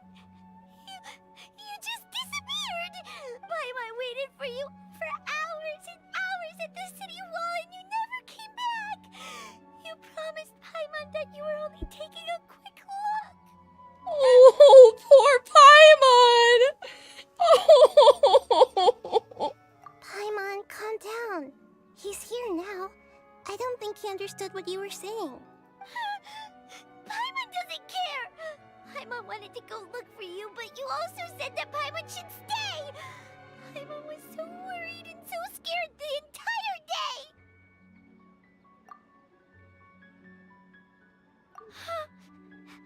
Okay. Paimon will forgive you. The most important thing is that you didn't actually disappear. Oh, Paimon was so scared that you had gone into another world! Okay, Paimon, can you tell us your perspective of what really happened yesterday? I see. Using two people's different perspectives. After that, you left the city. Paimon kept her eyes on you the whole time, but then you disappeared in an instant. No way! Paimon was watching you with the fullest attention. What's your perspective, Traveler? You sure you don't have any memory of this? I guess that explains everything. You also lost your memories the last 2 times you tried to leave the city. Those days' memories can't be awoken. So, if we leave the city, our memories will be completely erased? It really sounds like something big outside of the city is being hidden on purpose. But this way, we'll also never discover what's outside. Something like a message? But how can we send it back? Don't look at me like that. I'm not used to being stared at. Well... Okay. You want something that can pass on messages, right? Give me some time and take care of Dunyarzad for me. Yep! Now we're talking!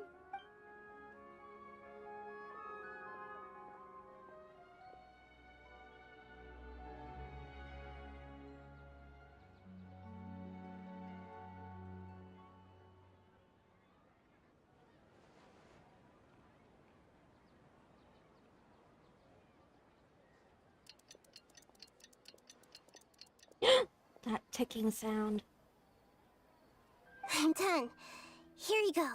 What? Isn't this just an Akasha terminal?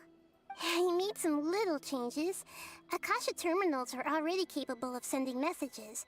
I just tweaked it so that it could connect to any node. To make something like this? Nahida, you really know the Akasha like the back of your hand. Anyway, we can use this now to record a message, right? Yep. I'll help you save the messages. It should be pretty easy to use. I just can't guarantee the user's status and signal coverage when they're outside the city. We'll never know until we try. At least we're taking the initiative now. Let's go then. Let's expose those sages. All right. Paimon isn't as worried about being separated since it happened once yesterday. But Paimon still isn't happy about it. Okay, see you tomorrow, Traveler. That covers everything that's happened so far. Yes, although the signal was choppy and had some interference, we still managed to receive 2 messages from you when you were outside. Okay, now that you understand what's going on, let's hear the messages together.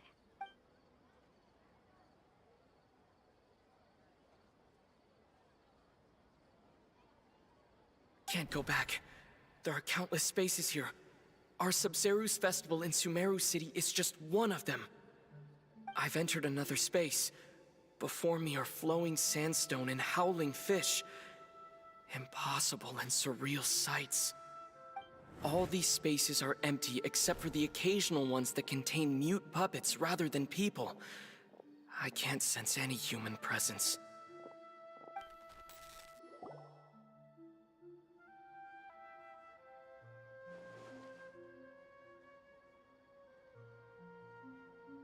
That's one heck of an info dump. It sounds like you left the Sumeru city space when you set foot outside of the walls. But everything looked completely normal when Paimon was looking out from the inside. That's unbelievable. And if we take your word for it, the other spaces all had very weird contents. There's another part here. I only received it last night.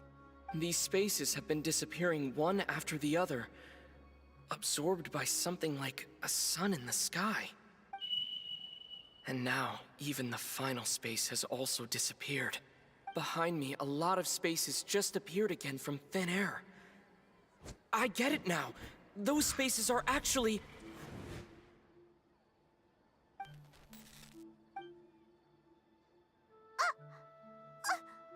Why did the message end right there? What did the traveler want to say? What are those spaces? Probably because yesterday just happened to end at that moment. Oh, right. Paimon did hear a beep from the Akasha. Did it come from here or from the message? The message. It should have come from the Traveler's Akasha terminal. After the beep, Traveler said even the final spaces also disappeared. Traveler, what do you think that final space could have been? All the bizarre spaces I saw outside the city had one thing in common: a lack of human presence. Was that space actually the real world? But wouldn't a real space just randomly disappearing like that be catastrophic? My impression is that each day in this samsara only ends at the sound of that beep from the Akasha.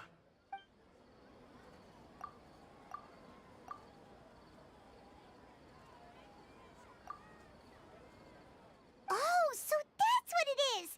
After the sound of the beep, the final space, the Sub-Zero's festival, also disappears, and we're taken to the next day.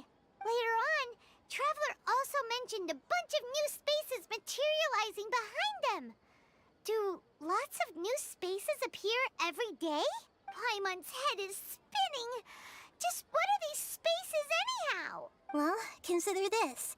For all the horrors of the Archon War, at its heart, it was just a game where a bunch of gods fought over 7 seats. So no matter how strange or spooky things may look on the surface, maybe all they point to in the end is a small and simple secret. Wow, the Archon War, huh? That's an analogy and a half.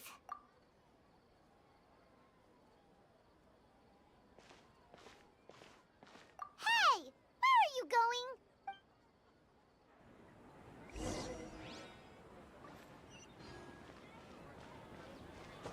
Huh?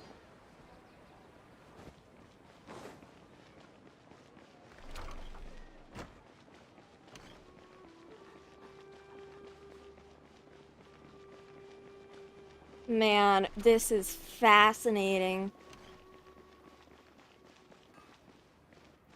I hope Junior Zod is gonna be okay. I doubt it, though. It's Tepe all over again! Do you want some alone time to think? Alright then, Paimon won't disturb you. Wait, why is the Akasha terminal on me again?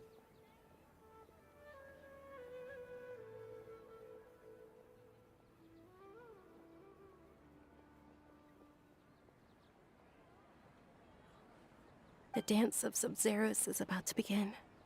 I'm going to go watch it. Okay.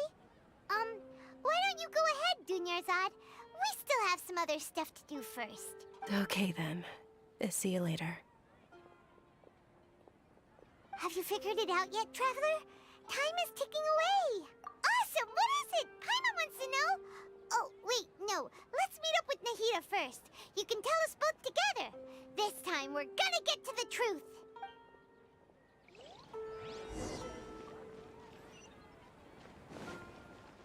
Oh.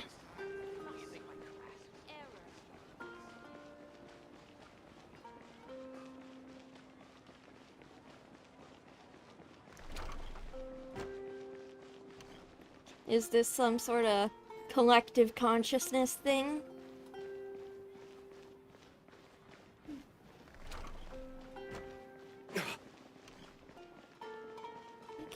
But there will be casualties.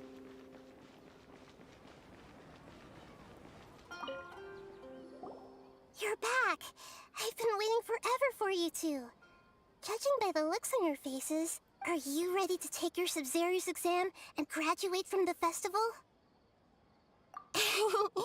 Okay, first off, have you discovered the hidden truth?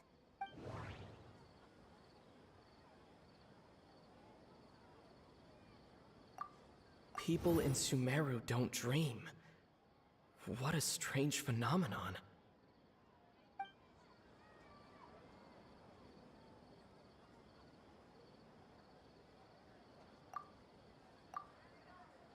Hmm. Hmm. Hmm. Hmm.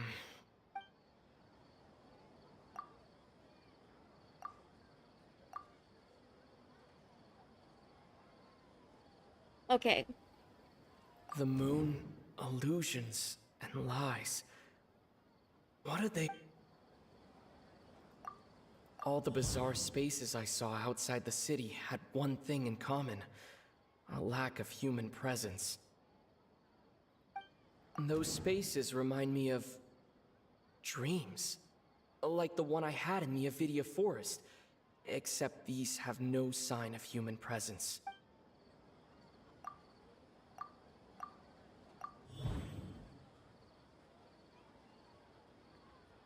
We are all in a dream. It isn't that the people of Sumeru don't dream, rather the Akasha is taking their dreams from them. People in Sumeru think they don't dream, but the truth is the Akasha steals their dreams without them knowing it.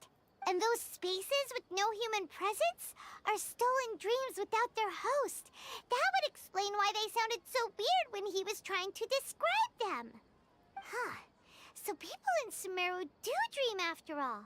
In fact, we're all in one big dream together right now. Correct answer. Now, how did you conclude that the Akasha is capable of this?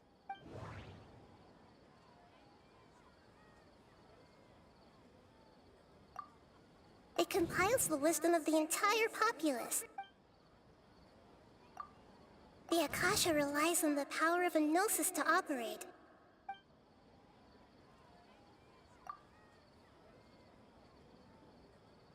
It is the manifestation, and it grants knowledge to the people. That doesn't sound right. That doesn't sound right. That doesn't sound right. Oh, okay. Those dream-controlling creatures in the forest also get their power from the Dendro Archon, right? That would explain why the Akasha has the ability to control people's dreams, too. But is stealing everyone's dreams really how the Akasha compiles their wisdom? Isn't there anything more to it than that? Dreams are fantastical, complex, and full of imagination. People's brains are the most active when they're dreaming. In other words, dreams are rich bundles of human wisdom. So in other words, the complete opposite of how Hypatia understood it. Paimon remembers her saying that the sages think dreams are foolish delusions, and the fact that no one dreams is a blessing from Greater Lord Rukkhadevata. So it was all a dirty trick? The real story is that the sages from the Academia are using the Akasha to steal people's dreams for their own use, huh? Oh? By the sounds of it, you understand the current situation pretty well. So then, what about the Samsara?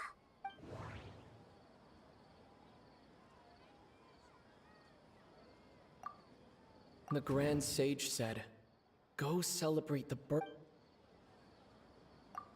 The beep is a prompt tone for Akasha operations. Those spaces kept disappearing before my eyes. But as soon as that beep sounded, many more spaces materialized. Those dreamscapes kept vanishing. But as soon as that beep sounded, more new spaces appeared.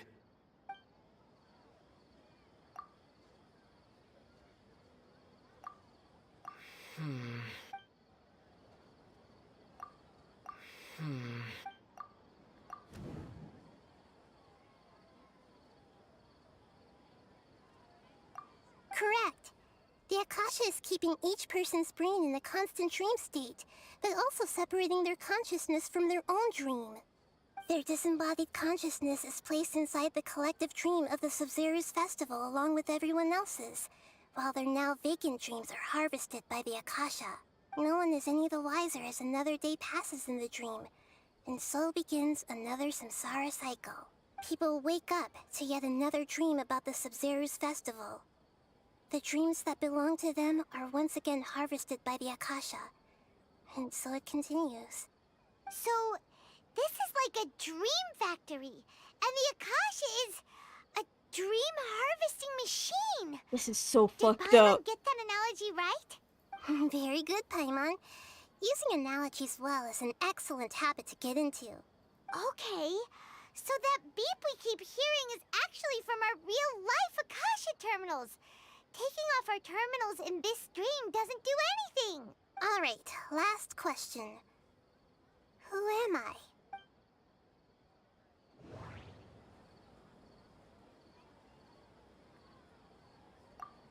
They say that alchemical divination is the Dendro Archon's divine revelation. So then, if Nahida has referred to herself as the moon... Now that I think about it...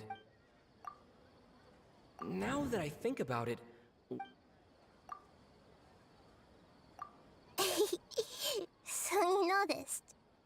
I thought that one would be the hardest question. That's why I put it last. That wasn't hard at all. Even Paimon guessed that. Everything about you is different. We just didn't want to expose you is all. Now that you mention it, Nahida, you've been hinting to us since the very beginning. It's funny. Thinking back to when we were asking all over the place for info about Lesser Lord Kusanali. Paimon didn't expect to meet you like this.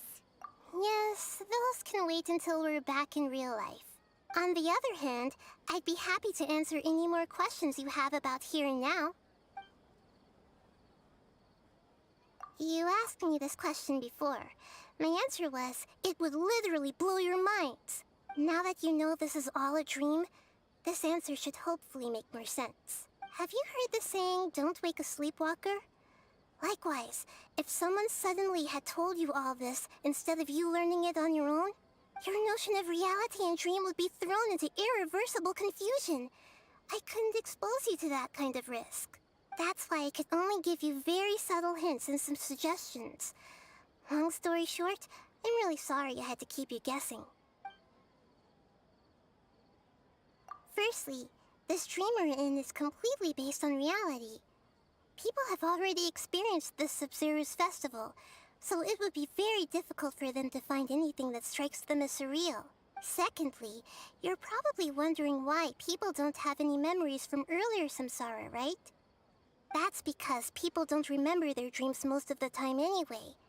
And in any case, their actual dreams are being taken away from them by the Akasha. So whenever they wake up in this dream of the Sub-Zero's festival, they don't remember anything from their previous identical dream. That reminds Paimon. Traveler had a dream when we were in the Avidia Forest, but couldn't see what it was about after waking up. Is that an example of what you mean? Yes. Only after receiving the blessing of Dendro can a person gain the Dendro element's dream-enhancing power. That explains the feelings of Deja Vu. Meanwhile, everyone else has no idea that they are in the Sub-Zero's festival samsara, while their dreams are stolen from them over and over again.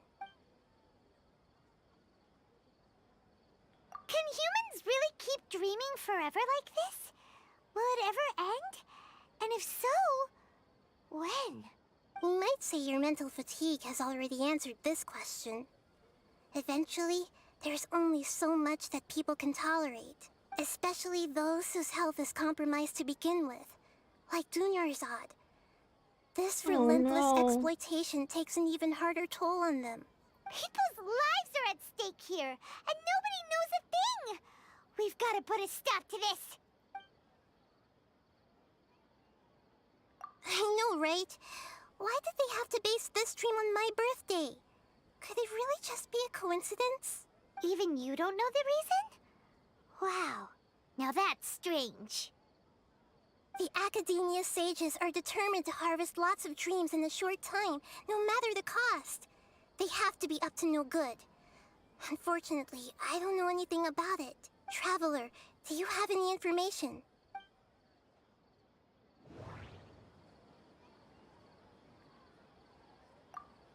The Grand Sage said, "Go celebrate the birth of that god to your heart's content." Did he mean something more? Celebrate the birth of that god? Could it mean...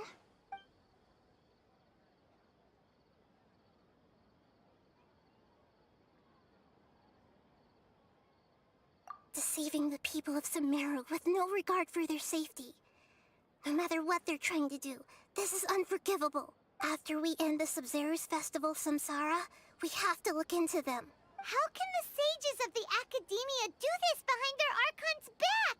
This is ridiculous! In the end, I'm just the moon. The real sun is long gone. A sun and a moon? Nahida's talking in riddles again. Oh, we're out of time today. I'll tell you how to break free of the Samsara tomorrow. See you then.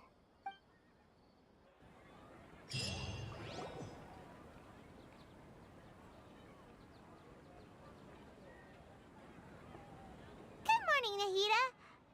Wait. Now that Paimon remembers everything, should we instead say good morning, Lesser Lord Kusanali? It's too late. Hey, what's wrong, Nahida? You don't look too good. I'm afraid that what you're thinking right now is correct. Dunyarzad died! Dunyarzad already disappear? No way. Are we too late? The real Dunyarzad's consciousness has indeed disappeared. It can no longer endure the constant dream harvesting. Paimon can't believe it. Wait, so what about that other Dunyarzad? Just what is she? Is she also going to disappear? She's actually something like a puppet, but not completely. The real Dunyarzad's consciousness could no longer keep playing her role in this dream. So another Dunyarzad appeared to replace her in the dream. Just like the grass and the trees, that Dunyarzad is just a building block of the dream that helps to keep it going. But personality-wise, she's nothing like the real Dunyarzad. Puppets are stiff, and can't copy a living person's vitality. After all, they're just there as filler. You know, that would really offend Scaramouche. And possibly Albedo. You know, speaking of which, the old Dunyarzad might not have been too different from a puppet. Dunyarzad truly believed that she met you within her consciousness, and it was you who inspired her. So you do remember her after all. Yes. Back then, her family was overly protective of her. No one cared about her personality or thoughts. It was as if she only lived to stall her Elazar. I just gave her a little wisdom so she could look at life in a new way. So that she could be her own person. But even so, she's still... far from it. I'm still a long way off from being a real Archon. I couldn't even save her. If I were a competent Archon, I wouldn't have let my most faithful follower die at the Sub-Zero's festival with so many regrets. Oh. Please don't beat yourself up over it, Nahida. It's the sage's fault, and theirs alone. I'm not beating myself up. Lies. All I did was to rationally observe the distance between myself and a real Archon. Don't be like that, Nahida. Even real Archons are still allowed to be sad. To prevent more tragedies like this, we must end the Samsara as soon as possible. Great, but how do we do that? Although the Sub-Zero's festival dream is under the Akasha's control, only humans can dream. Even the Akasha is unable to create them. That means this dream belongs to a host who created it. Huh? So, how should we find that person? Well, if this is someone's dream, then everything here must come from deep within their consciousness. Which means, with the power of imagination, They can change anything in this dream. Imagination? What do you mean by that? Imagination means breaking through what you perceive as normal. Like when the server at a tavern brings a plate to you, you'd naturally assume that food is on it. However, if you're the dream's host and you become aware that you're dreaming, when you imagine gold and more on the plate, the dream will respond in kind, and the server really will bring you gold and mora. But right now, our host is unaware that this is a dream. No matter how many times they're served, it will always be food. Find some way to make that person realize that they're dreaming. Usually, once that happens, the person will wake up and the dream samsara will be broken. How are we going to find them, though? If it could be anyone, it'd be like looking for a needle in a haystack. The sage. And even if we did find them, how are we supposed to make them realize they're dreaming? No, After all, no. like you said, don't wake a sleepwalker. It's extremely difficult, yes. But the only ones who can do it are you two. Remember, everything you've achieved up to this point has all been for the sake of finding the host and ending the samsara. As for me, during this time, I'll be out of town. Out of town? Are you going to that place full of dreams where the traveler went? Yes. I want to try something. There must still be a small wisp of possibility. Hurry and go. Dreams are supposed to be fantastical, romantic, and full of pleasant surprises. Unnecessary things like this samsara need to end. Paimon's still a little upset that we've come this far only for Dunyarzad to... She was such a good person, with such a simple wish. But fate was against her. Yeah, saving Dunyarzad is what kept us going this whole time. But we mustn't lose hope, Traveler. Dunyarzad would definitely want to see us save everyone else. So let's break the samsara for her sake. For Dunyarzad. Paimon's wondering, do you think the sages would get one of their own to be the host of this dream? Feels like it would be easier to control it that way, no?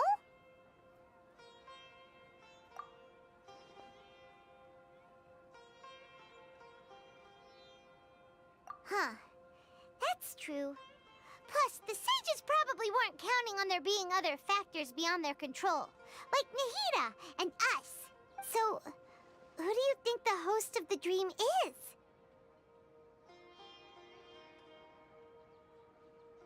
Oh, that would make sense.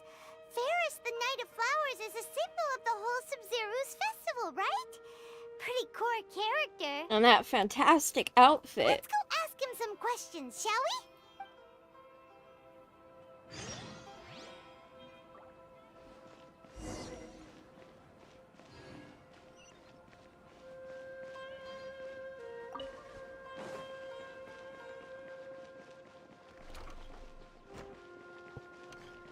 Man, this is fucked. This is so fucked.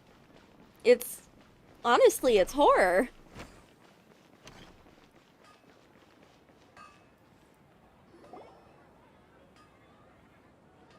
You're back. You left in a hurry last time. Is everything okay? Everything's fine. Just, it's a little hard to explain. Would you mind taking part in a little experiment with us? An experiment? That came out of nowhere. I'm listening, though. What do you need me to do? Could you make a wish? You want me to make a wish? Is that a new Sub-Zero's festival tradition or something? Less questions, more wishing! Okay. My wish. Okay. I'm a little nervous saying this out loud, but I want Miss Dunyarzad to be happy. Oh. I noticed earlier that she looked a bit down, and she wasn't really talking to anyone. She just doesn't seem like herself. She's always so gentle and kind, and all the kids love her. I've also wondered if the reason she asked me to be Fairest Night of Flowers is because I'm special to her, or something. Aww. So, you have a crush on Dunyarzad? Oh, is it that obvious? After what I just said, I guess it is. When she placed the hat of the Knight of Flowers onto my head, she said to me, I want everyone to have a happy Sub-Zeru's festival. What she didn't realize was that I'm not that interested in how everyone else feels. In that moment, I just wanted to be her Knight of Flowers for the rest of my life. 50 years, 100 years, I'll serve her till the end of time. Oh, this is just tragic. Sorry. Okay, yeah, that was a bit much. Felt like the right moment to get it off my chest, but that was pretty embarrassing. Okay, I'm ready to make my wish. I would like Miss Dunyarzad to appear in front of me right now with a smile on her face. Here goes. Please come true. I'm gonna open my eyes. Oh, you're... What? Faki? Sorry, but only one portion of Yalda candies per person. Back home you go. Nice try, you two. Anyway, never mind. I don't need to see her appear right in front of me. As long as she's happy. Guess he isn't the host of this dream after all. Should have expected it wouldn't be this easy.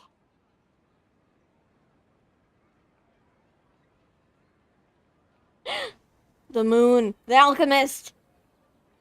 It seems like everyone who knows Dunyarzad loves her. But none of them has any idea that she... My lady, step back. That sounds like Dia! Oh, right. This is when Dunyarzad bumps into the kidnappers. Huh? But Dia can handle them. Hey, Traveler!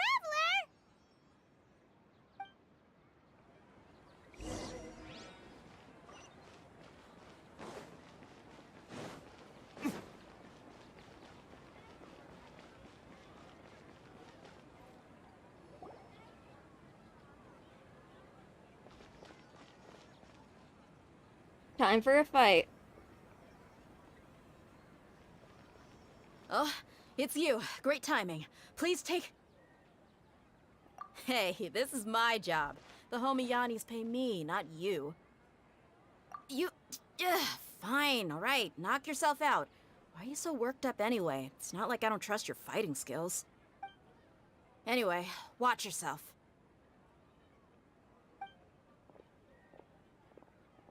So you got yourself some backup. Suit yourself. You're going down. This baddest guy. Dawn, break forth!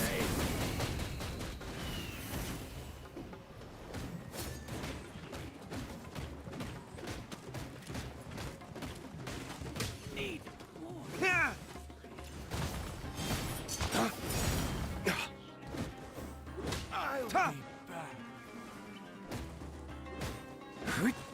I'll be back. You won this one.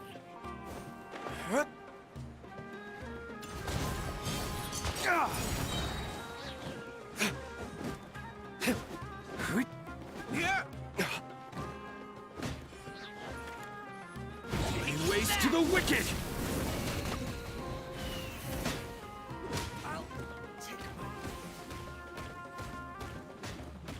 I'll be back. There we go. Traveler, were you just taking your anger out on those guys? You and Nahida both. Dunyarzad wouldn't want to see you two like this. Oh, and speaking of her, Paimon just remembered something. Remember how during the first Sub-Zeru's festival, before the Samsara started, we came here with Dunyarzad because she wanted to pick something up? She said it was because she had forgotten something. Okay, so Paimon's memory is working so far. Anyway, Paimon also remembers that she is staying somewhere around here. She pointed it out to us the night before the Sub-Zeru's festival. Yeah, even if it's only a tiny clue, it'll probably still help us more than this needle in a haystack search. This is the place. It It's rude to enter other people's spaces without permission, but desperate times call for desperate measures! Hey, the windows are unlocked! Okay, Paimon's gonna take a peek inside.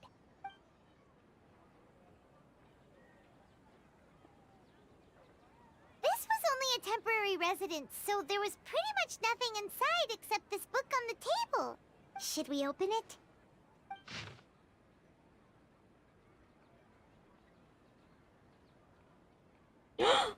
After almost 16 days, I was finally able to get these notes written before the Sumeru's festival.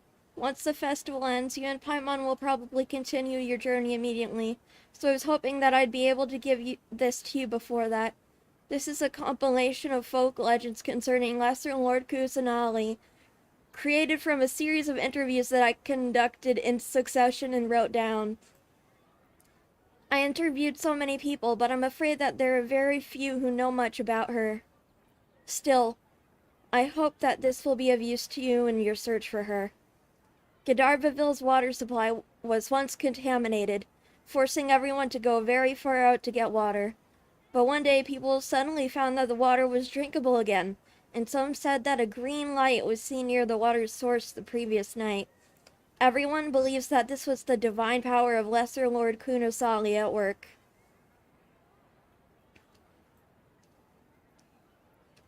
This sounds quite possible. The decontamination of water sources via natural means probably takes ages. Did the Lesser Lord Kunosali appear in Gandharvaville then? After Mama passed away, I was super afraid of the dark and couldn't sleep. But from one day on, I would hear a voice that would chat with me till I fell asleep. A nice lady told me that Lesser Lord Kunosali must have been watching over me. Poor child. I hope that the Sumeru's festival makes him a little happier. This is quite similar to something I experienced back then as well. She is indeed a gentle god. There was this one time when I'd had a wee bit too much to drink and couldn't find my way home to save my life. Then, when I turned a corner, I could have sworn I saw Lesser Lord Kunosali. She was very tall and had the most muscular arms, and she caught me when I slipped and fell. The next morning, I found myself sleeping under a tree. I reckon that must have been her looking out for me. I'm not sure this one has much value as a reference. That was probably just a tree, right? These folk records, appended with Dunyarzad's references and opinions, leave every page densely packed. Wow. Dunyarzad wrote all of this. Sounds like she was always thinking of us even while we were away. Even though she was also busy preparing for the Sumeru's festival and had all her health problems to worry about. Poor Dunyarzad. God, this is much more tragic than Tepe. She must have wanted to Tepe. give this to us as a gift on the day of the Sumeru's festival, right? If we hadn't found this book, we never would have known. But now that we know, we can't even thank her. Oh, poor Dunyarzad. Hey! Where are you off to now? God, I'm crying.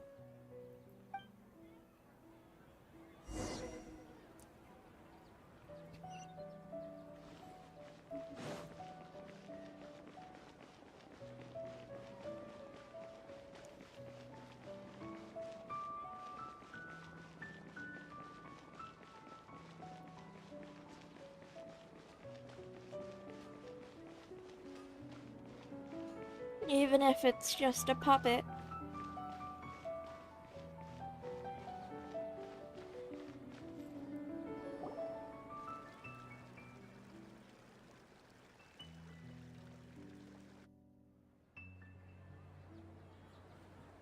It's Dunyarzad's puppet.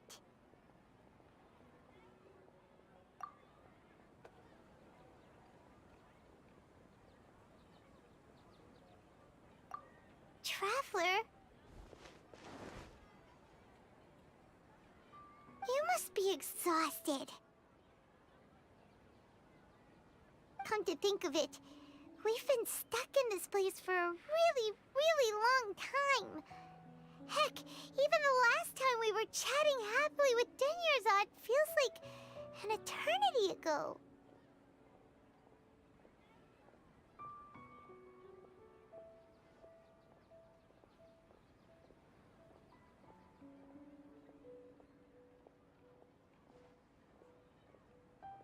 Oh.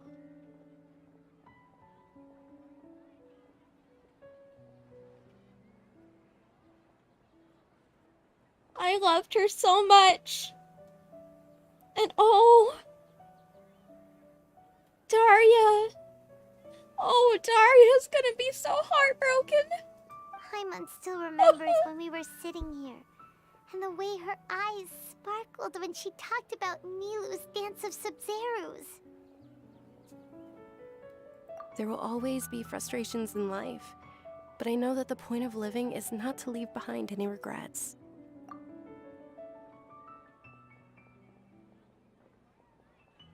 That was what the real Dunyarzad said, wasn't it?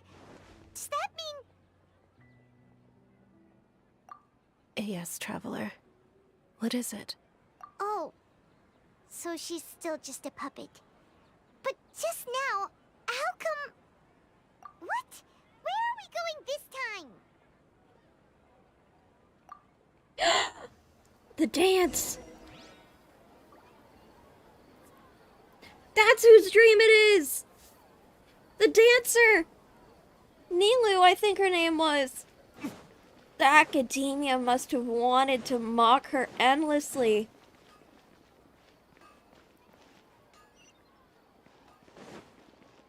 To relive not being able to dance again and again, that is a nightmare. If you continue to resist, we will have to order an investigation into every single event organizer. The Grand Sage has already granted you much leniency. I advise that you exercise tact. How did things turn out like this?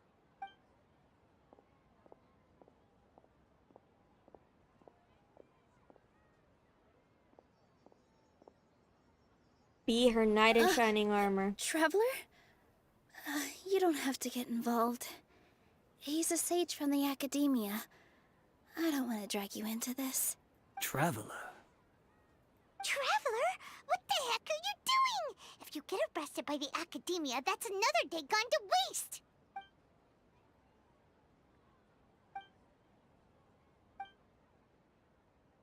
Wait, they're not reacting. Have they been scared stiff? Oh, of course! If this is the sage's plan, they wouldn't put themselves through this. So they're just substitutes. What is this? What happened to the Grand Sage and his entourage?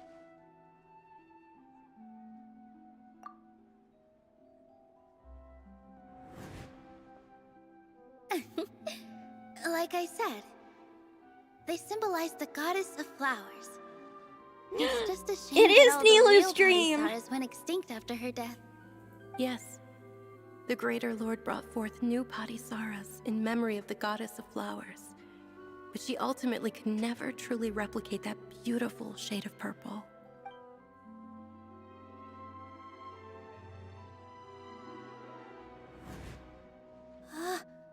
That beautiful shade of purple.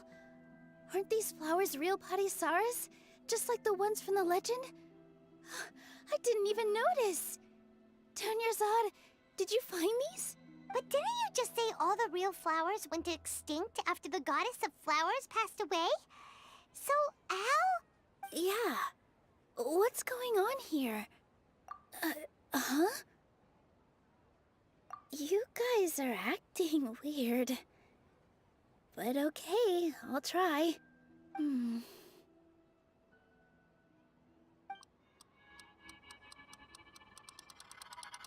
Hey! They disappeared! So Nilu's the host! What a surprise! Purple Padisaras don't exist in the real world anymore. But in Nilu's subconscious, they can appear as decorations on the stage. It's just like the example Nahida told us. People assumed there will be food on a plate, and Nilu assumed there would be real patisaras in the flower pots. So when you saw the flowers, you instantly knew it was Nilu? But if we want to end the samsara, we need the host to become aware that they're dreaming. How should we make Nilu realize that? Am I dreaming? Huh? So I'm right. Is this Lesser Lord Kusanali responding to our celebration of the Sub-Zerus festival? Wrong guess, but you aren't completely wrong either. The point is, what made you think this is a dream? As far as you know, people in Sumeru don't dream, right? Yeah, but have you heard the tale of the first sage? To prevent a calamity, he went on a journey to find the Dendro Archon. Ooh, sounds familiar. Dunyarzad told us a story like that when we first arrived in Sumeru City. So it was about the first sage, huh? Yep, but in the part you heard, he hadn't become the first sage yet. There's more to the story. His piety and wisdom were acknowledged by the Dendro Archon, and she finally gave her blessing to him. All kinds of spectacular scenes appeared in front of the first sage, as if all the knowledge in the world was being painted onto a canvas right before him. He was captivated. After who knows how long, he mastered all the knowledge he could comprehend. Afterward, he said to the Dendro Archon, "I miss my parents, my wife, and my children. I've been away from home for far too long. They must be worried." The Dendro Archon smiled. The next second, the sage found himself lying in his bed, as if he had just woken up from a dream. His wife, lying next to him, said, "You're off to search for the Dendro Archon today, aren't you? Have a safe journey, my love." In the end, the first sage took care of many disasters in Sumeru City, and founded the Academia. What a happy ending. So, the first sage was dreaming ever since the beginning of the story? He never went on his journey? Yes, but his faith and determination were conveyed to the Dendro Archon, so she blessed him in the form of a dream. Paimon understands where you're coming from now. That's a really interesting connection. But we really gotta wake up soon, like the sage in the story! I see. Well, it just so happens that today's Sub-Zerus festival is almost over too. A dance to remember. Since we're in a dream, let's make this final dance of Sub-Zerus as beautiful as we can.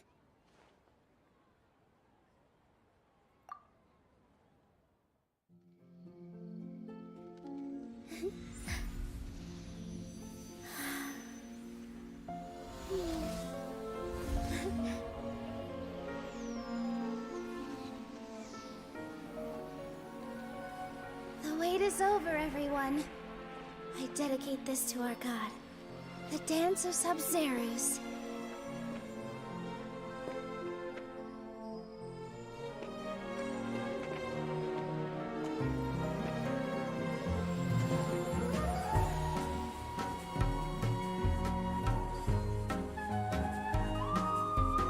What's with essential music?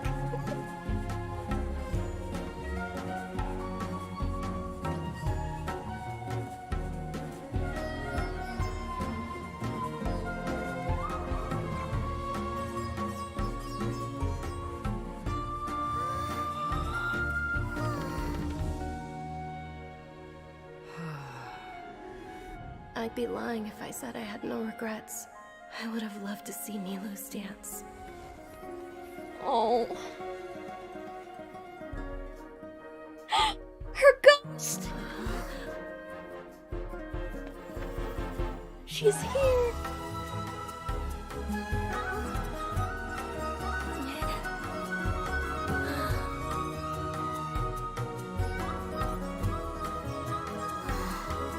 The dream.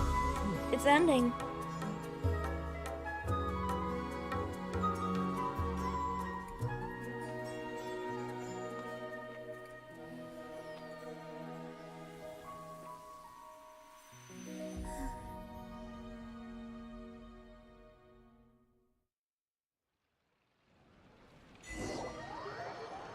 Dear God.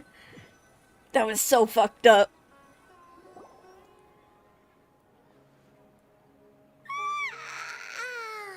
Oh, good morning, traveler. Oh, Paimon feels like she's been asleep for the longest time. Paimon's head feels super heavy. Did we oversleep? Do we not remember? Going to sleep last night? Paimon thinks it was after the Sumeru's festival. The Sumeru's festival! Have we finally escaped from the Sumeru Samsara? Quick! Take off your Akasha terminal!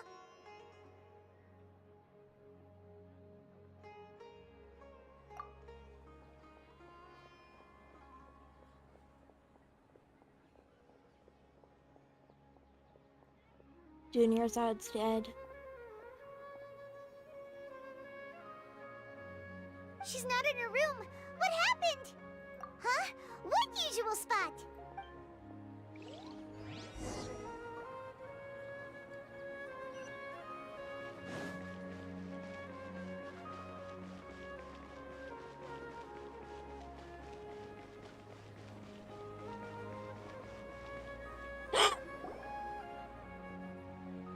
Well done, Traveler and Paimon. Catherine? And thank you, Dunyarzad, for organizing the Sumeru's festival for me. I'm sorry, who are... Dunyarzad! You're okay! Oh, don't scare us like that! Oh, Traveler Paimon. I have something amazing to tell you. I just had a dream. And I saw Nilou performing the dance of Sumeru's. Oh my God! I thought she had died! You're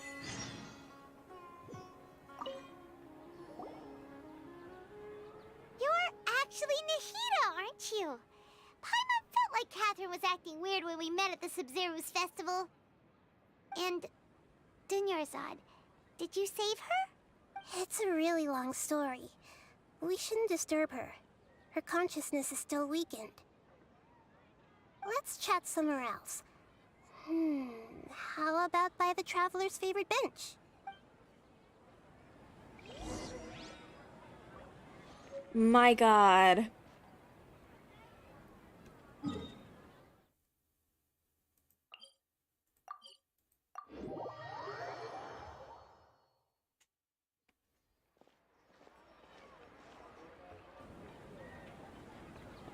Let's talk about Dunyarzad first. It's such a relief that she's all right. After we parted on the last day of the Sumeru's festival, I left the city and saw what the Traveler had described. Among the countless dreams, I found one that was growing fainter and fainter. This proved my suspicion. Once Dunyarzad could no longer bear the Akasha harvesting her dreams, her consciousness began to dissipate. But this also meant it escaped the Akasha's control. Such a small fragment of consciousness can't last for very long, though.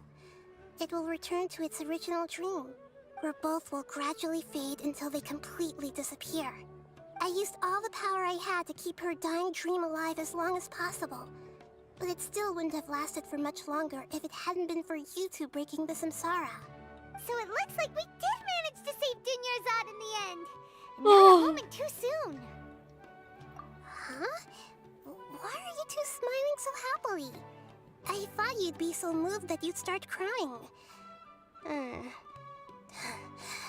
need to spend more time observing human emotions. Both are fine. Everyone reacts differently. All right. You two must have a lot of other questions for me, right? After all, you saved my faithful believer. As your reward, I will answer any and all questions. At the Avidia forest, there was this incense that made the traveler fall unconscious and dream of a huge tree and a red sky. You also heard someone's voice, right? It said world and forget me. Yeah, so you do know! We've been wanting to ask you what that was about, and if the red sky was related to Conria. It seems like the Traveler established a connection to Irminsul. That was a message left by Greater Lord Rukkhadevata's residual consciousness in Irminsul. Perhaps her last memory before she died. As you two probably know, Greater Lord Rukkhadevata disappeared after the disaster in Conria. The timings of these events do line up, so your suspicions are reasonable. A message from Greater Lord Rukkhadevata? We thought it was from the Scarlet King. The Scarlet King? That god who died even longer ago? Some present-day desert dwellers still worship him. You probably just heard some of their conspiracies. Okay, so what does the message mean? I still haven't managed to decipher it. Even the Akasha isn't currently capable of doing that. Greater Lord Rukkhadevata's residual consciousness in Irminsul seems to be contaminated with something that has a very dangerous aura to it. Many devoted scholars go mad as soon as they connect their consciousness. I've warned the Academia about this many times, but people still keep falling victim to it. But I believe this is the key to saving Irminsul. That's why I've kept trying to decipher it. So the tree in the vision was Irminsul? Oh, Tainari also said that Irminsul is sick. Is it because of the contaminated consciousness? But even if you can't figure out what that vision was all about, it seems like our search for you was all in vain. The Traveler wasn't affected after coming in contact with that consciousness. I've never seen anyone like that. With you here, we may have a chance at deciphering it. Ooh. No, we must decipher its secrets. I've already eliminated all other factors that might affect Irminsul. This is the only one left. This puzzle has life and death at stake. It could determine Irminsul's fate, as well as Tevat's. To be accurate, I'm using the Akasha as a medium to occupy Catherine's consciousness. How did you do that? Poor Catherine. Does this mean you can also occupy other people's consciousnesses? Theoretically, I can enter anyone's mind as long as they're wearing their Akasha terminal. The Akasha is the legacy of Greater Lord Rukkhadevata. As Lesser Lord Kusanali and the first Akasha terminal, my consciousness has always been linked to the Akasha. I've always respected my people's free will, so I've never actually occupied their consciousness. Aha! When necessary, I just borrow this bionic Snezhnayan puppet. Hold on. Did we just learn some deep dark I knew Catherine was a puppet! No wonder Paimon felt something was off about her. What about your own body? Why do you need to borrow other people's? Don't you live in the sanctuary of Surasthana? That story begins a long time ago. After Greater Lord Rukkhadevata disappeared, the sages found my newly born self and took me back to Sumeru. At that time, I was young and weak. The sages kept me in the sanctuary of Surasthana, ostensibly for the sake of protecting me. But I've hardly heard from them since. However, I do understand that they had hoped to find Greater Lord Rukkhadevata instead of me, a symbol of her passing. So, the sages basically put their new Archon under house arrest? How dare they! Why don't you teach them a lesson, Nahida? In some ways, they aren't wrong. Greater Lord Rukkhadevata was omniscient and omnipotent. Even after her death, the Akasha is still empowering this nation. And I'm still really far away from being able to call myself the God of Wisdom. Moreover, the Academia is also more proficient at governing this country. My existence has little meaning. I don't think they're proficient at governing this country if they did mass experiments on people through the Akasha. Yeah, you got a lot of believers. Just look at the Sub-Zero's festival. Everyone who showed up truly loves you. Thank you for the kind words. But I honestly don't need physical freedom as long as I can connect my consciousness to the Akasha. Trying to find a way to save Irminsul is my life's mission and top priority. I will work on that, and try to live up to being a deity in the meantime. Every once in a while, I will also take up the duties of the God of Wisdom and enlighten a lost soul here and there. Doing all that should be enough. I knew Catherine was a puppet! I feel so vindicated. There's never been any big problems with the Academia's governance of Sumeru. This is the first time I've seen them step out of line. I wonder what caused them to go down this path, and what they hope to achieve. Even though the city's residents haven't noticed anything strange, if the traveler hadn't broken the Sumeru samsara, the situation could have become dire. I tried to do some investigating in the Akasha, but I couldn't find anything suspicious. And all the people of interest seem to purposely avoid wearing their Akasha terminals. I think they're deliberately trying to hide something. Oh, that reminds Paimon. In Gandharvaville, there was a sage who had invited Tainari to join some kind of project. Could it be related? Regardless, I need to first investigate the sage's motives, make things right, and punish them if needed. But I'll have to be discreet, or they'll see me coming. You mean how the Akasha stops you from having dreams? Yeah, it's been such a long time. No one's noticed something's up? It's not that no one noticed. It's more like no one cared. Ultimately, it's all rooted in the sage's misdirection. Misdirection?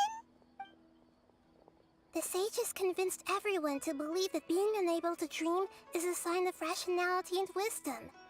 Not dreaming is a badge of honor in Sumeru. The propaganda. Even if the truth is that their dreams are being reaped by the Akasha.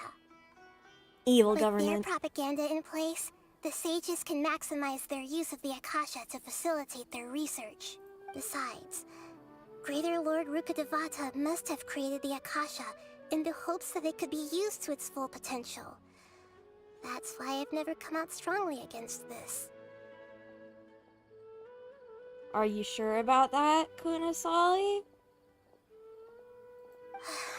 Anyway, the perspective advocated by the sages drowned out any voices of doubt. By now, even those who never use Akasha terminals find it too shameful and embarrassing to talk about their dreams. Got it. I hope my answers were satisfactory, seekers of knowledge. To be honest, maintaining Dunyarzad's fading dream took a lot of mental energy. I think I may need to rest for a while. Oh, and you don't need to worry too much about the sage's activities for now. The Akasha won't be able to conduct another project on the scale of the Sumeru samsara in the immediate future. Go and get some sleep. Leave everything to us. What a relief. This is truly the most exhausting birthday I've ever had.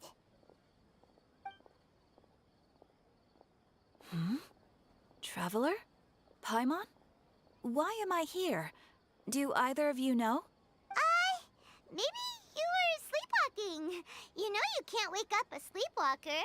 We happened to walk by, so we thought we'd wait for you to wake up. I see. Huh.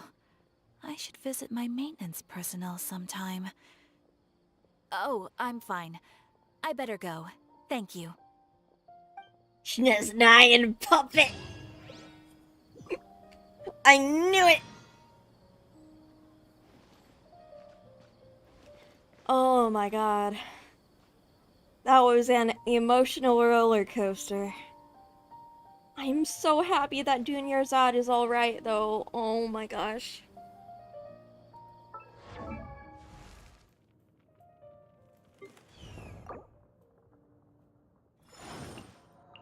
Wow, that gave me a whole 22 of these things.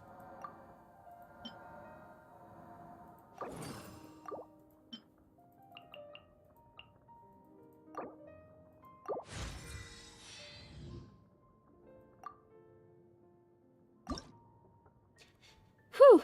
I'll need to get more... Osmanthus wine tastes... Nope. Shut up.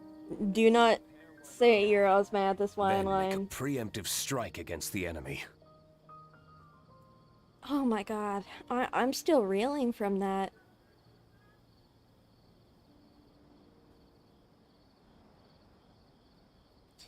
Well, I think this is all for me for tonight. That was a lot.